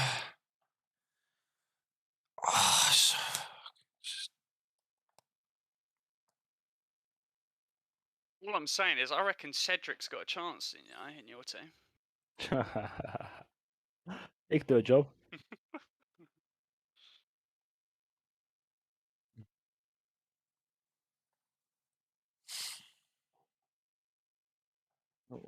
Watching Connie. I don't know the what. United fans cheering there, or is that Brentford? Brentford, I would assume.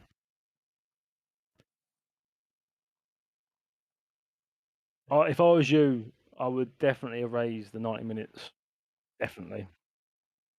Because this is painful for any United fan to watch. I quite enjoyed it personally. Wait, what do you mean? Raise the 90 minutes? No, erase. Oh. Erase, yeah. Yeah. We don't. That's just what you wanted to hear. It's worth pointing out this isn't even a full strength Brentford side. Wow. 2 first choice back threes are injured.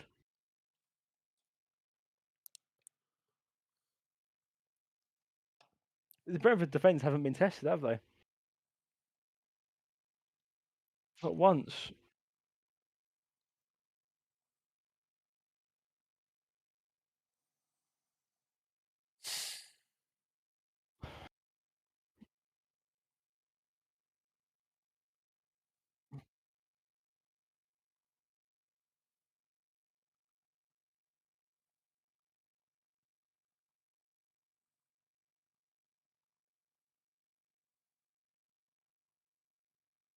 every time Brentford go forward, they look nervous.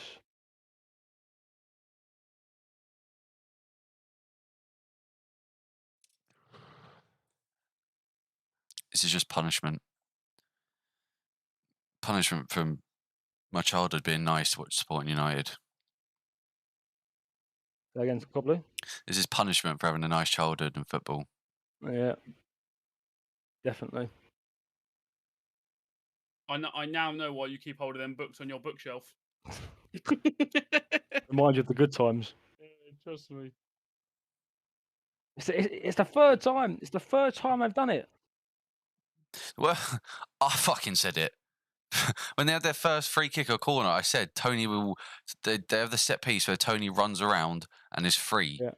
And the third time I've used it now. How the fuck can I fucking see it and I know about this? Oh, I see it. It's bad. Bad. Bad. Yeah. That's exactly it, Nigel. For the last 2 games, I've said it cannot be worse, and somehow, some way, they've found a way to do it. Great corner that. Vinny Derrickson on corners. Cool, he's quick. Yeah. And Buemo just like busting a That's their striker. bollock, busting a bollock to get back there and help the team. It's their striker.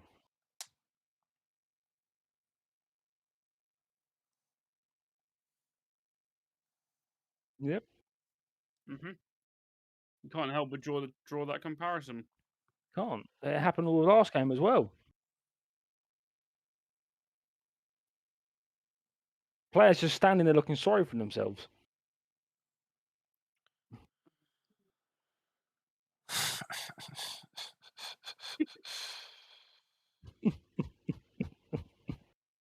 Whoa. That's great ball. Fucking hell. Offside.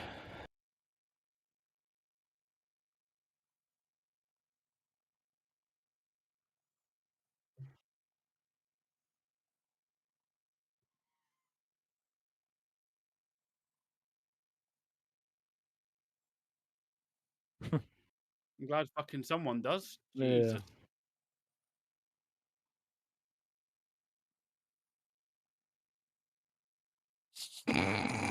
Just fuck. Yes, fucking. I was trying to hold it together there. I was really just literally as soon as that name got said. Oh fucking hell! 2 games into the season, and Sancho looks worse than he did last season.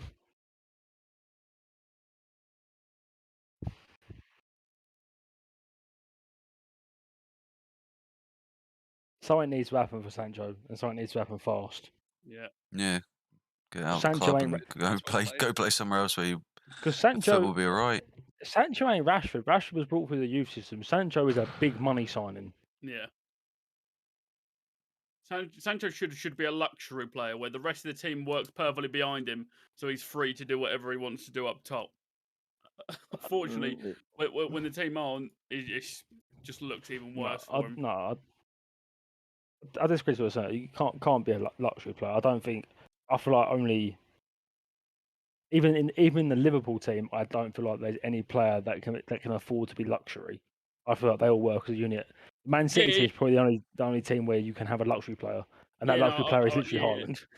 But like, it was there like he should be like in terms that I'd imagine that's what they were hoping for, sort of thing. Not that he's nowhere near. He should be fucking busting the gut to cover every blade of grass for that team. But I'm a bit confused why Sancho's the one who got taken off.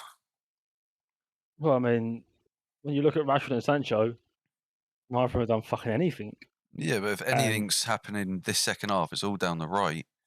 And he's done, when he's actually got the ball, he took on a player here or there. But Rashford, I don't even know he's been on the pitch the second half. Didn't know Rashford been on the pitch fucking full stop. I think they both have been bad as each other. Yeah. There's nothing. Gary Neville said it just there. You know, 30 seconds before you saw Embuemo bust his balls to get back, Rashford had the opportunity to do exactly the same thing and just didn't. And you saw it all of last week as well. The not wanting to get back and help his team out. Confusing. It's confusing. I think that's because he's a striker. Well, he thinks he's a striker rather than a left winger, even though his job right now. But Is it doesn't matter though. Embuemo's a striker. But You know, Embuemo's a striker. Jesus is a striker. Yeah, Jesus done for 90 minutes. They pressed and ran, and looked like he wanted to be there. Rashford doesn't, in the slightest.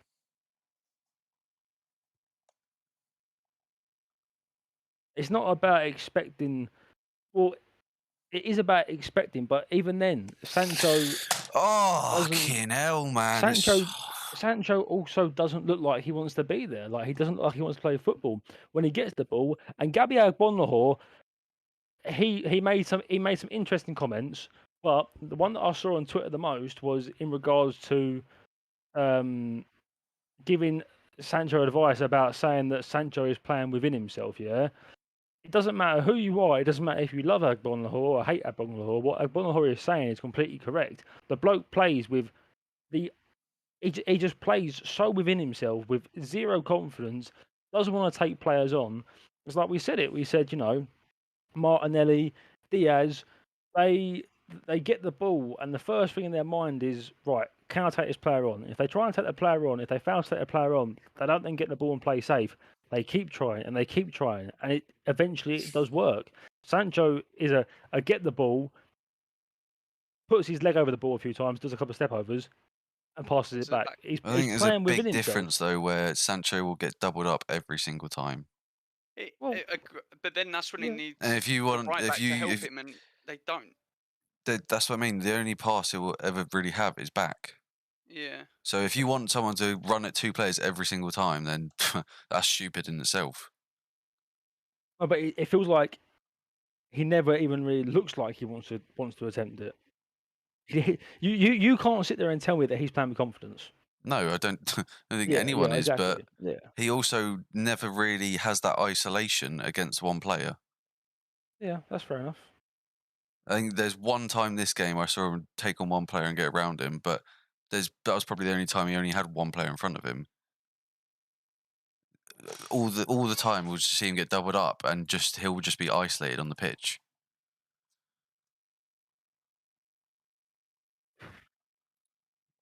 I'm sure that's going to be an invigorating game, Nottingham Forest v West Ham.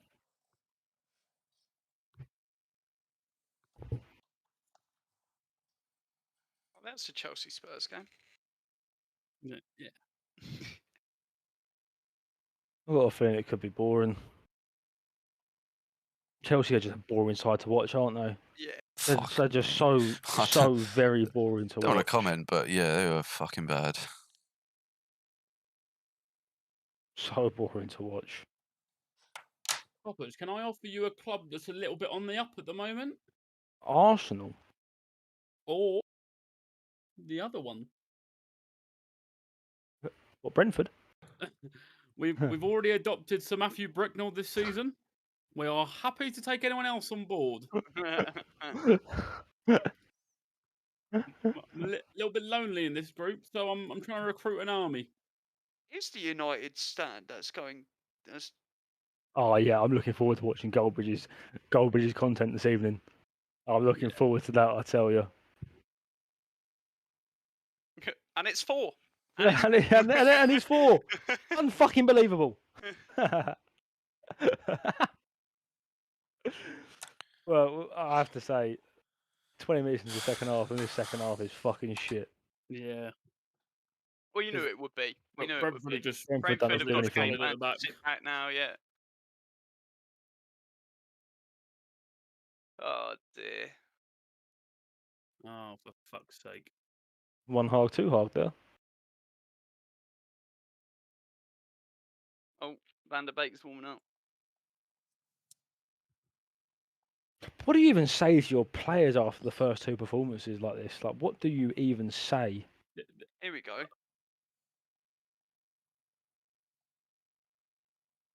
Right. When does the So- season start? No, not this next week. isn't pre-season. Week this after. No, this isn't the season. If I'm Amazon, I am banging down that United door, saying, "Please let us in, please." Yeah. Yeah. Oh, you ain't wrong. Eric Ten Hag needs to tell Ericsson to lay down to get us out of this. Horrible bastard.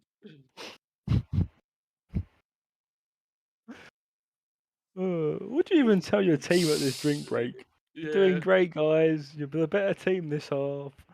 They still offered fuck all going forward.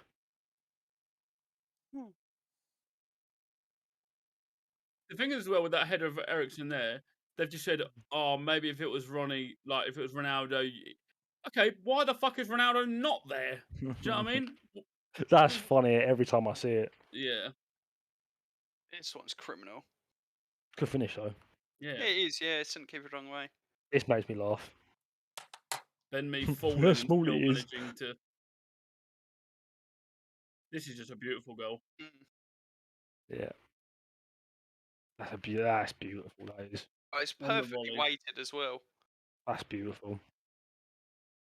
That is unreal.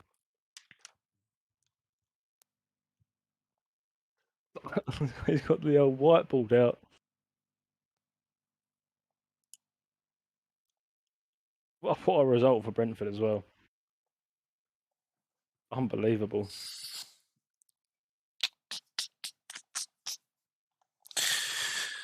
Fucking hell.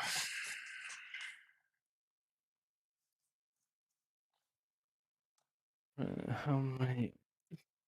Copley was 6 months training. How many of the United starting 11 do you think you could replace? You may think I'm joking, but I'd run a lot more. I wouldn't have it near the technical ability, but I could guarantee you I'm running a lot more. I don't have for 6 months. I don't think I'd have the fitness to do it, but you'd be dragging me off at half time because I'm throwing up in the change room at least. What a donkey this bloke is, by the way. Anthony Alanga. What a fucking donkey. They do look similar. They really do.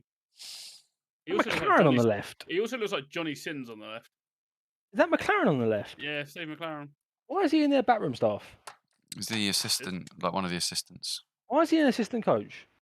Because he was Ten Hag's assistant. What, at Ajax? I don't think at Ajax, but he worked with him before. Oh, really? I didn't know that.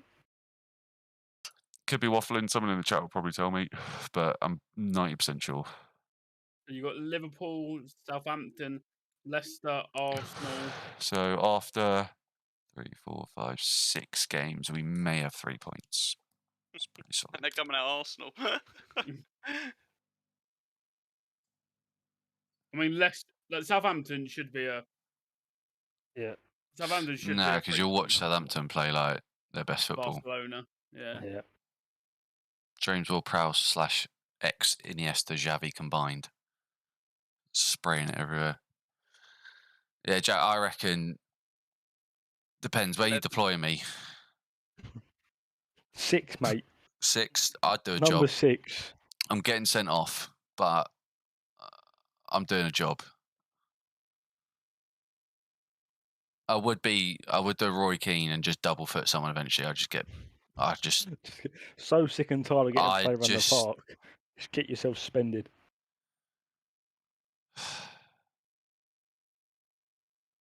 That's all I've seen from United is balls into the box. That's what I mean, though. When you're 4-0 down, Brentford just sit here and just you play yourself into this having to do this.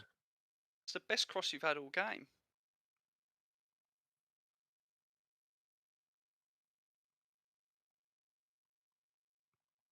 Can we see a Man United goal? I want to see limbs as well, Copley players.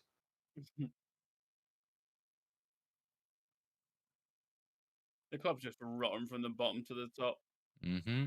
What confused me that 10 Ten Hag would have known that he needs to get players in, but why is it that like all of the, apart from Frankie, but even with Frankie, they've all been like Dutch league Dutch players? Yeah. It's players he trusts, worked with.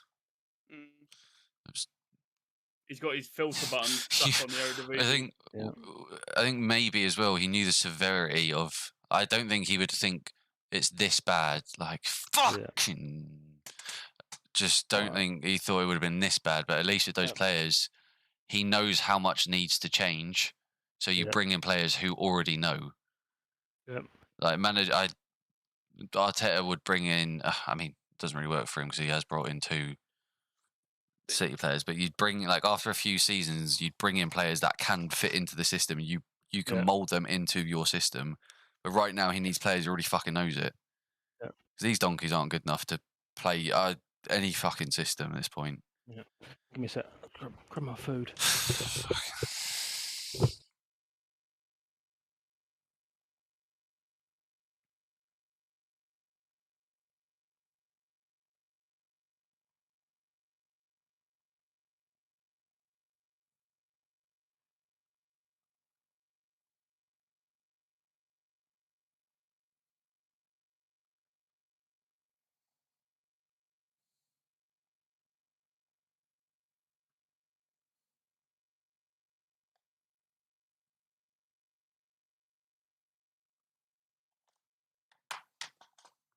I've always said, like, I think when Arsenal were in their thing, or Barcelona were going through their, Barcelona turned around very quickly. It's one of those where you say, like, who wants to join United at this point, but you could be one of those players in that rebuild, Revival. and the actual praise you would get would be unbelievable. But even I'm starting to think, don't know, what's the, like, Tony's there, like, why would I?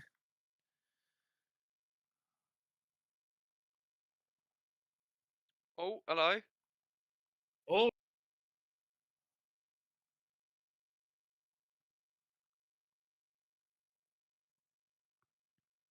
They are just defending as a team as well. That's what I mean. Everyone's You back. get Everyone's back.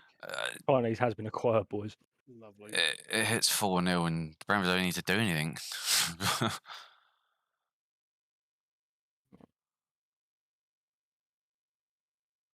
I'm still here. I'm trying to turn my camera for literally 5 minutes, right? That should set it up all right, though, shouldn't it, Copley? Disable it and enable it. Yeah. Oh, that will not be a second. I'm still watching, unfortunately. Well, fortunately, because it's fucking fantastic. Alanga.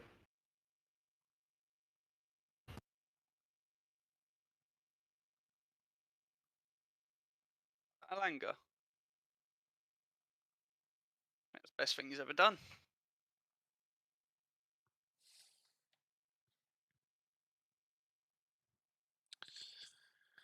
I don't know, recruitment system. That's the thing, so Ryan, just it's hit that point where it's clearly just desperation. Were these players on his list? No one's going to know unless you work for him. But I would assume he'd want to bring in players that knows it, because he knows a lot needs to change. So it's now just, right, who the fuck can we actually just get in? Because anything's better than this dross. I mean, that's that there. Brentford's lineup cost 55 million. United's 424 million. And that is just a worrying stat in terms of effort levels given. The fact that Tony's worth probably 55, 60 mil on his own at this point. Yeah.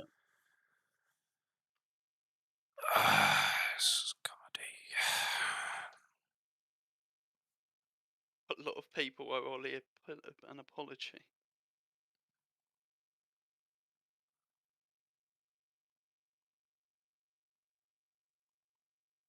I don't agree with that at all. That Ollie was just a plaster.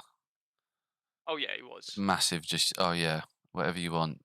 Make false promises to players. We've lost Dean because of him. And maybe because of another manager. I'm not 100% sure, but we heard it with, there was another player who said it. I can't remember. Who was promised something from him, didn't get it. It was Tom Heaton. Tom Heaton was promised to be the number 2.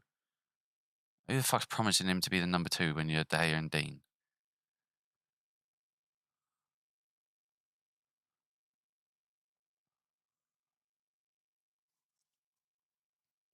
Another 15 minutes, yeah.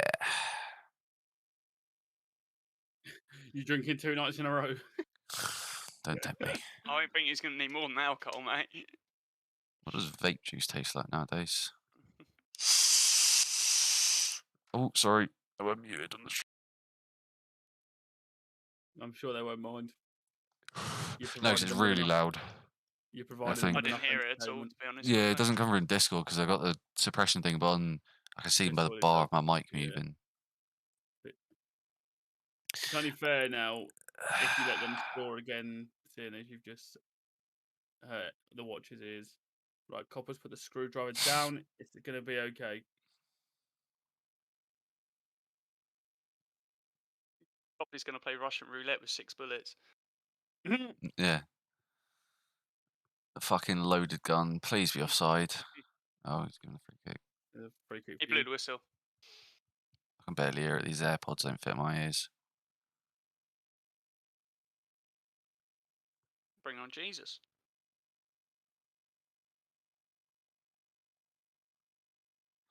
As well, like, I don't know, maybe I think you'd say player for player, you would take more of United players in the starting 11, Yeah, but after absolutely. watching the game, you wouldn't. You wouldn't. No. Which is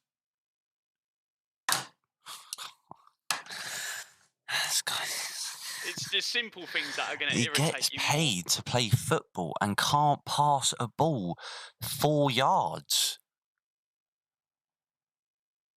My main thing that I brought up every time is just the lack of effort and the lack of any sort of urgency within this squad.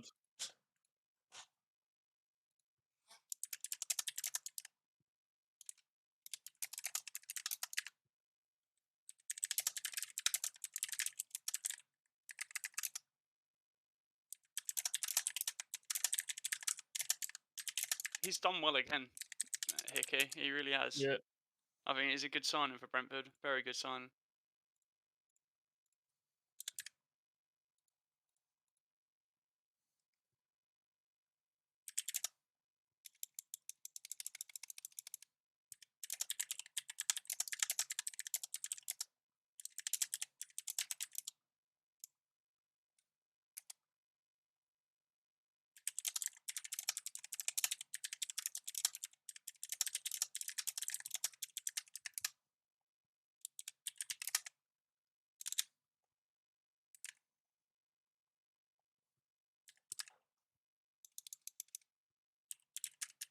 Wow, that would have been some goal.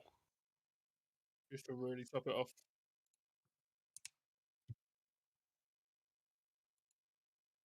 Ten minutes left, Boppers. We can do this.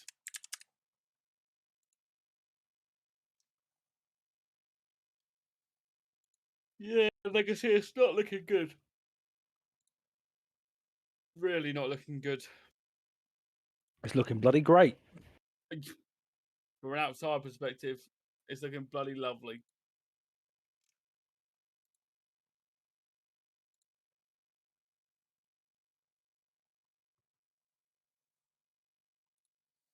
Has anyone seen what Brick has...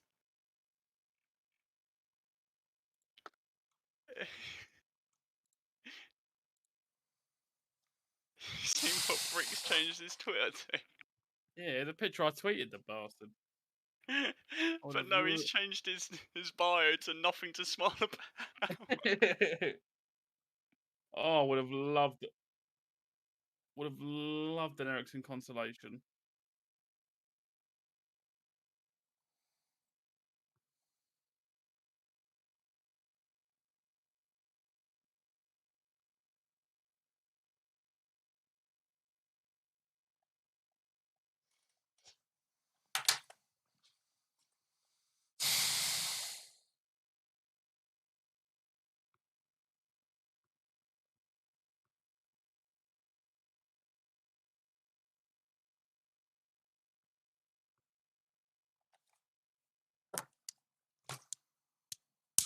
Oh, unlucky. So fucking shit. Like, I didn't think he could get worse at 4-0 down. McTominay's proved how shit he fucking is. It is fucking impressive. Holy fuck.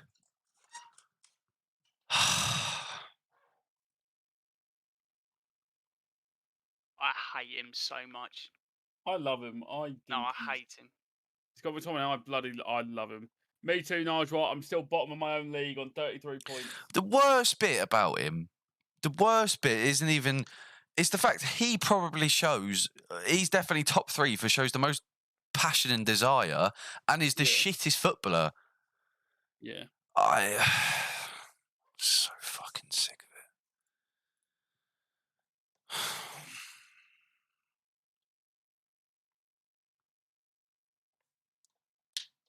Welcome, people. I'm recruiting at the moment. We will take anyone who wants to jump ship right now. No membership fee. Probably still a little bit of disappointment here and there, but we'll look good while we go down. And that's all that matters.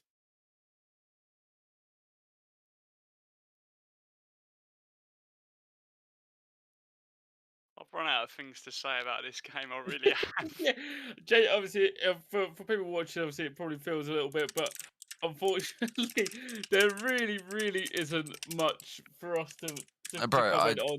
Like, we'll just rant about shit and how shit we are. Honestly, I don't really want to slander players too much because I get like we're fucking shit as it is. It's not gonna fucking help, but they ain't gonna fucking see us. And if they do good, maybe we'll start fucking playing a bit better. But I don't see what McTominay does that I couldn't do. Genuinely don't see, apart from having the stamina that you need to be a professional footballer. I can't see it watching it every fucking week. It is mind blowing. He is stealing a living. He is. It's fucking. I'm getting angry again. I can't bother. Just let it out. Let it out, coppers. We need the content. Go crazy. You like our Hulk? Because I won't have a fucking room soon, Sip. Liverpool are going to batter a 6-0. Southampton will scrape a 1-0 win. Leicester 3-0. Arsenal have fucking 4. Go on then, son. I can't tell you for the first time in my life how devastated I am that we don't play you till October. Because you might have sorted your shit out then. Might. That's something. I've always been. I mentioned it. Go on, just fly in the top bins. It fucking deserves it. Oh, he's been sat down.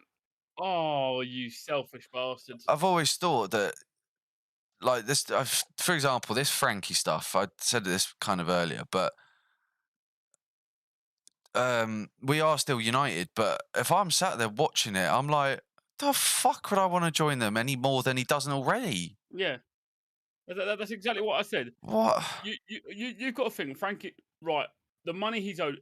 Barcelona are probably saying, look, we'll get it to you some way somehow. So you look at the players that Barcelona have brought in. One living in Madrid. It's Barcelona. In what fucking world is there anything to make him go? Yeah, money aside, it is a massive issue, yes, but you would imagine they're giving him the assurances. So. What in the world is making Frankie want to join United? I take half the when Barca are like, yeah, you got to take a pay cut to be there. Surely, Right, Chaz. Maybe it's different, but surely the money isn't that fucking important that you really care that much that you're gonna have to play like this, or you can play at Barcelona. There's not. I just don't see why you that much. It can't be that much different. Like. I don't think anyone knows, but it's hot. Yeah. Really hot. We do have a strongbow, so, today's a fantastic day. Arsenal win, Man United. Don't just lose. Get absolutely battered. Yeah. The gym's shut, so I can't even go there. We can just have a few drinks and play some Valorant. Don't have alcohol. You don't have alcohol? No, I'm not getting it because a few doesn't happen. Yeah, get some delivered, coppers. You deserve it. It's 4 minutes. Please don't be any other time. Just 0 minutes, know what? please. I think 90 minutes. He just goes. Boop. I think obviously I was on the Brighton United game last week, and we said a lot of me and Sip said a lot of things regarding Man United, and this week the opinion is exactly the same. Yeah, even more so. Everything we said last week times 2, 10. It's the same thing. The game was over in the 45th minute. This game was over in the 30th minute, if I don't remember the fourth one. They have been absolutely horrible. Yeah. Like, cool, the second half, like, if you played like this as 2 halves, but you didn't. Maybe I'm just sick and tired of it, but game 2 already just fucking. You can't go into a game essentially going, here you go, Brentford, have 2 goals. Now, then they worked too well. Obviously, it was a corner, but it was a good set piece. Again, good routine. They worked 2 well goals, but you've literally started 2-0 down from yourself going. I mean, yeah, they pressed for the first. Oh, actually, for both of them, but it was still a mistake that you don't think you should be making from what it was. And you're going into a game 2-0 down.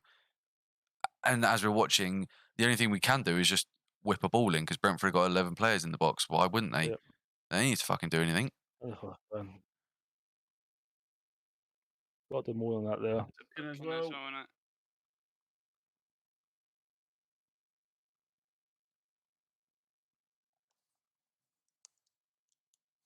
I don't get this. Niles on the chat.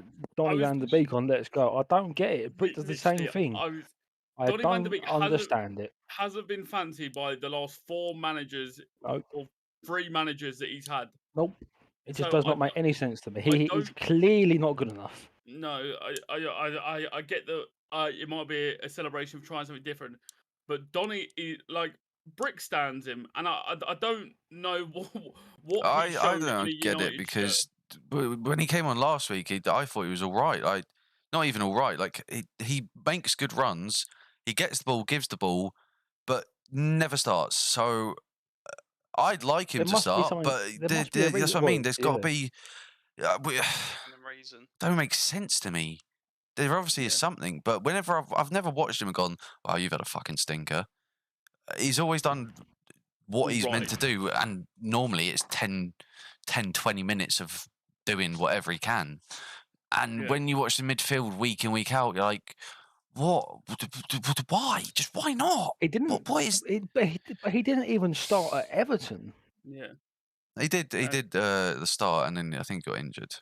Like his first game, I'm pretty sure was a City game where they got robbed from that penalty that they didn't get given, and apparently he played fucking amazing. And then he doesn't get a sniff here again. I just don't get it. Nice. Well, goated like my Maguire. Hey, what I'm excited for, boys. Finish this, get in a shower. I'm finishing this, eating some dinner. 4 minutes. Why? Why is there 4 minutes added on? For what? Oh yeah, I don't know what. What a dreadful second half. Potentially, yeah, I guess, but what a dreadful second half. There's been like 5 subs, I think, from Brentford. So yeah, a dreadful second half where you thought, okay, United come out with something. He's gonna shoot, ain't he? Yeah, he wants to. He wanted to. Once again, mate, get him off. No, he's gone. He's gone. He's lost it. My word. United are just so easy to play against. I swear, McTominay is the worst player I've ever Copley's seen. gone. The headset's thrown and he's gone. He's off to feed the chickens. He's gone. I hope that sweet corn season, Copley. Fuck, mate, that was absolutely embarrassing. I want a 5th just to rub it in. Yeah. A Tony goal as well. He hasn't scored, so. Yeah. Hey, Boppers. Oh, pal. You're getting laid by Brentford. They got laid by Brighton. Yeah, it's too. Thomas Frank will be delighted with this second half. They've kept United at an arm's length for the whole half. Yep.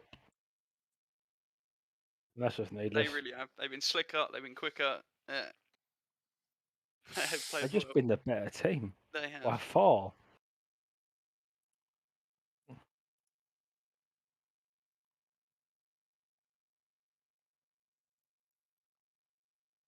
And the thing is, their heads will be up for the rest of the season as well. Well, for next few games, Well, I'd for say, the next rather than couple of season. games, yeah. So, I mean, they drew to a bad Leicester team. I will say bad. After being 2-0 down, though. Yeah. Oh, Yeah. true. So there's nothing but positivity for the Brentford camp, I'd Yeah, say. I definitely don't think Brentford have any worries. I don't think. I didn't think they would do that well this season. I thought they'd peel off like most teams do. They have one. Sometimes they have one good when they get newly promoted. They have one good season, and then the next isn't. Yeah, I mean they've recruited well. Obviously, Ben Mee was probably better than what they had. They've got that Damsgaard in now. Obviously, he's a bit of an unknown quantity, but he has the quality in the moment sometimes. Yeah. So if they're as fucking well drilled as this, I don't think they've got anything to worry about. Thought we was going to catch him then. Yeah, I thought that was a Bruno sending off, just lashing out. There he is. Oh, is he getting himself booked? Yeah, he is. Yeah, he's managed it. Silly boy. What a tosser. Silly boy. The best thing that could happen to United is him to get sent off, so that next week you don't have to play him. So that you could just fucking stick with one of them up in the midfield. He's been fucking dreadful. He's been fucking awful for most honestly the last year. The game's over. So if I'm picking, we're going to go obviously for the Liverpool game. I don't think anyone's expecting anything apart from an absolute thumping. So if I'm going to pick my lineup at this point, I'm going to go fucking. You're going to think I'm fucking crazy at some of them. Heaton can start. Why not? At worst, if you can pass the ball, maybe that'll help.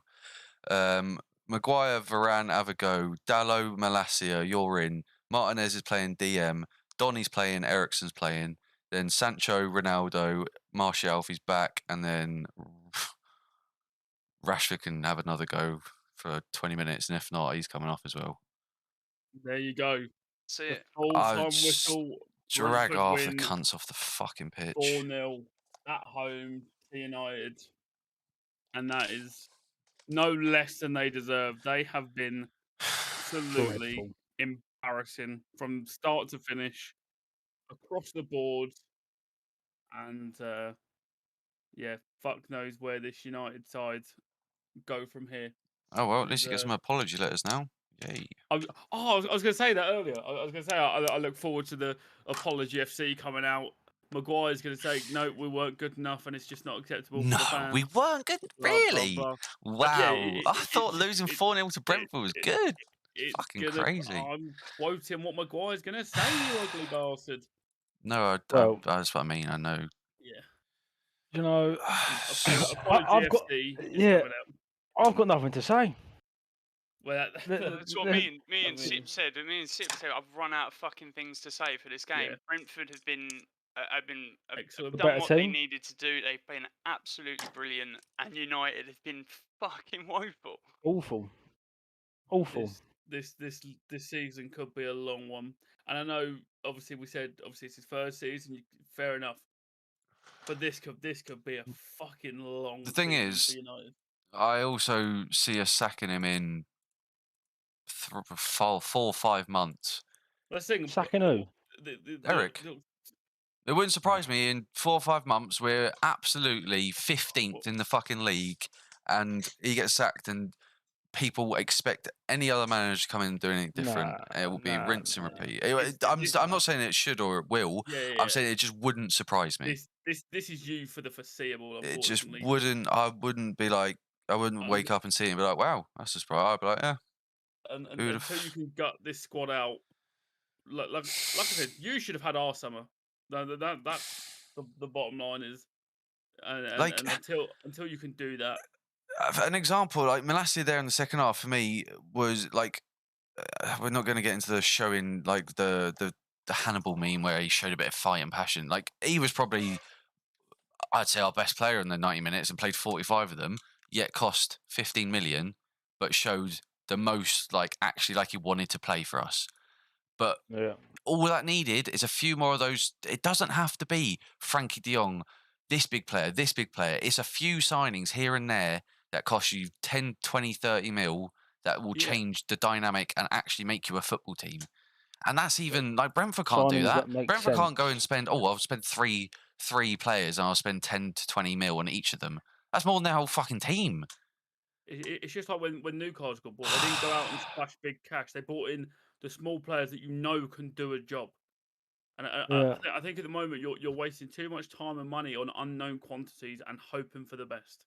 Question is, do you think we're going to see a tweet from Tony saying nice kick about with the boys? He fucking should. He absolutely should. Yeah, I mean, United were just fucking abysmal. Brick, I think the players did go over and clap. It looked like they did. Yeah, the fans were like. But that's going to be little consolation to them fans that've got to travel now back up the fucking motorway. I'm sure I'll probably get into it on the podcast, London. But the fans need to also. I get you've paid your season ticket and stuff, but there is no way the Glazers are going anywhere until everyone collectively just full stop stops going to games. Just stops going. Nothing. Why would they ever sell it? What's the point?